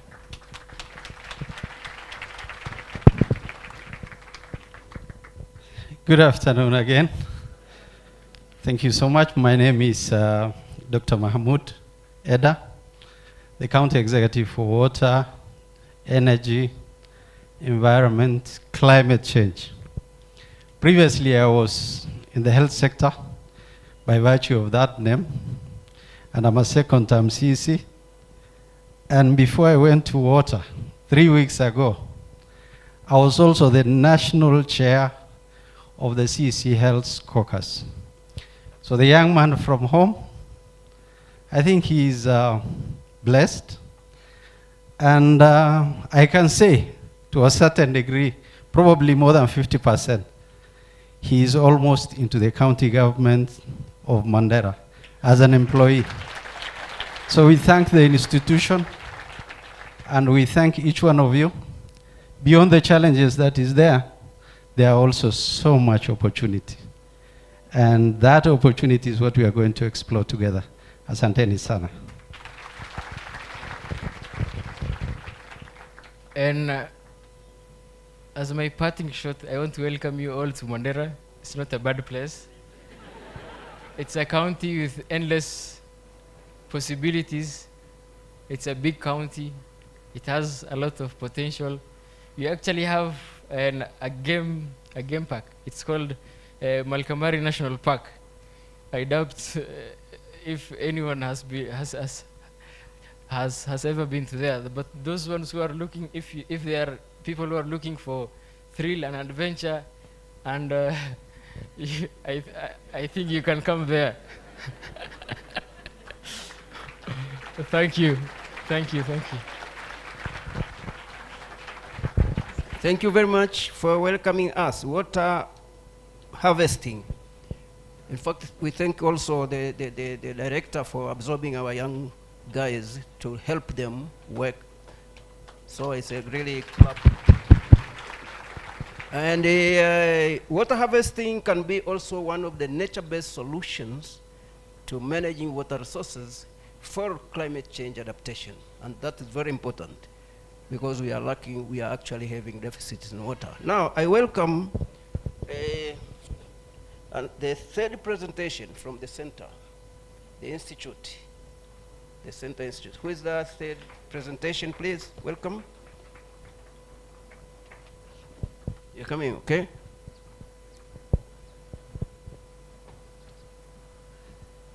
We are almost there. We'll go again for the University of Botswana and the Digital Earth Africa. Then we'll have a short demo on Tanga City Observatory, very short, and then we'll have the video from Esri. Good afternoon, everyone. My name is Brian Kipto, a student at RCTI. I take an interesting course called Cartography and GIS. So I'll be quick with my presentation, because I know it's almost that hour. I'm going to take you through temporal analysis of NDVI and LST in Nairobi County. So we have the keywords, because I know most of you here are not familiar with these keywords. So we have NDVI, which is a normalized different vegetation index. We have LST, which is a land surface temperature. We have an intergovernmental panel on climate change. We have Urban Heat Island. So the introduction. To provide the text highlight, the growing body evident attributing to global change. We have particularly the release of greenhouses and fossil fuels. There's a reference study from Carlson. It says that the reveals of temperature increase on Earth is 1.09 degrees Celsius on the global surface during the year between 2011 and 2020. It affects more significantly on the land, which is 1.59 degrees Celsius, than the ocean, which is 0.88 degrees Celsius. This warming trend in the 21st century surpasses the period between 1850 and 1900, within the 50 years showing the fastest temperature rise, which is a sad trend. And one of the things that leads to this causes urbanization, which contributes altering of land use, exposing surface to direct sunlight, and raising temperature. The text also notes the advanced impact of the habitable of the planet. So this is my problem statement. The replacement of agricultural land use with concrete building and surface pavement in towns and cities has led to increase of land surface temperature, which in turn causes the urban heat highland. The effect leading to high atmospheric temperatures and abnormal weather patterns within the metropolis. Although the changes in land use can be of economic value, global escalation of anthropogenic activities such as increase in conversion of agricultural land to commercial, residential, and industrial use has impacted negatively on the climate trend. So we have the objective. The main objective is to study the temporal analysis of NDVI and LST in Nairobi County from the year 2002 to 2023. And the specific objective is to perform the NDVI, to conduct LST, and to relate the NDVI and LST. So this is the methodology flowchart. I did a data acquisition. For the data for 2023, I got it from Sentinel, and data from 2002, I got it from Landsat Image. So I did the pre-processing of NDVI and LST, which is the NDVI calculation and LST analysis. Then I did the comparison and interpretation, then the spatial analyst, then we got our end results, which is maps. So this is the study area, which is the Great Nairobi County. This is our study area. So we have a temporal analysis of NDVI for the year 2002 and the NDVI 2023. And it is evident in the year 2002, you can see on our map, on the east side of the map, we have a lot of vegetation. And the NDVI for 2023, we have the reduction of vegetation in most of the areas. So we have the temporal analysis of LST for the year 2002 and for the year 2023. So this is the graph of the land surface analysis for Nairobi from the year 2002 and 2023. As we can see, down here from 200, 400, this is the land surface area, and this is the temperature on the other side. So the red graph, this is the year 2023, and the blue one is 2002.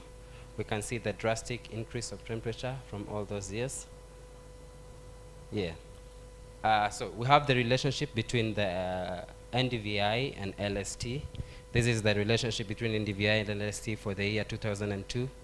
For the NDVI 2002, you can see a place where we have the green part is the dense vegetation, and you can realize the place where we have the vegetation, the temperature is not so high compared to areas with low vegetation or bare lands. We can see the areas with the low vegetation, we have higher temperatures. This is the relationship of the NDVI for the year 2023. And we can see for the 2023 NDVI, we have places with a lot of vegetation on the eastern side compared to the western side. And the LST, you can see on the eastern side we have the temperatures is a bit cooler because we have a program like program that encourage us to plant trees like Karura. You'll realize we'll have it reduce the temperatures around our city. So we have the effects of the urban heat highland. Some of the effects are like increased temperature. We know in the city center where we have a lot of concentration of people, definitely we'll get activities that will lead us to increase in temperature. We have the air quality. Nairobi has a lot of emissions from the factory, from the cars moving around, which in turn gives us a lot of pollution, which is not healthy to our environment. We have the impact on biodiversity. Nairobi is the only city in the world that has a national park.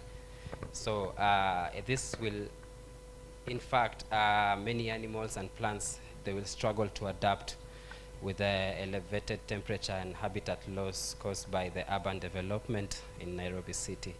And we have water management challenges. We know the urbanization and the urban heat highland effect can alter the normal hydrological cycle.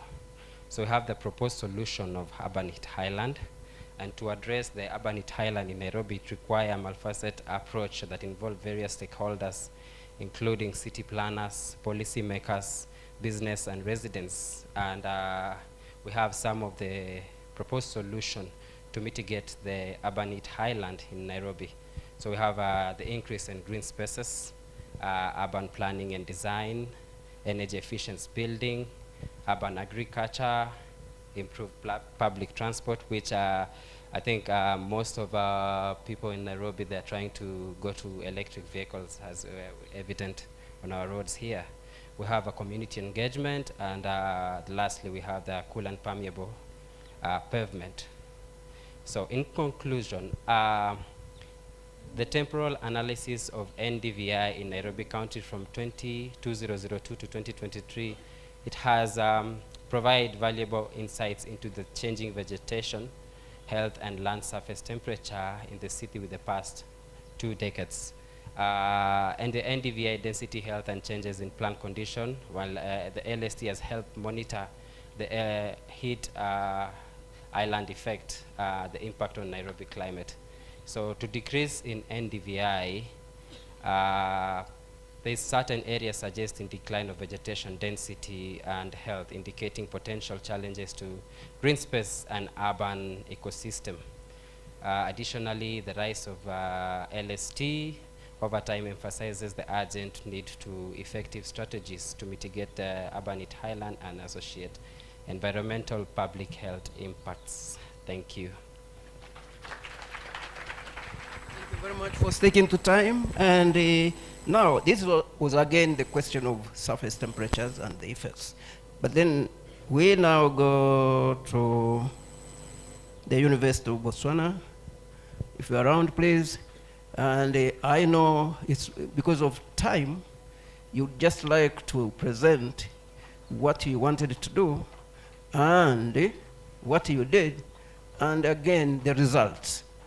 You don't need to go around looking for the area, just state the area of your study, and that will get us very quick into this. Karibu. Thank you.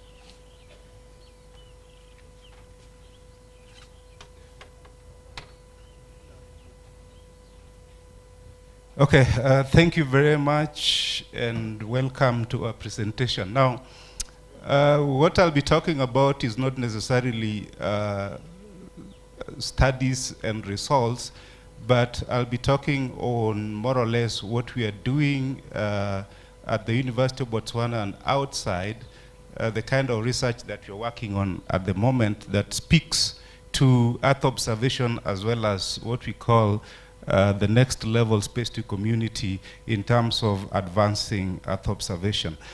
For those who are not there in the morning, my name is Yashon Oma, Department of Civil Engineering, University of Botswana.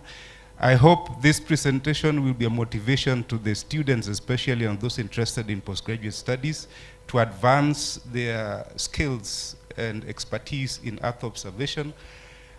Some of our partners in research that we are doing at the USAID, the American National Academy of Sciences, Engineering and Medicine, Michigan State, and several others which are not there. All right, so like I said earlier on, our research is based on 4 pillars. The first one is Industry 4.0 technologies and disruptive technologies.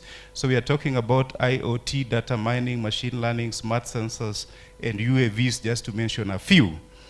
I will not go into detail. Secondly, we are also driven by the 4IR in terms of advancements in the sensor. So we see as the technology, as the industrial revolution is taking place, we are also seeing that we're getting more data in terms of spatial data by evolution in the data acquisition capabilities. So we are optimizing or maximizing on the multi-sensors which are available today.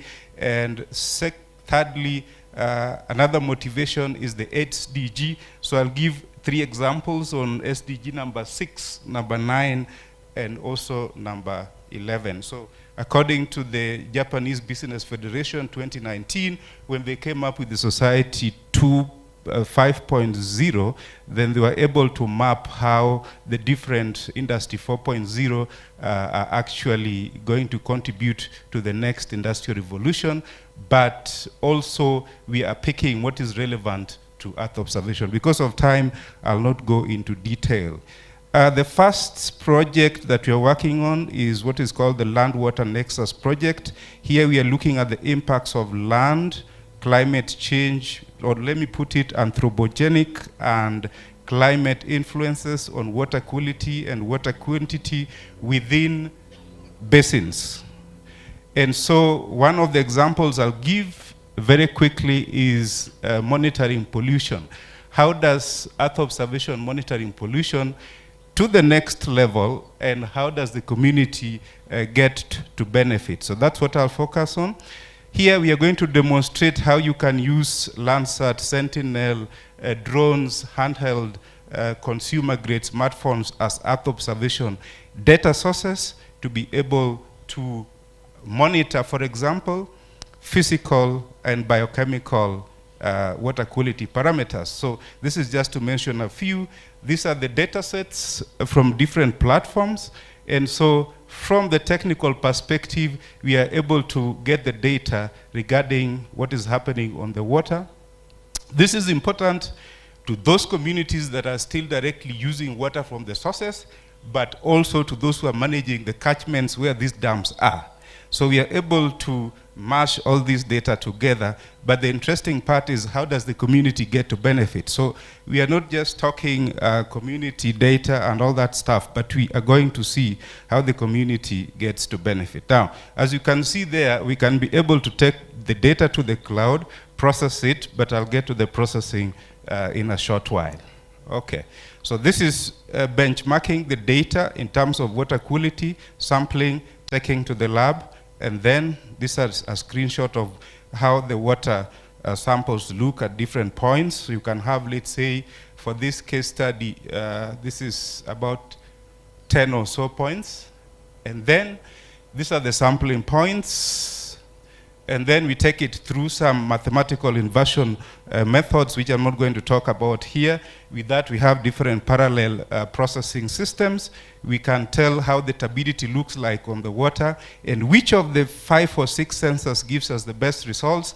And then we develop a system, which is an online system whereby you log what you have seen or what you have detected with your sensor. It's able to calculate something. What do you do with this something? You take it to a system, an APK that we developed, put the value for that particular point, and then it's able to calculate, tell you the turbidity, chlorophyll, solid, suspended solids, the color, and it can give you an impression as to is the water good or is the water bad. So this can be used by communities directly. So with our system, we take it to through a server system. Once we get the quality, anybody who has a phone can be texted, and you will know exactly, is this water good today or it's not good. You can do it on a daily basis, you can do it on a weekly basis, it depends. So you can sensitize the people living within the catchment. Once they know that there's something called water quality, then they'll be able to be responsible, especially in terms of pollution, and the managers will know where are we getting the point pollutions from. So that is, in a nutshell, one of the research projects we're doing. We are also doing the same for large dams, where we are also leveraging all these sensor technologies together. I'll skip that. The second project we are doing, and I think, like I said before, I think then the students should be able to see how you can take Earth observation to the next level. Okay, we are looking at groundwater, and yesterday one of the eminent panelists talked about GRACE and GRACE-FO. So GRACE was the initial one, and FO is the new one. These are two satellites which are 500 kilometers apart, 500 kilometers from the ground, and they're able to tell you, they're able to, the distance between them can vary depending on the amount of water or the amount of water that is available, and that is based on the gravitational attraction of the two satellites. Now, we use it when we get it, and this is where the panelist was saying it is not, or it has limitations. It's 1 by 1 degree, which means it's 300 kilometers by 300 kilometers. For us, like I said in the morning, it's not a disadvantage. We can work with different techniques so that we bring it from, let's say, 1 degree by 1 degree to 0.1 degree by 0.1 degree. And the way to do that is to use other Earth's observation products, integrate them together, create a methodology, and then we downscale it so that it can be used at, for example, the regional level. And so this is just an example of what we are doing for Botswana. Okay, the third one on the same is using all the data sets that most of the presenters before have talked about. And here we are looking of water in two dams which are neighboring each other in two sub-catchments. And then we are able to tell the trend in the water quality, water quantity over time.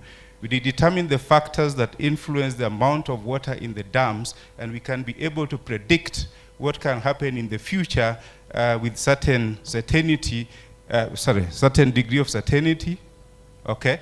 And so here we leverage not just climate data, land use, land cover, etc., etc., but we're using machine learning. For us to use machine learning, we have to use some kind of what is called hyperparameter tuning. So you have to do a bit of algorithm development, and then with that you can tell how the dam water is actually varying over time.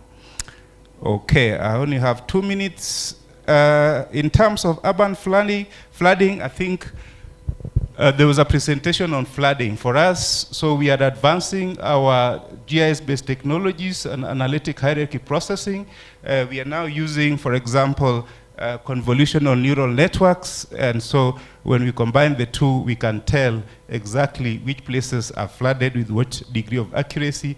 And this is something that is lacking. So we can always validate this, and we can always refine the models. And that is something that's very important as we speak.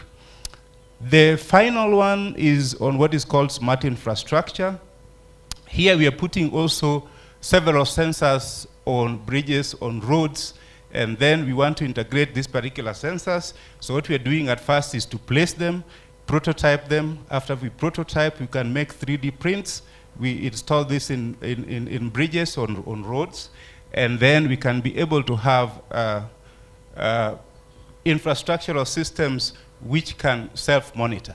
And in that case, we can maintain our bridges because these are assets, they're very expensive, you need to monitor, you don't have to wait. So what happens at the end of it, I will skip this, is you get this kind of data, but then you should be able then to see that how is the bridge behaving, and this comes out through some processes. So this is some studies which we are doing.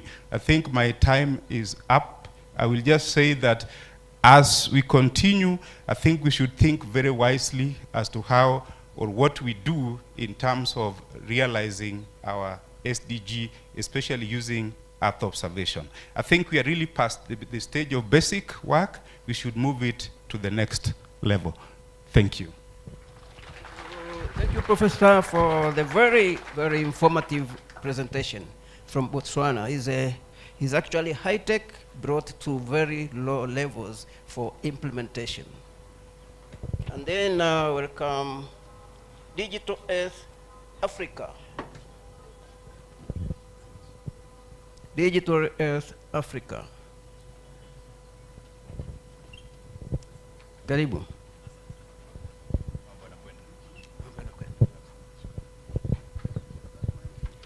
I would request that let's stay put and listen a bit. We are almost there, and we continue. I think we are getting information.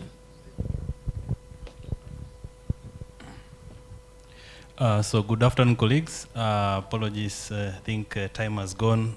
Maybe it's even past lunch hour. Just bear with us. I'll present within 5 minutes to save time so that we can interact more during the lunch hour. So technology challenges. So sometimes as a lecturer things go and you have to be creative. So Digital Earth Africa is one of the sponsors of this workshop.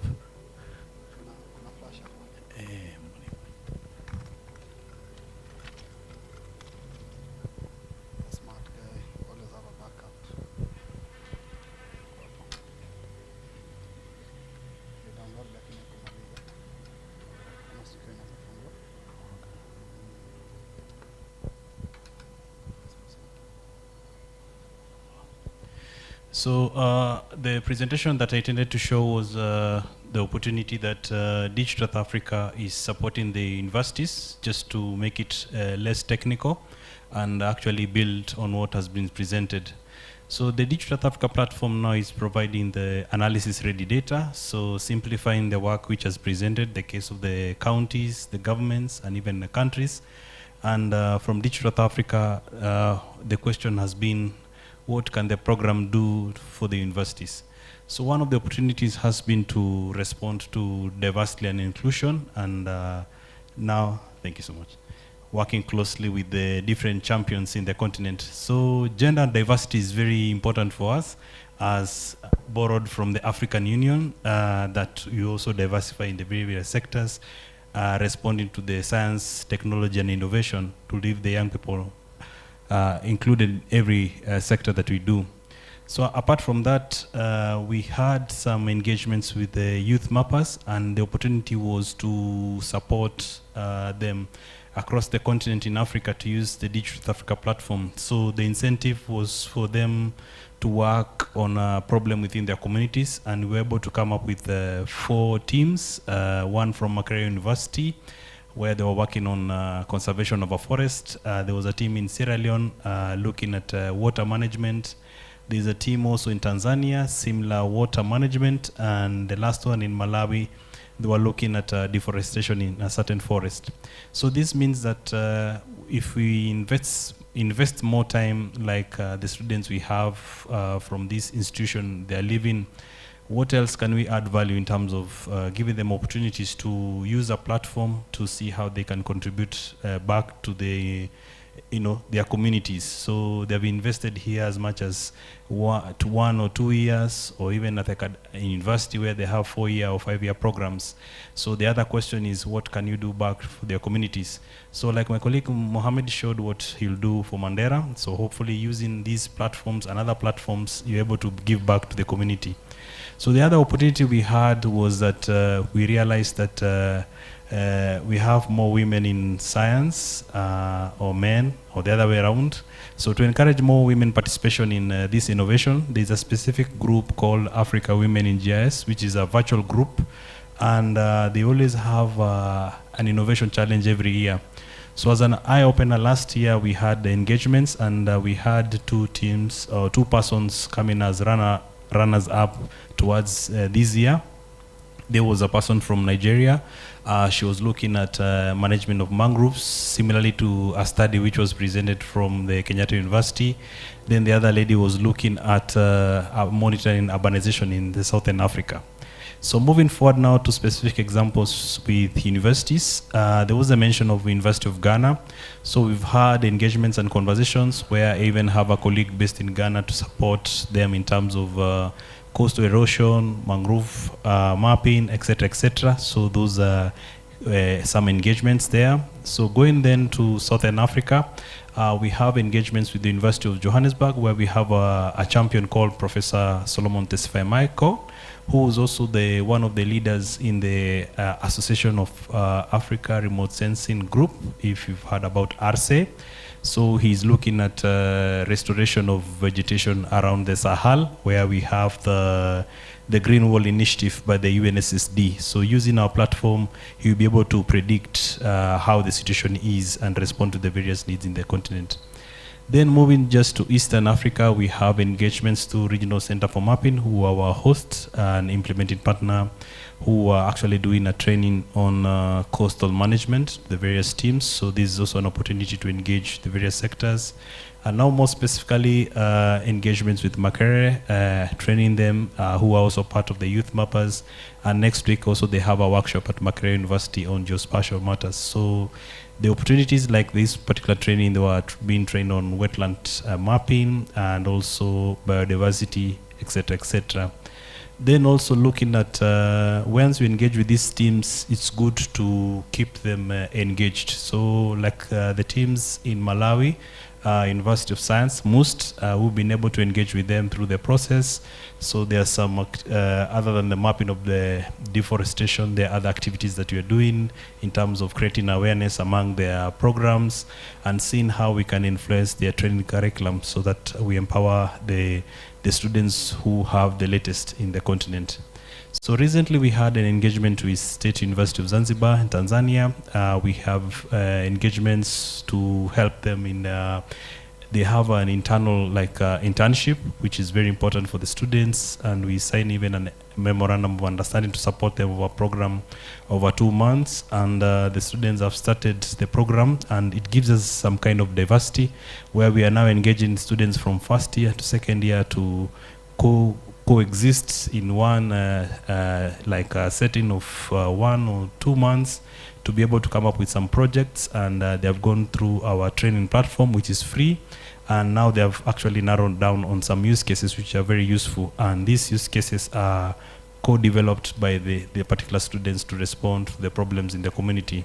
So in a summary, this is some of the opportunities that we have from the Digital South Africa platform. It's a continental product, it's ours.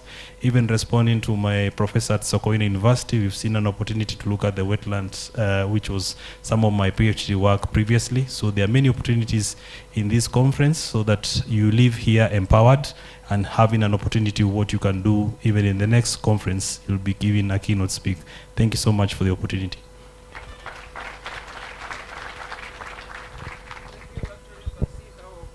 We are bringing up the young guys and ladies and gentle people so that they can really come into this aspect of generating information for development. And now we have, can we have that, just some few minutes to have a demonstration of the Tanga Observatory. And then after this, please, very short. And after this, we will have a book launch and then a video by Ezra. Thank you.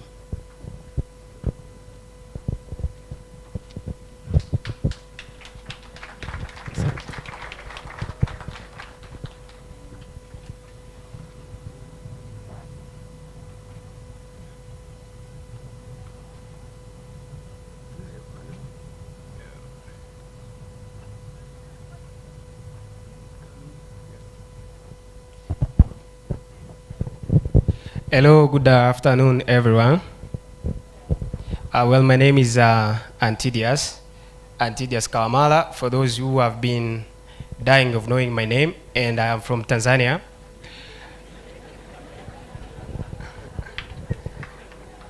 I have a background in geoinformatics. I do a lot of stuff in a GIS. So today, in a reference of time, I'm going to be presenting a GIS portal. You may know many of the portals that are available, but this is not like the GeoNode or like the other platforms that are already built. This platform is built from the scratch. It is like we have been combining so many of the ideas from the scholars, people who are in the field, people who are doing researches, and you see we have been having this discussion that people are working in silos and people don't want to share. People feel entitled having the data, and you find it is so cost efficient, like going to someone and looking for data, it is kind of difficult. So you don't need to be knowing about the names, but pay attention to the technicalities and the functionalities of the platform. This is the free platform. You can access it using your mobile or your laptop. What you need to do is just type in Tanga City Observatory. You can just get it right away. And what you can get in a nutshell, there are 3 use cases to start with. There is a spatial safety index. For instance, when I came to Nairobi, I heard this common name that Karada, and I was like, what is this? Okay, so it means on the spatial safety, it means you can find all the information about safety of people as well as their properties. So you don't need to move around and asking people what is the safest place in this area. What you need to do is actually open up your browser or something, the made-up platform, and you can just see, it tells you this is the safest place and this is not. Also, we have like the solid waste management. We have development control. It is difficult for people from Africa as well as in Tanzania. If you ask someone how many buildings are in a certain street, it is very difficult. Also, how many people live in a certain area, it is kind of difficult. So using this platform actually helps you to do such stuff. Also, this is the close sharing platform. It means it has got different data libraries from different departments, intergovernmental. So those government departments are just sharing all their data in this platform. To start with, we started with Tanga. That is one of the regions in Tanga. And this is actually the data library that they have. So you can find like these are like the departments, and these are like the data that you can find in each and every department. So the other thing that you may be interested in, for the sake of time, I'm going to the map section. If you come to the map section, it's the area where you can do some simple analysis. For instance, you might want to see what are the words. If the words are like the administrative boundaries defining a certain area, and you can actually see what are the buildings in this area. Also, for the sake of time, it is just loading. Okay.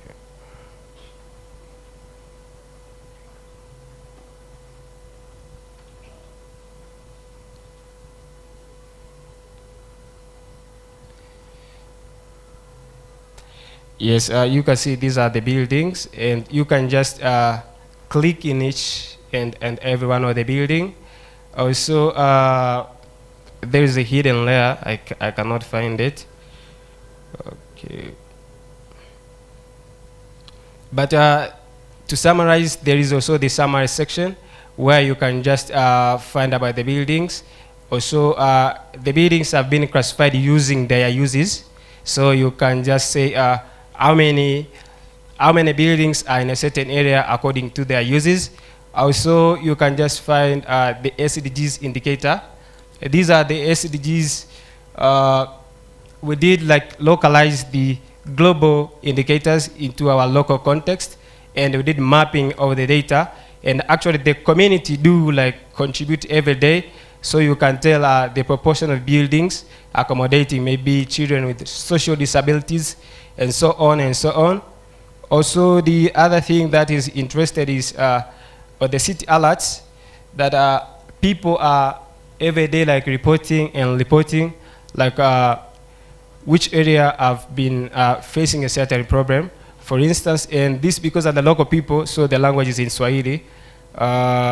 If I click this point, it says that this is the description, it's the Duka Jipya. It means it is the new store that has been opened. So if I click maybe this point, it says that maybe flats. If I click on a certain point, it says that Maboresha Barabara, it means infrastructure development.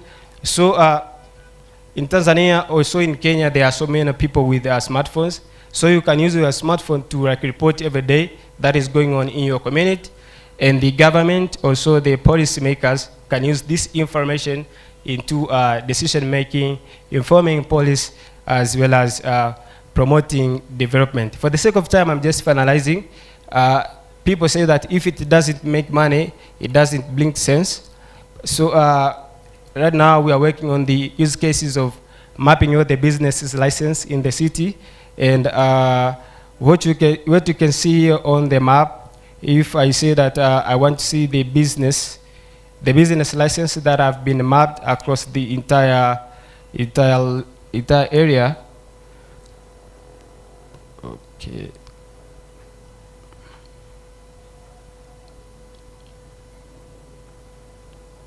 So you are going to see the spatial distribution of businesses entire the cross area. So for the more extension and discussion about this platform, maybe we can have a chat during the lunchtime. So that is, thank you.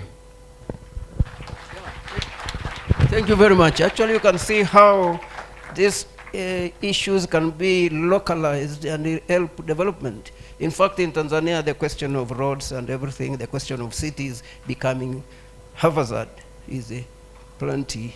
So having such an information can help in development and management of cities. Now, we have, after this, we have now the video, Esri video, and from there, the book launch. Esri video. Who is presenting the video?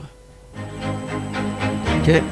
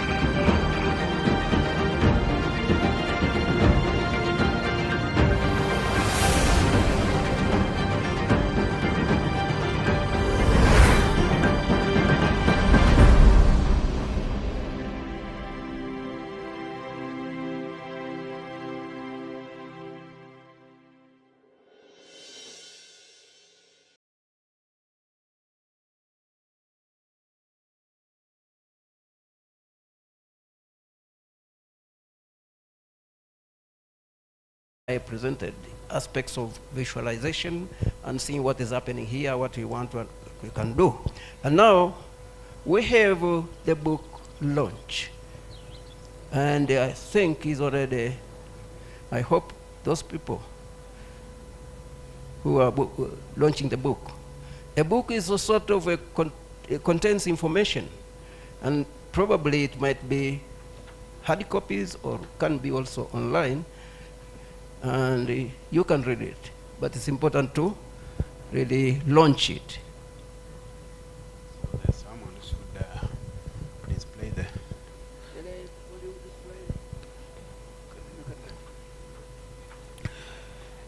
Thank you. I'll continue as it sets up. And the book is on geomatics, so it is relevant to this discussion and the Rcmrd International Conference Series. I have the book here in my hand, Project Design for Geomatics Engineers and Surveyors.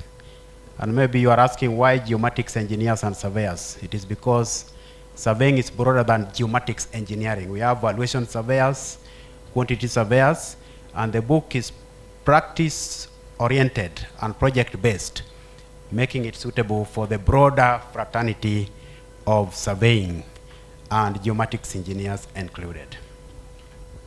So I'm Yashon Adero, and I'm a lecturer at Taita Taveta University in the coastal region of Kenya.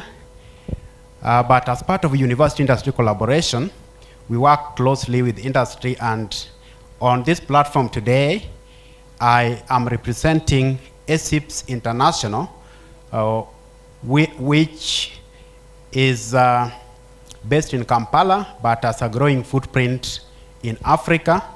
And we have a Nairobi office, which is still young and progressive. And ESIPS has sponsored, one of the sponsors of this conference, and has given us this platform to launch the book. But it is a masterpiece of university-industry collaboration because ESIP's director, executive director in Kampala, Dr. Jane Bemegisha, is also a former lecturer before moving on to industry practice. So you can see the logo of ESIPS there and what ESIPS is in full and what ESIPS deals with. That is the vision of ESIPS, and you can see it touches on the community using Earth observation products and services to deliver value and solutions to society, including policy and planning.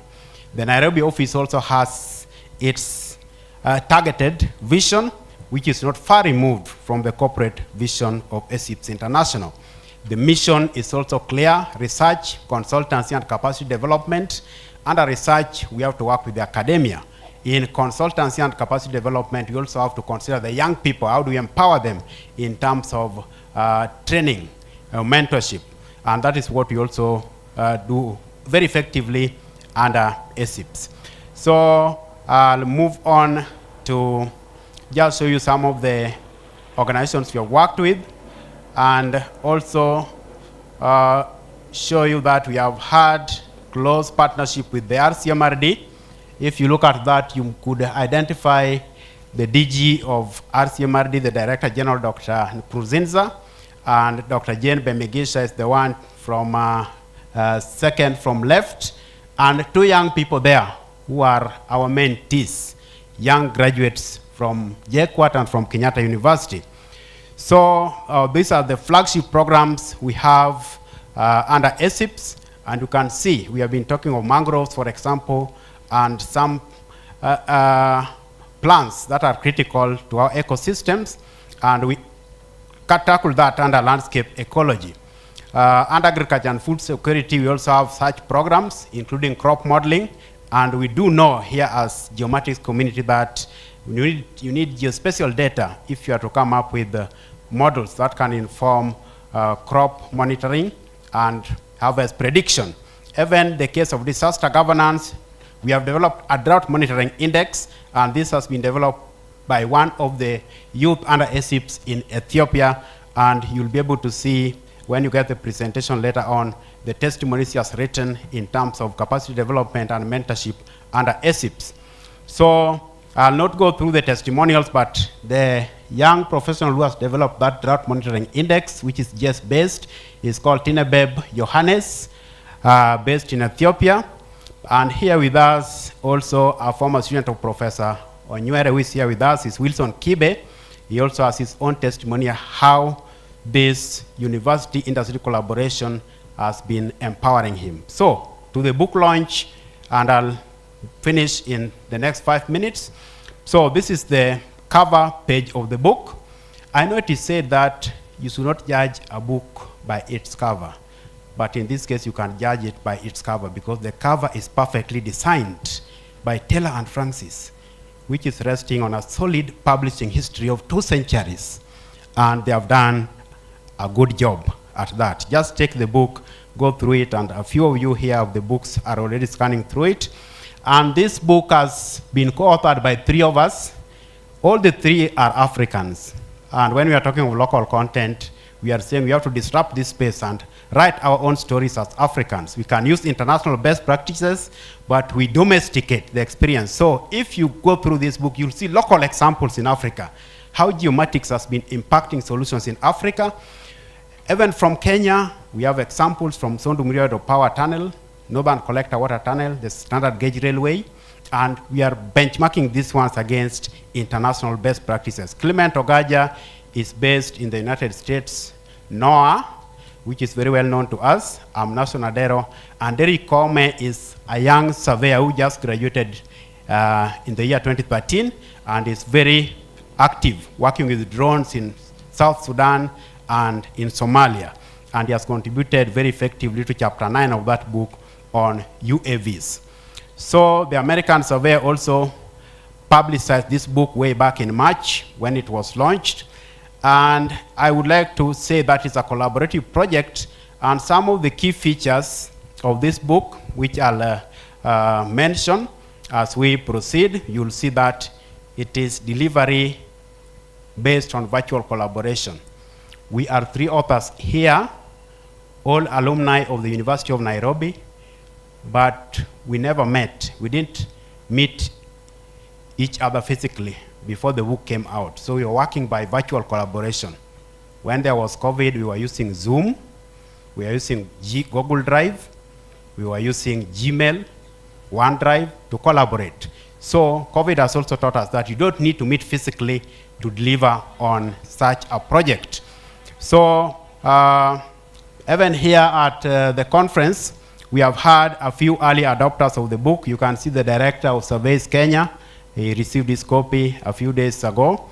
And you can see Mwenda Makadhimo, Dr. Mwenda Makadhimo, former chairman of the Institution of Surveyors of Kenya.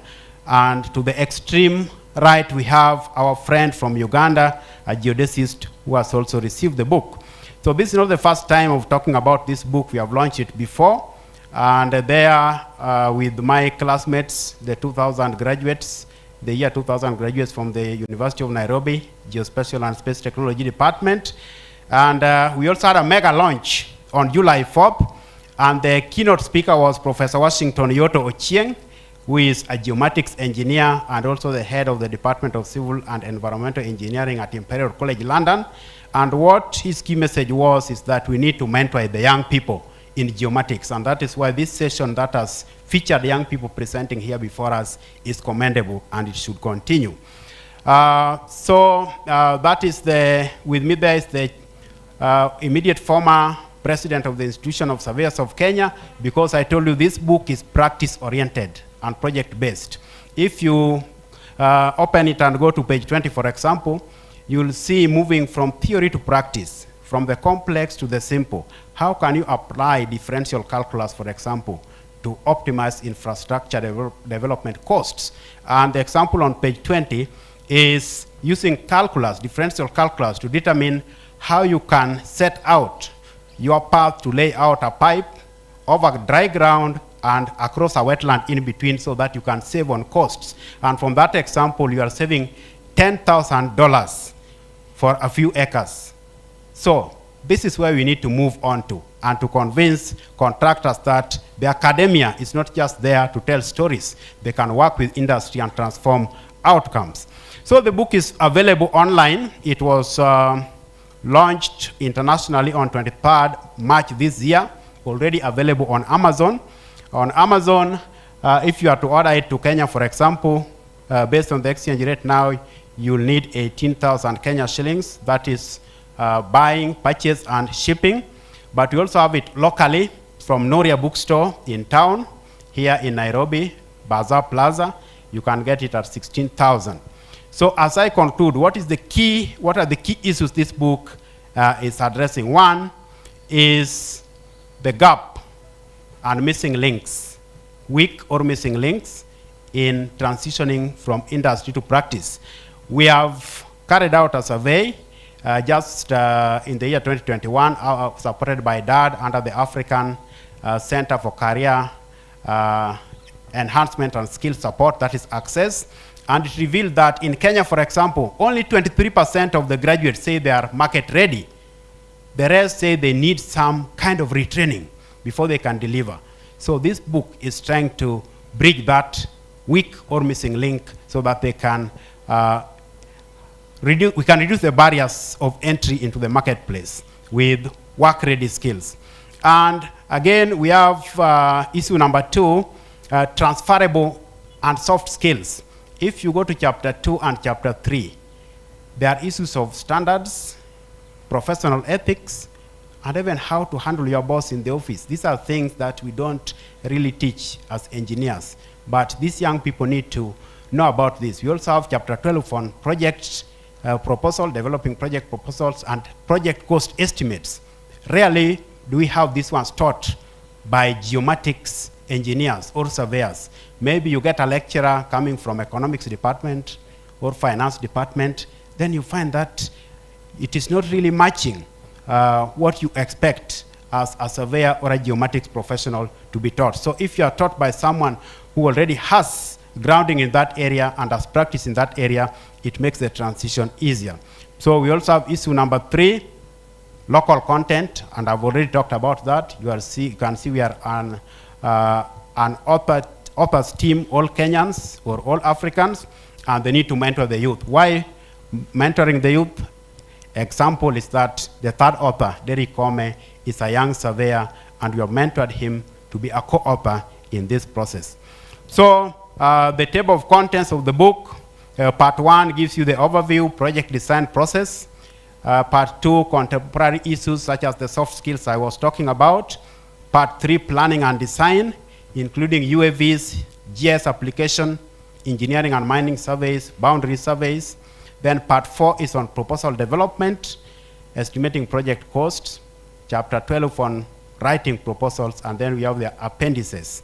You can get the book through online sources, as I said before, Amazon, but I have to conclude because I only have 1 minute to conclude by saying today the book is on special offer at only 10,000 Kenyan shillings. That is 8,000 below the Amazon price, 6,000 below the Noria price. And we have copies available. Some have been bought already.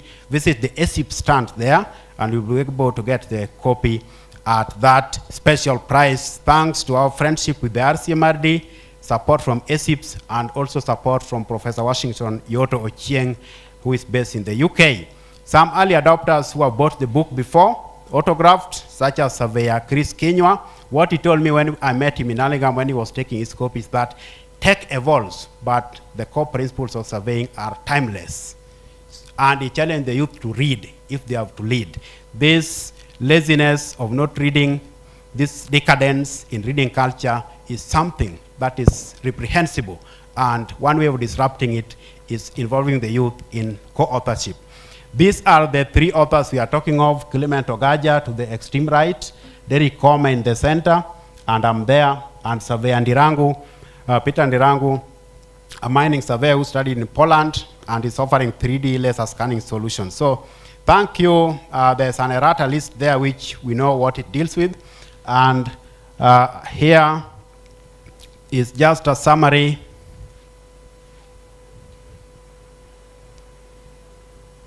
Yeah, that is the last slide.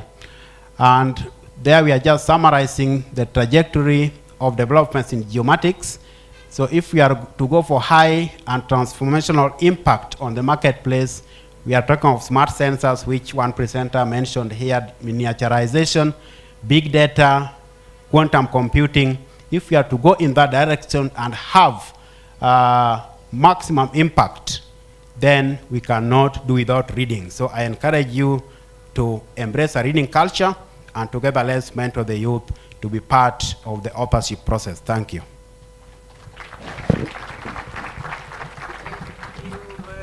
Much, and tuchangamkie fursa ya kitabu. Thank you. In Swahili, tuchangamkie fursa ya kitabu. Let's take an opportunity of this low price for this very important book so that we can get to be ours and not for the authors. You are the users. Karibuni, so that we get the book. And I would like to thank you for your big attention. Really, you have been very attentive. Professor Onyere. Yeah? You have it. You have it already. Good. That's good. Maybe I will have one, but ili nipeleke Tanzania. I want to send it to Tanzania so that Tanzanians also can buy it, possibly. So thank you very much for your attention. And now I get, it's the end of the session. Possibly you have an announcement of that sort? No? Thank you. Welcome. Okay. Thank you so much. Asante.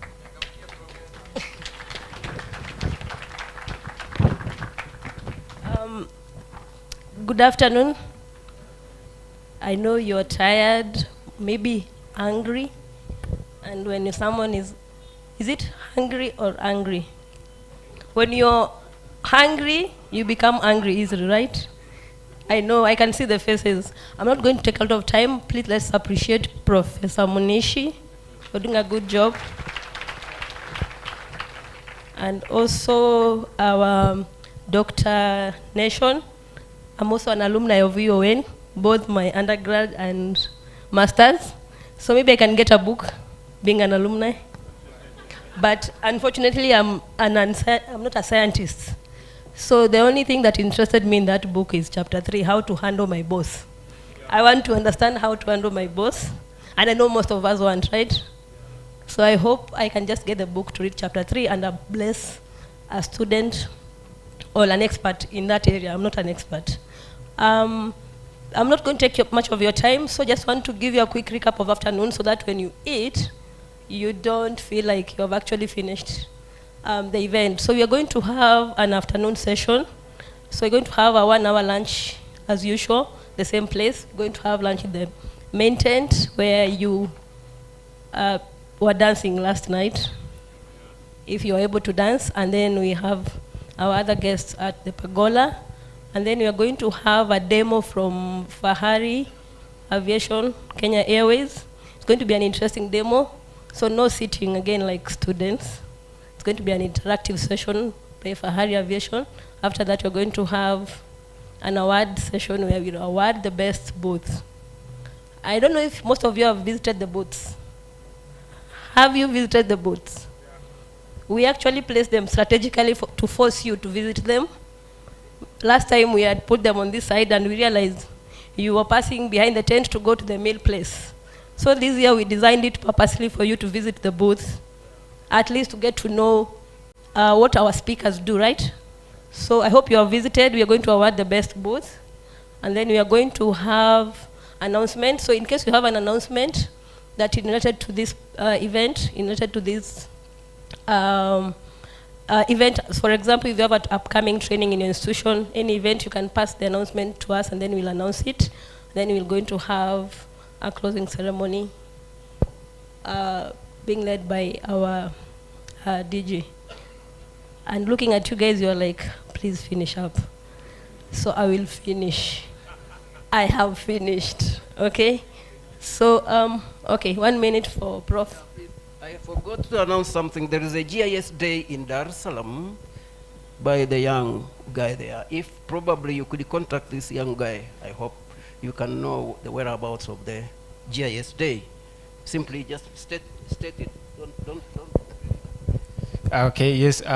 in this November, in 15th and 16th in Dar es Salaam, we are going to have a GIS day, and we have launched a call for proposal as well as a call for partnership and sponsoring. If you are able to get that link, of course I'll be sharing it and it will be displayed here. It is the GIS Day Tanzania. You can just Google it and you can get the how to collaborate, fill in the form for representation if you have the proposal, if you want to partner, and if you have to sponsor the event. Thank you. Thank you very much. And on top of that, my plan, I had a plan to write on experiences. I got this policy brief, and I thought, and I came to realize I was planning for a book with contributors on experiences of wetlands management and conservation in East Africa or in Africa. We have to plan for it depending on who will contribute to that.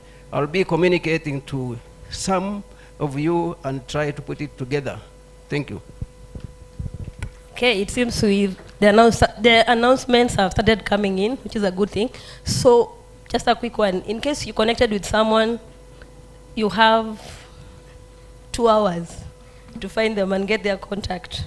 So don't miss anyone here and you come later and ask, I need a contact for Professor Onyere, and he's been here for 3 days, right?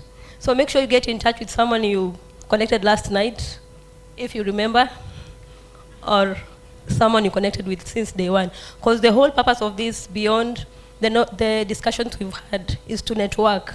So if you live here with the same colleagues you came with, then it's sad for you. Your 3 days were somehow wasted, okay? Let's connect. Humans connect, okay? Beyond the GIS world. Now let's go for lunch, unless someone has something burning, but I'm looking at your face. I think you're ready to eat. So please, bon appetit. Enjoy your lunch. I'll see you here in the next 1 hour. Just look at your watch and you set it for 1 hour. Enjoy.